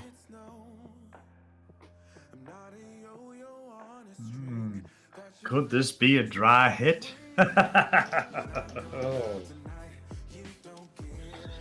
Oh, God. I'm just remembering when I had the dry hit off mine, you fecker. It hurt. What a weird design. It is a weird looking thing, isn't it? You have clamps from the side. There's one on each side. Right. So you sit there. Look, it literally fell right off. So you're obviously going to sit your legs in that clamp.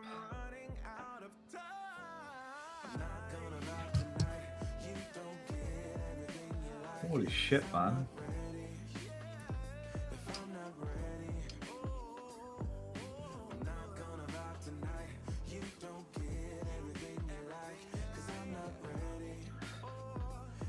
What the?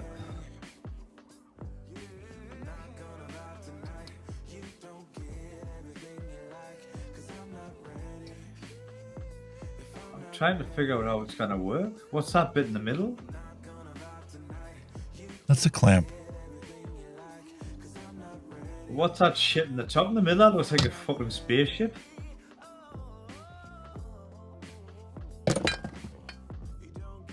So it's like you got to slide it in. The thing is so bloody tiny because you have the positive and the negative, right? Yeah.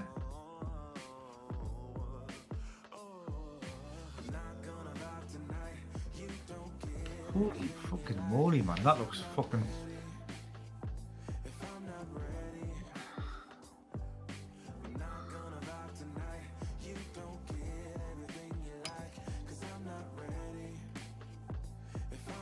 I mean, after the piss on, when you do get the clamp, you're going to have to put that fucking tool through again to round it up because you've got more chance of crushing it when you pour it in.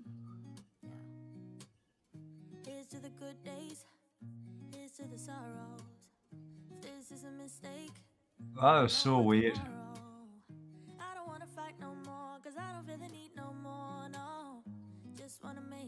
That is so fucking weird.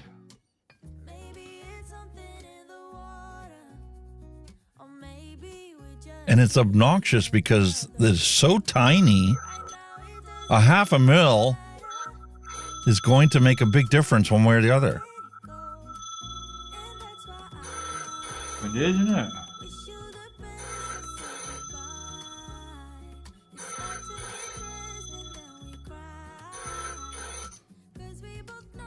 So it looks like you get both sides on. And don't lose the mesh strip or let it get flattened out. It's very finicky. It looks very, very finicky. See, that's another thing with mesh as well. I found, like you see, it was what a finicky and funny on to get stuck to the gun. And that was before you wicked it.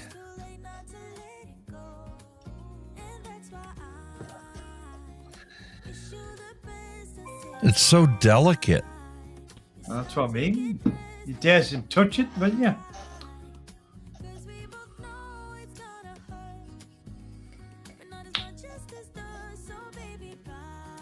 And hope you have a camera to enlarge the image so you can see it and not get a short between the positive and negative post. Very odd.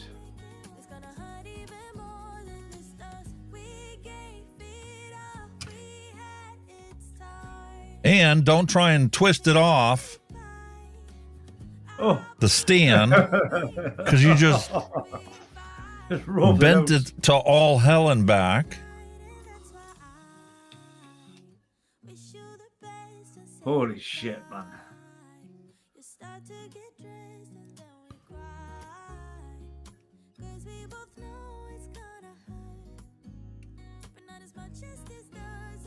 That is such a chew on.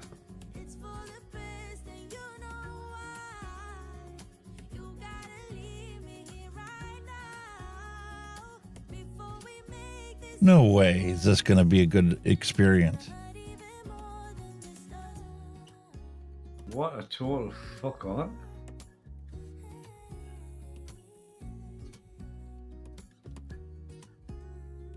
How the hell do I expect to build that without fucking it up, man?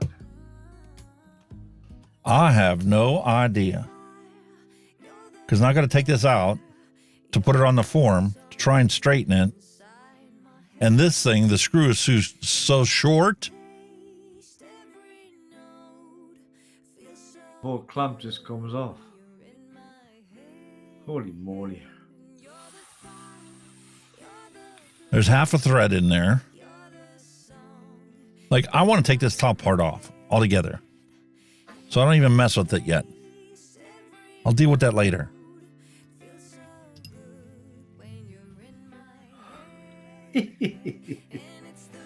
I must say, man, you pick some fucking belter shit to build on, like, Jesus Christ. I think I would have given up by now, like, I think I would have fuck that.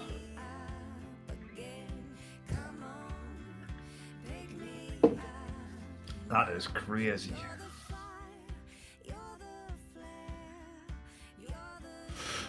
The most asinine, difficult to build It's dripper in the world. like like you're saying, I'm trying to get the bottom in, get that clamped and held, and then hopefully the top will just fall on.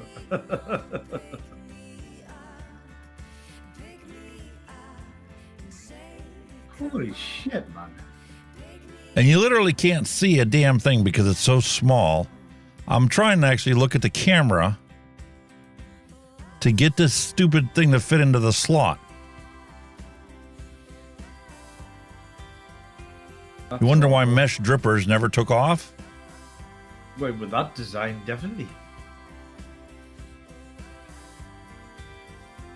I'm sure I've got one. I can't think of where it is. Give us a minute. Give me a minute. Give us a minute.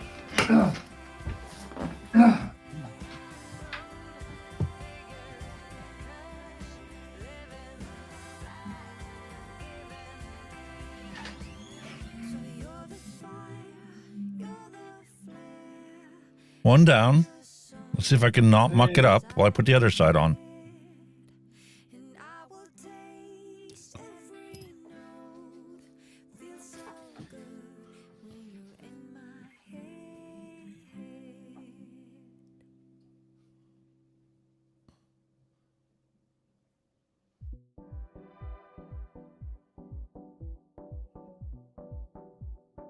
My apologies for my fingernail being a little bit longer than usual.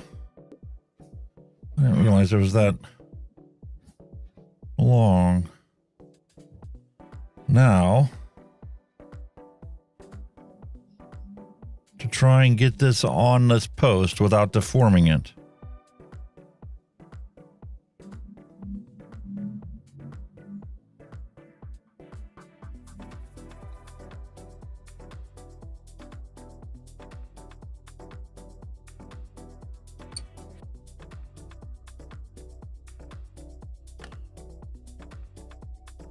That one's tightened.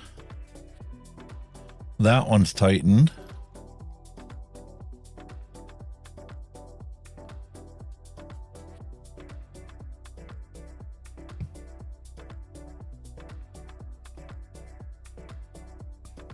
Now we drop in this top piece.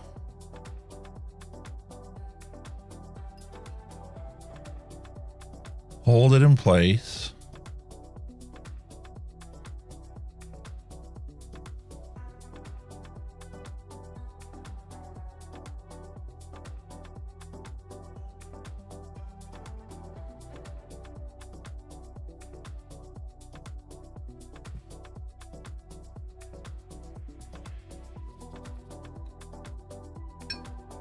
.13.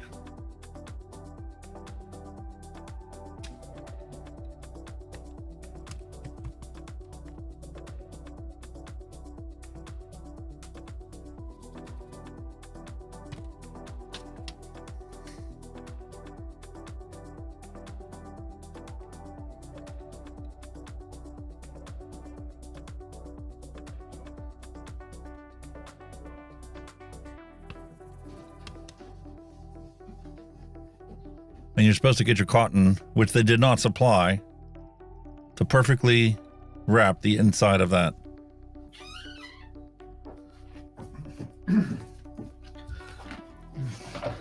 My apologies again.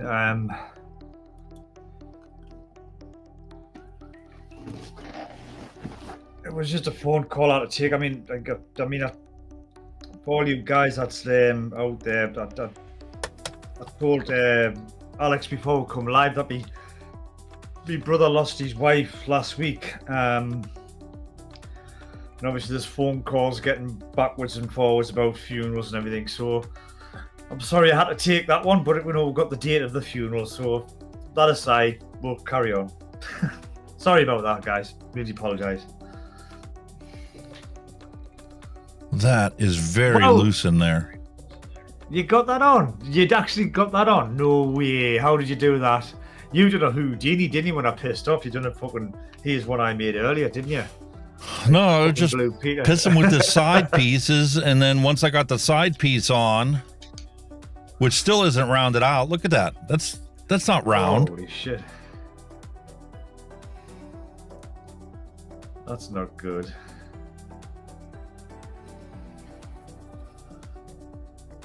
Ooh.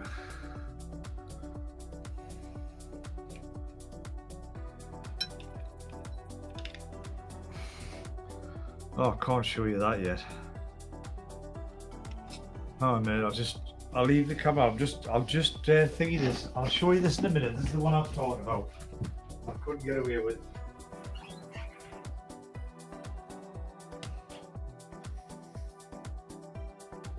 Look at that, not even the same shape.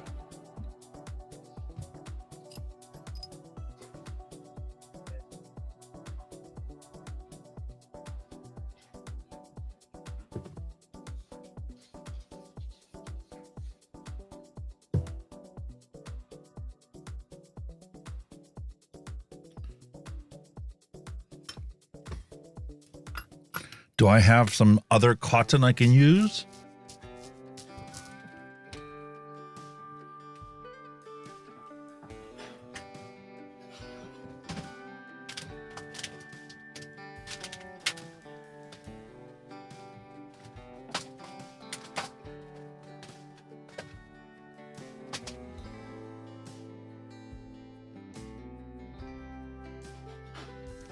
Let's try some profile cotton. Supposed to be 6 millimeters in diameter.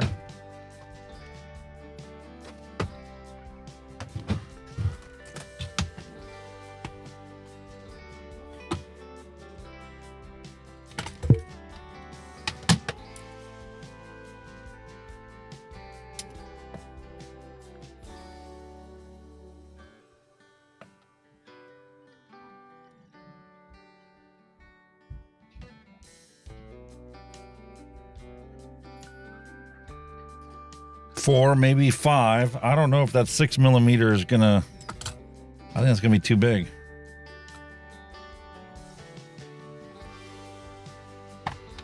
My standard cotton is for 3 millimeter coils.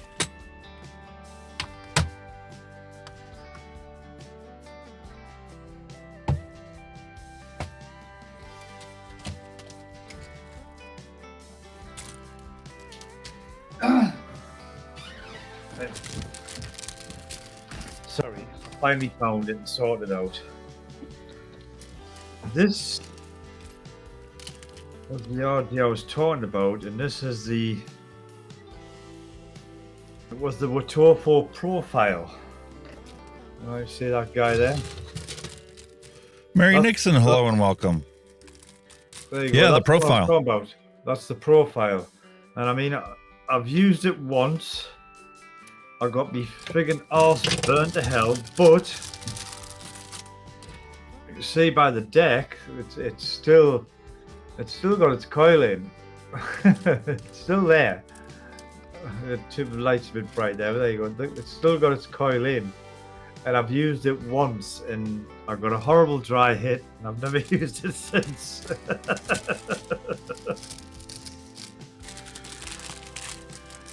That's my experience with mesh. Well, these other ones are just as loose as my standard cotton. Wow, that's not going to be good. So my only hope is that this profile cotton, which is supposedly designed for 6 millimeter loops, which is what that profile has, is going to work with these ones. I don't even know if this will dry fire. It probably will dry fire, but I'll turn it down. I can't even remember what the wattage was for it, to be honest with you. That is not going to fit inside this loop. No way in hell. Oh shit, no. This is designed for that profile, that single loop. Too big.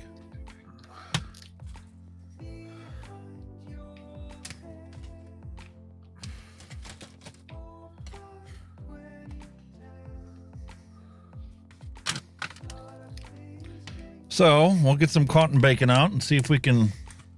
Look at that! I'm burning it in. Hey, it's actually burning it in is easy, as long as it doesn't have any deformities in it. That looks good. Oh, do you think I should put some wick in it or not? I'm scared. There you go. Look, it's burning in there. Look at that nice glowy orangey glowy. Oh, I don't know. So I've got that totally free from any kind of shit. So that's technically ready to wick, but I'm worried. 0.13. That one's a 0.14 in there. Oh, I don't know whether to give it a gun or not. I'm fucking shit myself. What do you reckon? I think I should try and wick it. Blow my ass off. Well, I glowed it. Not that it matters because I'm going to get all kinds of oils on this thing. We're trying to get this wick through there.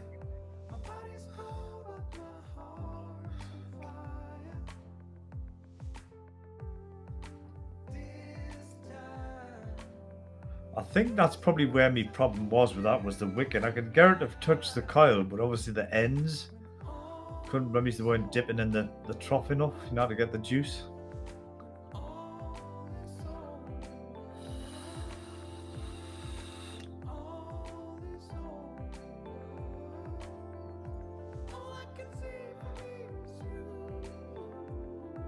So you've got to pack it in pretty tight, haven't you? That's too loose. Yeah. I mean, it's in there. I'll give it a shot. It's tighter than my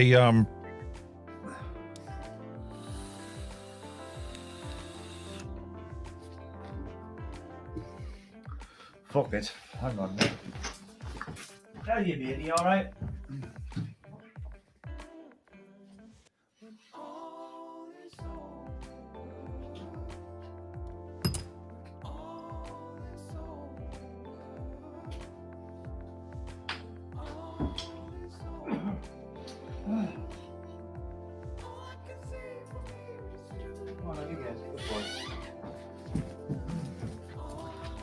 For the nature of the program, I might try and wick this fucker. We'll have a dry hit together, mate, eh?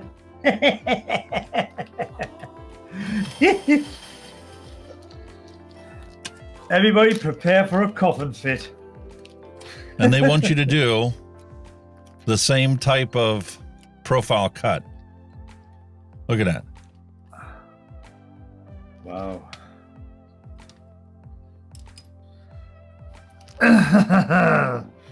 Oh dear. Let's have a look. I'm not too convinced, but fuck it.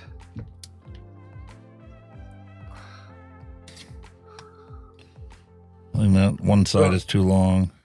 So out of curiosity, how tight would you say it should be? Tight, or?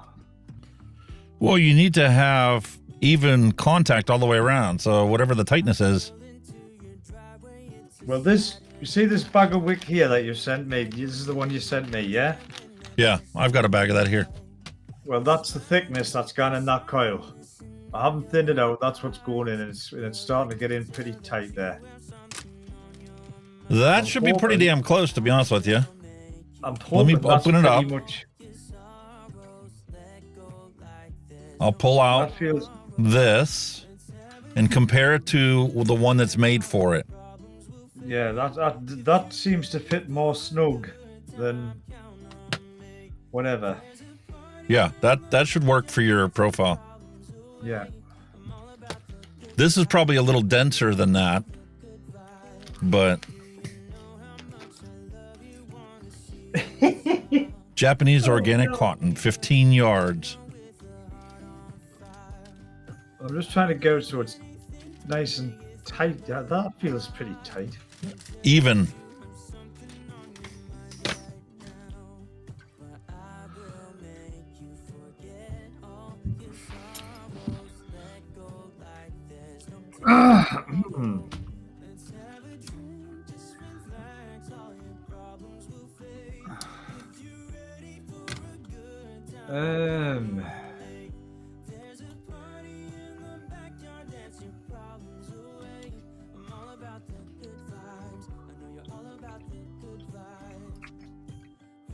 I think it's a hair too long on this side.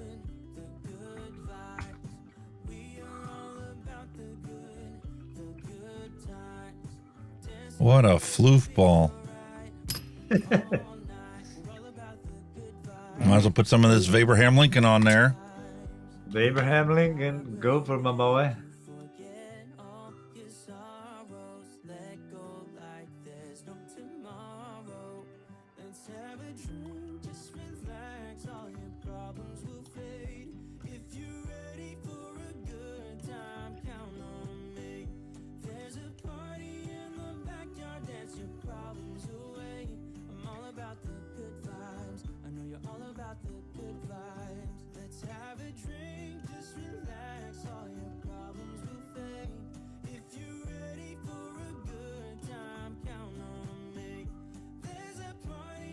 That's saturated as she gonna get.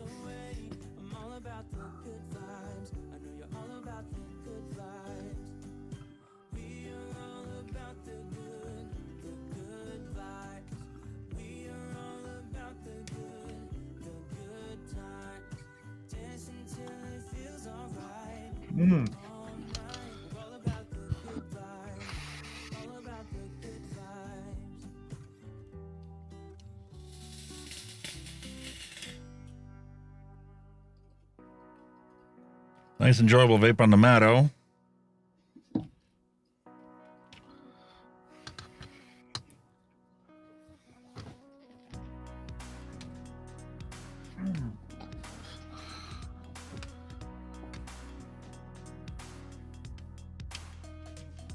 At least we got a good song playing.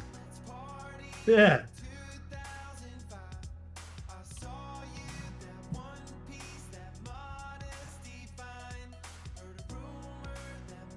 Kind of fucking winging this a bit. Like, I'm just, as long as I can get something down the bottom of the deck, I'm not too fucking fussed.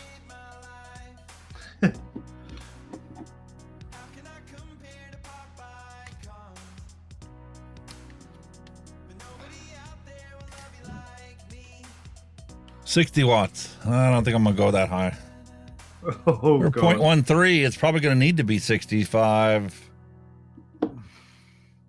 70 maybe. I don't know. Let's try 50.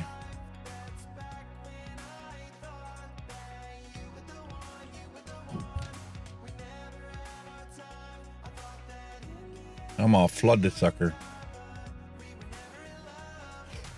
Do not want a dry hit on mesh. Nope.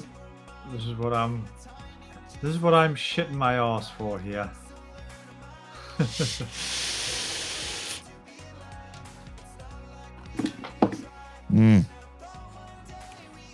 There's my Wicking on that fella. I'm kind of like there. It's fluffed up, it's tucked in. Well, looks good. So fingers crossed I don't fucking die here. Saturate the bloody hell out of it. I think I am, like, I've just gotta, it's gotta be well fucking wetting this guy, like, isn't it? It's a kind of a retro vape from my end, you know, there were 204 profiles, it's been out a while, hasn't it, so.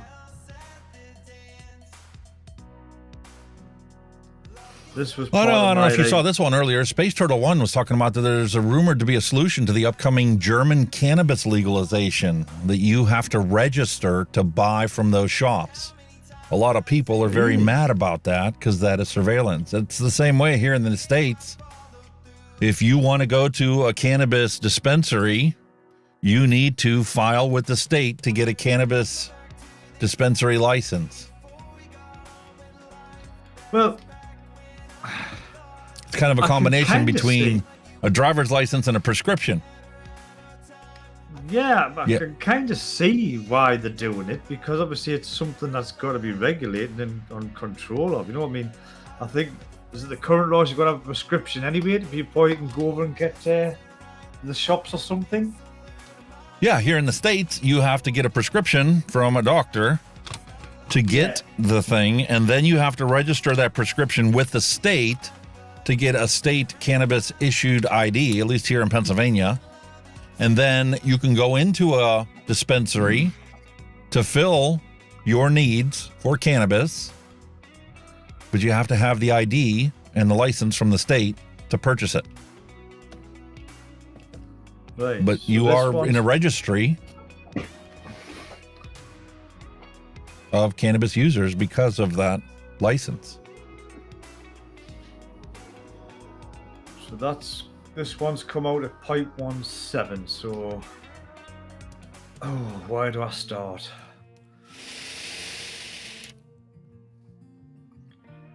I'm gonna start low. I'm gonna start about 35 watts. This is pure caution to the fucking wind.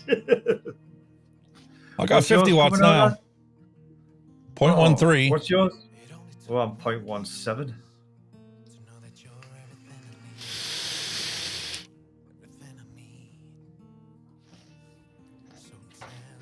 Ooh. So far, so good. That's 60 watts.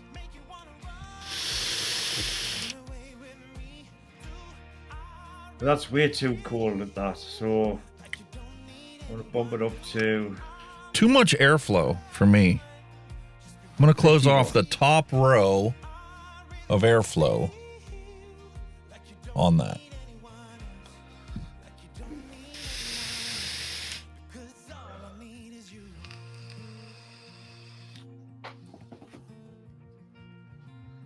Ooh.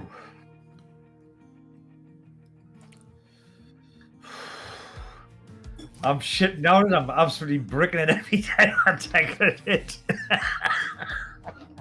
I'm going to drop it down to 55 because that just, it lost the flavor and the sweetness.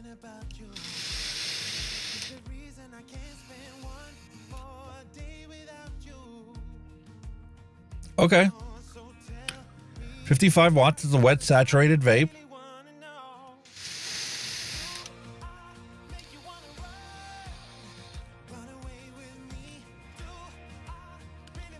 I'll tell you what this tastes like in here.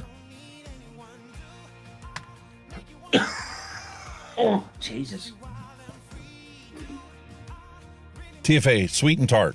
It literally tastes like a sweet tart inside this mesh, which I'm flooding so I don't ever get a dry hit.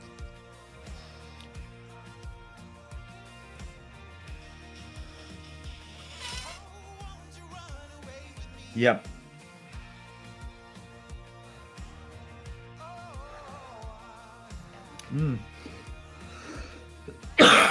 Excuse me, I'm just not... Because I think with this, with Torpo, you're very close to the coil. That's what I'm worried about. Mm-hmm. It's a very saturated vape. There's no question about it. But once you get a dry hit, it'll put you off from using it. What the fuck was that? There you go. I'm at 55 watts on that one, 0.17. And it's kind of where the sweet spot is. I daresn't go any hotter. That's what I got mine. I could go hotter, but when I did, it lost the flavor and it lost the sweetness. I cut back the airflow. I got to 45 watts, it was there, but there wasn't much flavor. But then when you bumped it up just over 50, the flavor kicked in. Fucking does it not? Jesus. I got some spit back on that one. Nothing like boiling hot liquid. I'll push it this. I'm gonna push out the boat to 60, and I'm just gonna fucking drip the fuck out of it. And we'll see 55 is where I'm at. at. I tried it at 50. Right.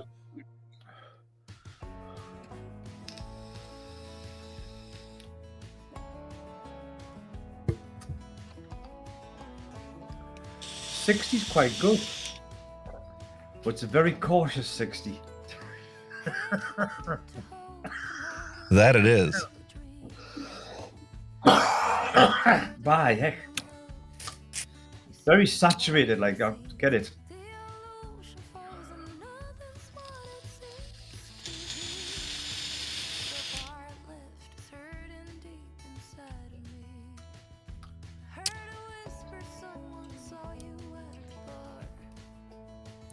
I didn't get that flavor when I put it in the Arbiter. Then again, I mean, the coils probably aren't the cleanest in this one. Coming from the icy pole to that. That's good. 0.17 ohms, 60 watts. That's absolutely perfect. I'd rather have the Arbiter. I could probably get a bit warmer, but I don't want to risk it. I get more flavors out of this than I do off of this on mesh. This is a saturated vape. It's sweeter. I get the distinct sweet and tart flavor like you get from the candy, but it's not as full of a flavor. The profile is very narrow on this mesh.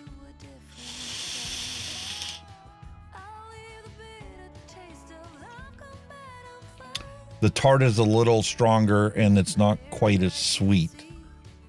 Like you get the citric acid flavor of a sweet tart more present in this than you do on this. Ooh, that's better. That's much better. See, now this is fucking out of my comfort zone. This man, I've had this. How long ago was this out? It was out years ago, and I used it once, got a dry hit, and it's been on the shelf ever since. It's still got that brand new coil in. The coil never burnt out. I just got a dry hit. There's no hot spots. And I've pushed it to 65 watts because at 55, 60 watts, it felt a bit wet, if you know what I mean. Like very wet, like it wasn't vaporizing properly. But 65, the flavors just went up another notch.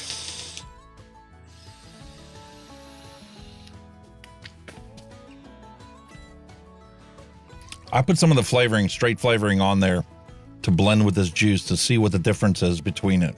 Wow.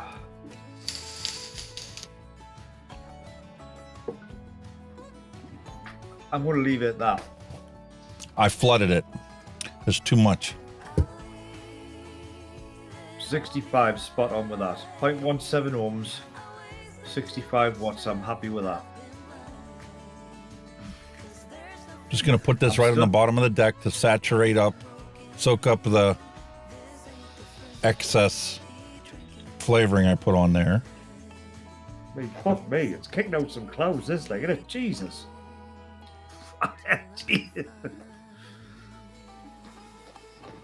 See, now clean the cap and put it back on. Would temp control work on this to stop you having a dry hit? Yes. I'm just wondering, yeah.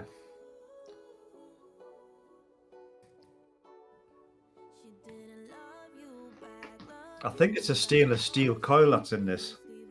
I'm almost certain it is.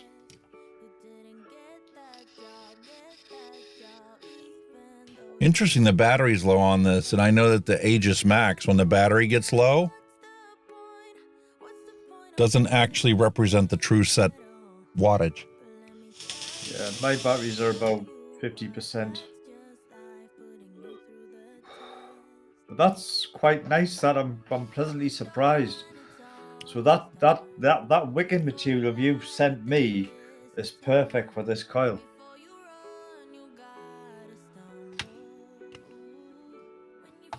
It's absolutely perfect.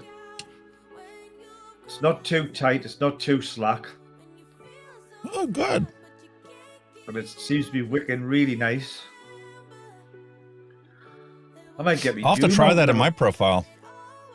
Yeah.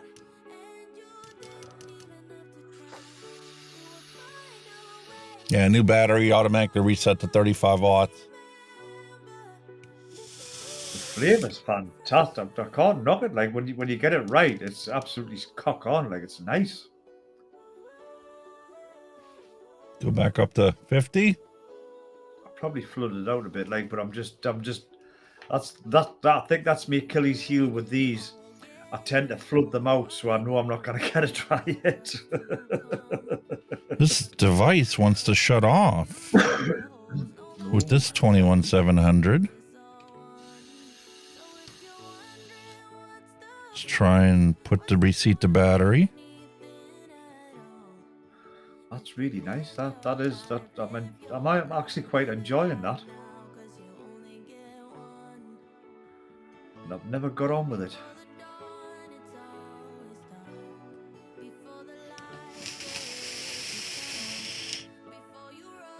The only thing with this profile is your airflow. There's no control. Or is there? No, there's not. There's no control over it. Or is there? Is it because this thing's seized up solid and it's been like sitting there for fucking ages?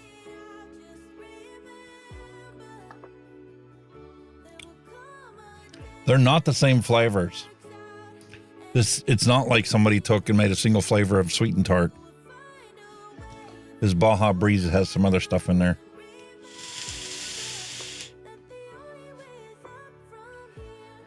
But I'm surprised that Slatra, it was a pain in the ass to get those wicks, those mesh wicks perfectly in there.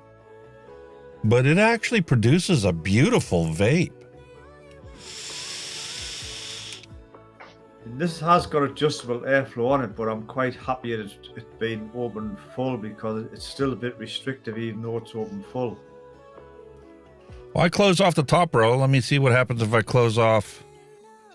See, they only have the 2 layers, and then you can start closing off both rows.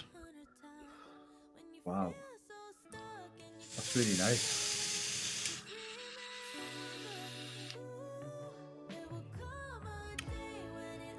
It's a much warmer vape, but it isn't as flavorful because you're not covering the whole coil with airflow. I like it where it's just the top row closed off. I'm kind of glad I got this juice because I know the flavor profile of this juice like the back of my hand, because you know it was one of my go-tos for many moons, and it is doing really well in here. It's really good. That's the reason why mesh took off. You can't get a saturated vape like this out of this. You might get better flavor out of it, but it's not going to be as saturated. It's not going to be as wet. The cloud production is fucking phenomenal off this. Like, the clouds is phenomenal.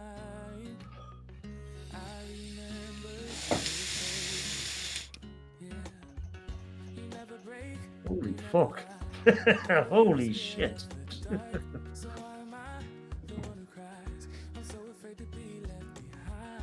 That is beautiful flavor. There's no question about that part of it. We hit the 4-hour mark. And the Slatra, despite it being such a ominous start, with that coil getting meshed up and bungled up, it straightened out beautifully, and it did end up producing a nice, tasty vape. What do you mean by that? Space Turtle. 200 or 300 for a stainless steel mesh. Whoa. I'm on wattage, mate, not temperature. Jesus. I ain't on temp control, sir. I ain't 200 watts on this. No. Oh, I missed this one earlier. We were having our conversation about the shops, you know, paying the fines and making the money. Yeah. If you make 10,000 profit and the fine is $1,000, you don't stop selling. True, very true. That's what I meant. I said if they're making that much profit and the fine's minimal, they're not going to do it, are they? Even Ireland is trying to ban disposables, saying that it falls under the single-use plastic rule of the EU. Yeah, because is it Northern Ireland that's still in the EU, isn't it? Space Turtle says that the only mesh that he uses is the Siegfried RTA. Ah. Do you have this one, Space Turtle? Do you have the profile? I don't know. Have you tried it? I have the tank. I don't have the dripper for the profile. I'm quite impressed with it, but now, like, I haven't had a dry hit. But that cotton that you sent us fits perfectly in that. There's no hot spots or nothing, and it's just went in lovely. I think that's probably why I was getting dry hits, is because my wicking was shite, to be honest with you. No, it was just terrible. Well, I'm telling you that the profile wicking that they give you, it is very tight inside of that mesh. So if the solution isn't about chamfering the ends of the wick and using the original one. Just Japanese organic cotton, readily available on Amazon. That works. That works in this big style. 13-foot bag. And actually, when I ordered 5 bags of it, and it was like $19. I mean, I'm no expert with mesh. Like I said, I had a bad experience with it, and I never touched it. But I've just put that cotton in there, and it's wicking perfect. So I've obviously my wicking's being pathetic. That's which I'll hold my hands up. I mean, if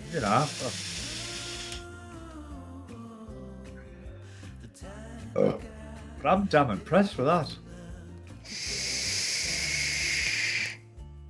Like you say, if you can run that in temp control, then the chance of you getting a dry hit's going to be reduced dramatically. I'm impressed with this one.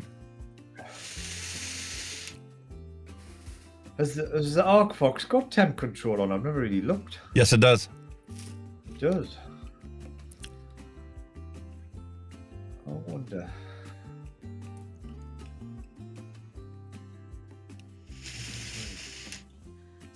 Power. TC. And Space Turtle hit the nail on the head. He likes mesh because it heats up quickly and is really quick and nice bursts. But coils are just so versatile and much easier to wick. There you go. He says that the only Watofa product he owns is the Elder Dragon RDA. Well, I've just changed that. If I get rid of this cloud, I've just changed that to temp control. It's coming at 315 degrees centigrade, and that's pretty hot at the moment. It's quite nice actually. In fact, I think that's a cold vape. Oh. Compared to what I'm used to, I think it's a cool vape compared to what I normally have. And there's no airflow control. You can't turn it down. You're stuck with whatever honeycomb holes they have. I think you can, but I think with it fully open, it's still very restrictive. See that, see that? Yeah, I see it. So I still think it is a restrictive pull with it fully open. And I think I would leave it fully open. Yeah. I don't think I would turn that down because they are very small holes. There's 3 rows, but they're small. That's like Bogan's Blotto has the same issues. They put that honeycomb on there so that you get a beautiful, inhale, no turbulence. Nice restrictive vape. But it isn't. Once you limit something to a certain amount, if you want a little bit more, you just can't get it without, drilling out and modifying the whole design.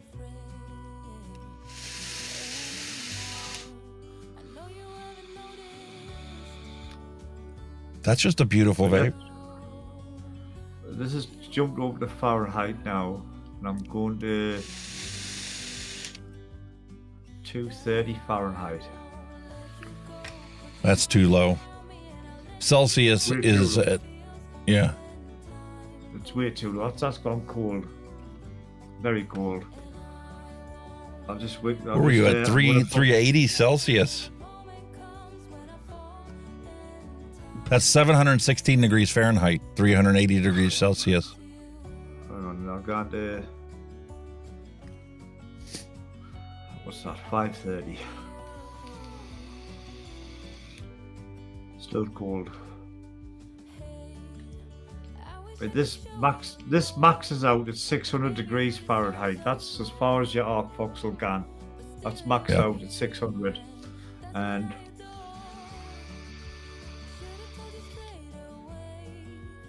to me, that's still a cold vape.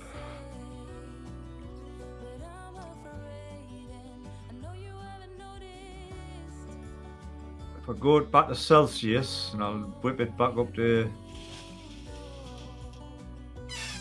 300. Where's this max out at? This maxes out Well, that maxes out at 315 Celsius. And that is 600 degrees Fahrenheit. 599 actually. It's a nice vape, but it's still a bit cool for me. Maybe I'm not. It could probably be just a tad warmer, but I could vape that. I could deal with that. But it's nice having the confidence of knowing you're not going to get a dry hit.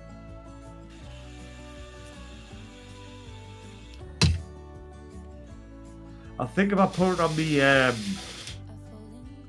J class, I think that's got a slightly higher top end. But that's all. I mean, I'm not complaining. It's a nice vape, a little cool for me, but it's still a nice vape.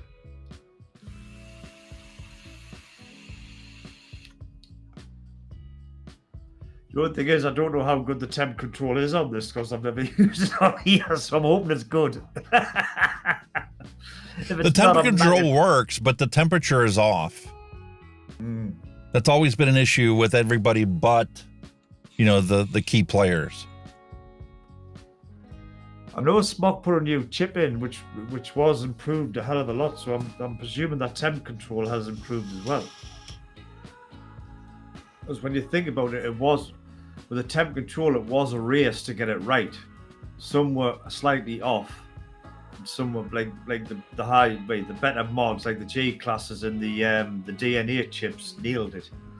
They were like the leaders, but a lot of like these other companies caught up with them and kind of nailed it as well. So I'm assuming when Smok put the new chips in, I'm presuming they've nailed it as well, type of thing. But now it's champion. Speaking of Yeehee, I did find the software update for that Yeehee mod that we did. I just haven't had a chance to get it installed and play with it yet. But I did find the original software that I downloaded when I first got the thing. That will make a difference. I'm quite happy with that. I took a risk, and I'm quite happy with that. He's okay. Yeah, I'm definitely happy that we did this Mechlyfe Slatra. A really goofy design, but it does work. It is odd. I'll give it that. Really odd. I mean, with that there, I'm now confident of getting that Doom out. I'm gonna give that a bash. Because that wick that I got off you is absolutely perfect for them half-round coils. It fits like a glove. I might have to do the same. I think maybe we'll do that next week. Yeah, I'll dig that out. I know it's definitely up there, and I'll give it a bash. And there's a lot of mesh fans out there that would love to be able to see Doom get its fair shake. I think there's obviously going to be, with an RDA, I think you've got a bit more grace, you know, because obviously it's more open, but with a tank, you might not, because it's a bit, you know, it's a bit more close and there's more heat, you know what I mean? At least with an RDA, there's a bit of heat can escape, you know what I mean? As in a closed tank, it can it? So that's going to be a test, so to speak. But I don't have it up here, but Space Turtle One was right. You can put standard coils inside mesh tanks. It's really awkward sometimes to get the legs to fit right, but you can theoretically get the coils to work properly inside there. Technically, it's just like a clamping system, isn't it? There's loads of RTAs out there that's got a clamp system in them, so. But it's obviously it's positioned the coils for the airflow. That's the only thing you've got to be careful of. But Take care, William. Thanks for stopping by. Appreciate you being on the stream today. But yeah, I'm pleasantly surprised with that. It's a little bit cool for me, but I can handle. I can go with that. As long as you don't get dry hit. It's very saturated. The flavor's absolutely brilliant. I might try that on a different mod that might have a bit more power in it. Just see how far I can push it before it starts to get horrible. Before you get another dry hit and shelve it for another 2 years. Oh, it's gonna be on temp control. Like it's gone on temp. Like I'm behind that safety barrier in. Like, and that was the argument that I made last week about saying that all mods should have temperature control built into it as a backup, so that you can never get a dry hit. I get that argument 100%, but again, you know, your average user will never ever use temp control. You don't need to know that it's there. Just incorporate it to prevent you from breathing in stuff that you don't want to experience. You shouldn't have to experience a bad hit to prevent you from being exposed to those noxious gases. Oh God, no. Out of all, I mean, I've had dry hits off coil before, but the worst one ever was off a mesh. Honestly, it's bad. It's fucking bad, really. I mean, really, it is. Like I say, that is so saturated. Such a wet vape.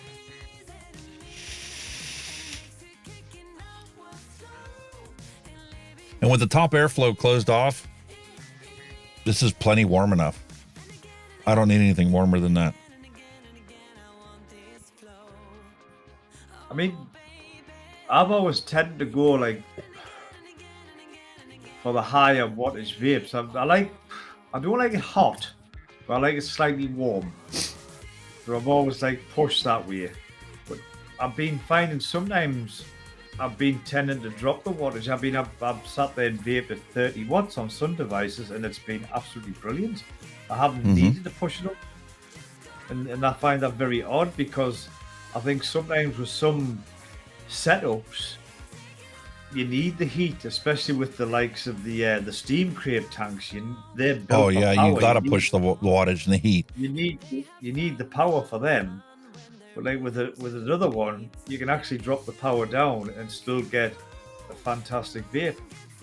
And obviously that, you know, gives your battery life a bit longer, because obviously you're not working the batteries as hard. So I have been tending to drop it down a bit, without a doubt.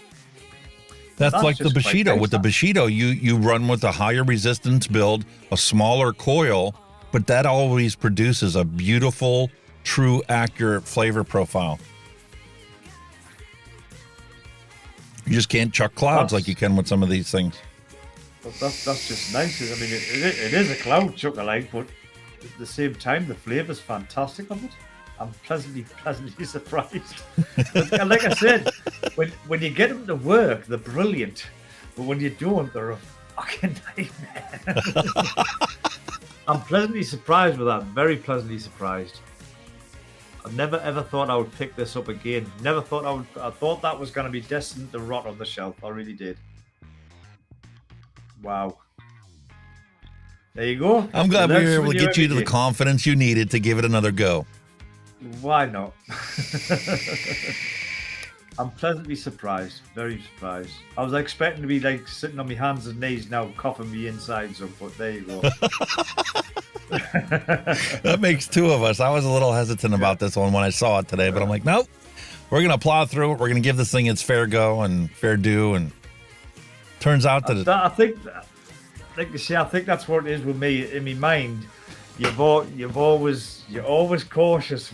That's what I'm thinking. You're always cautious. But if that was a coil, I wouldn't get bang, bang, bang, bang. But with a mesh, you're always like, right. Is it getting? Is it going to give me that dry hit this time?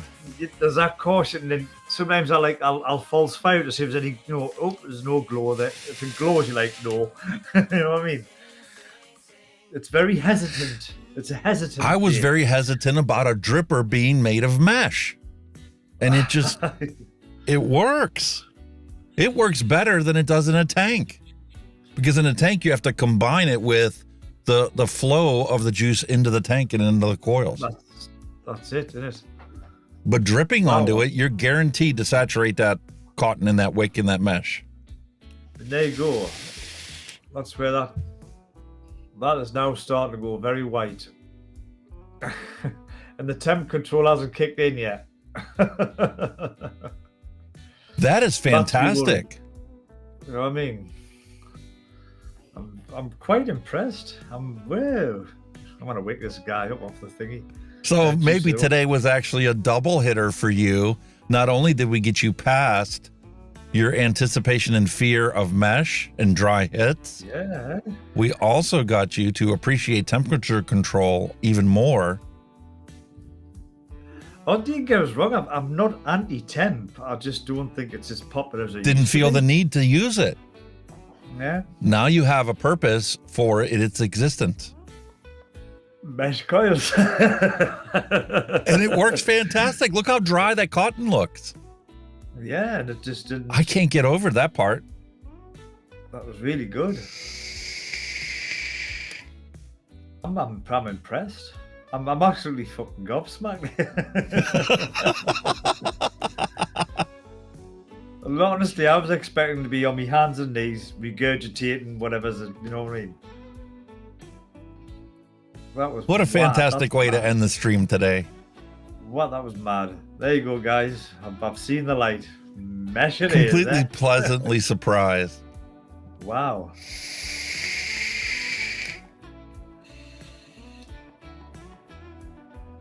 And I'm confident enough now to have a good pull on it. Before, like, I see you'd be like, ooh, ooh. Now I'm happy to give it a good old tug, like, you know what I mean? Oh, shit. Take a nice, Wow. long, slow inhale and enjoy the beautiful saturated vape. It is. It's good. Why have I not? Why have I not looked at this again? Why have I not done this? Space Turtle 1 says that it's an intervention therapy for you. Like being afraid of spiders. And I put the spider in your no. hand and showed you that it doesn't bite. That'll never change. There's no fucking way I'm gonna. that's never gonna That change. makes two of us. That makes two of us. Okay, So my no wish as fucking always, way. folks, peace, love, and a hunky vape to end cigarette combustion. I hope you all have a fantastic day, and we'll catch you again same time next week. Yes, boys and girls, thank you again all for you all who tuned in. Again, thanks to Alex for putting up with me as per usual. I don't know what I mean. Say two guys in two different countries who get on like a house on fire. You know, this is what it's all about. Again, we'll be back here same time, same place next week. God knows how long we'll go on for again, but you know, it's the nature of the game. But again, thank you for joining us. In the meantime, stay safe, vape safe, and we will see you all same time, same place next week. Take care. Bye-bye. Thanks for listening. We'll be back next week again for a fresh round. And she said I won't answer if you call me when you're lonely. I guess I let her go. Never mind, it's too late. But I can't believe I let you slip. I think about it 7 days a week, and this just can't be how it's supposed to end up. It's not enough. And maybe time will make you fade, but I don't know if I'm ready to just let you go away like my friends think I should. Cause what if I just wanna be with you? I don't know what the hell I'm gonna do. But honestly, I can't remember if you love me, or maybe I'm just feeling lonely. I don't know. Just let her go. She got herself a guy, and he's good. No, he's great. Everything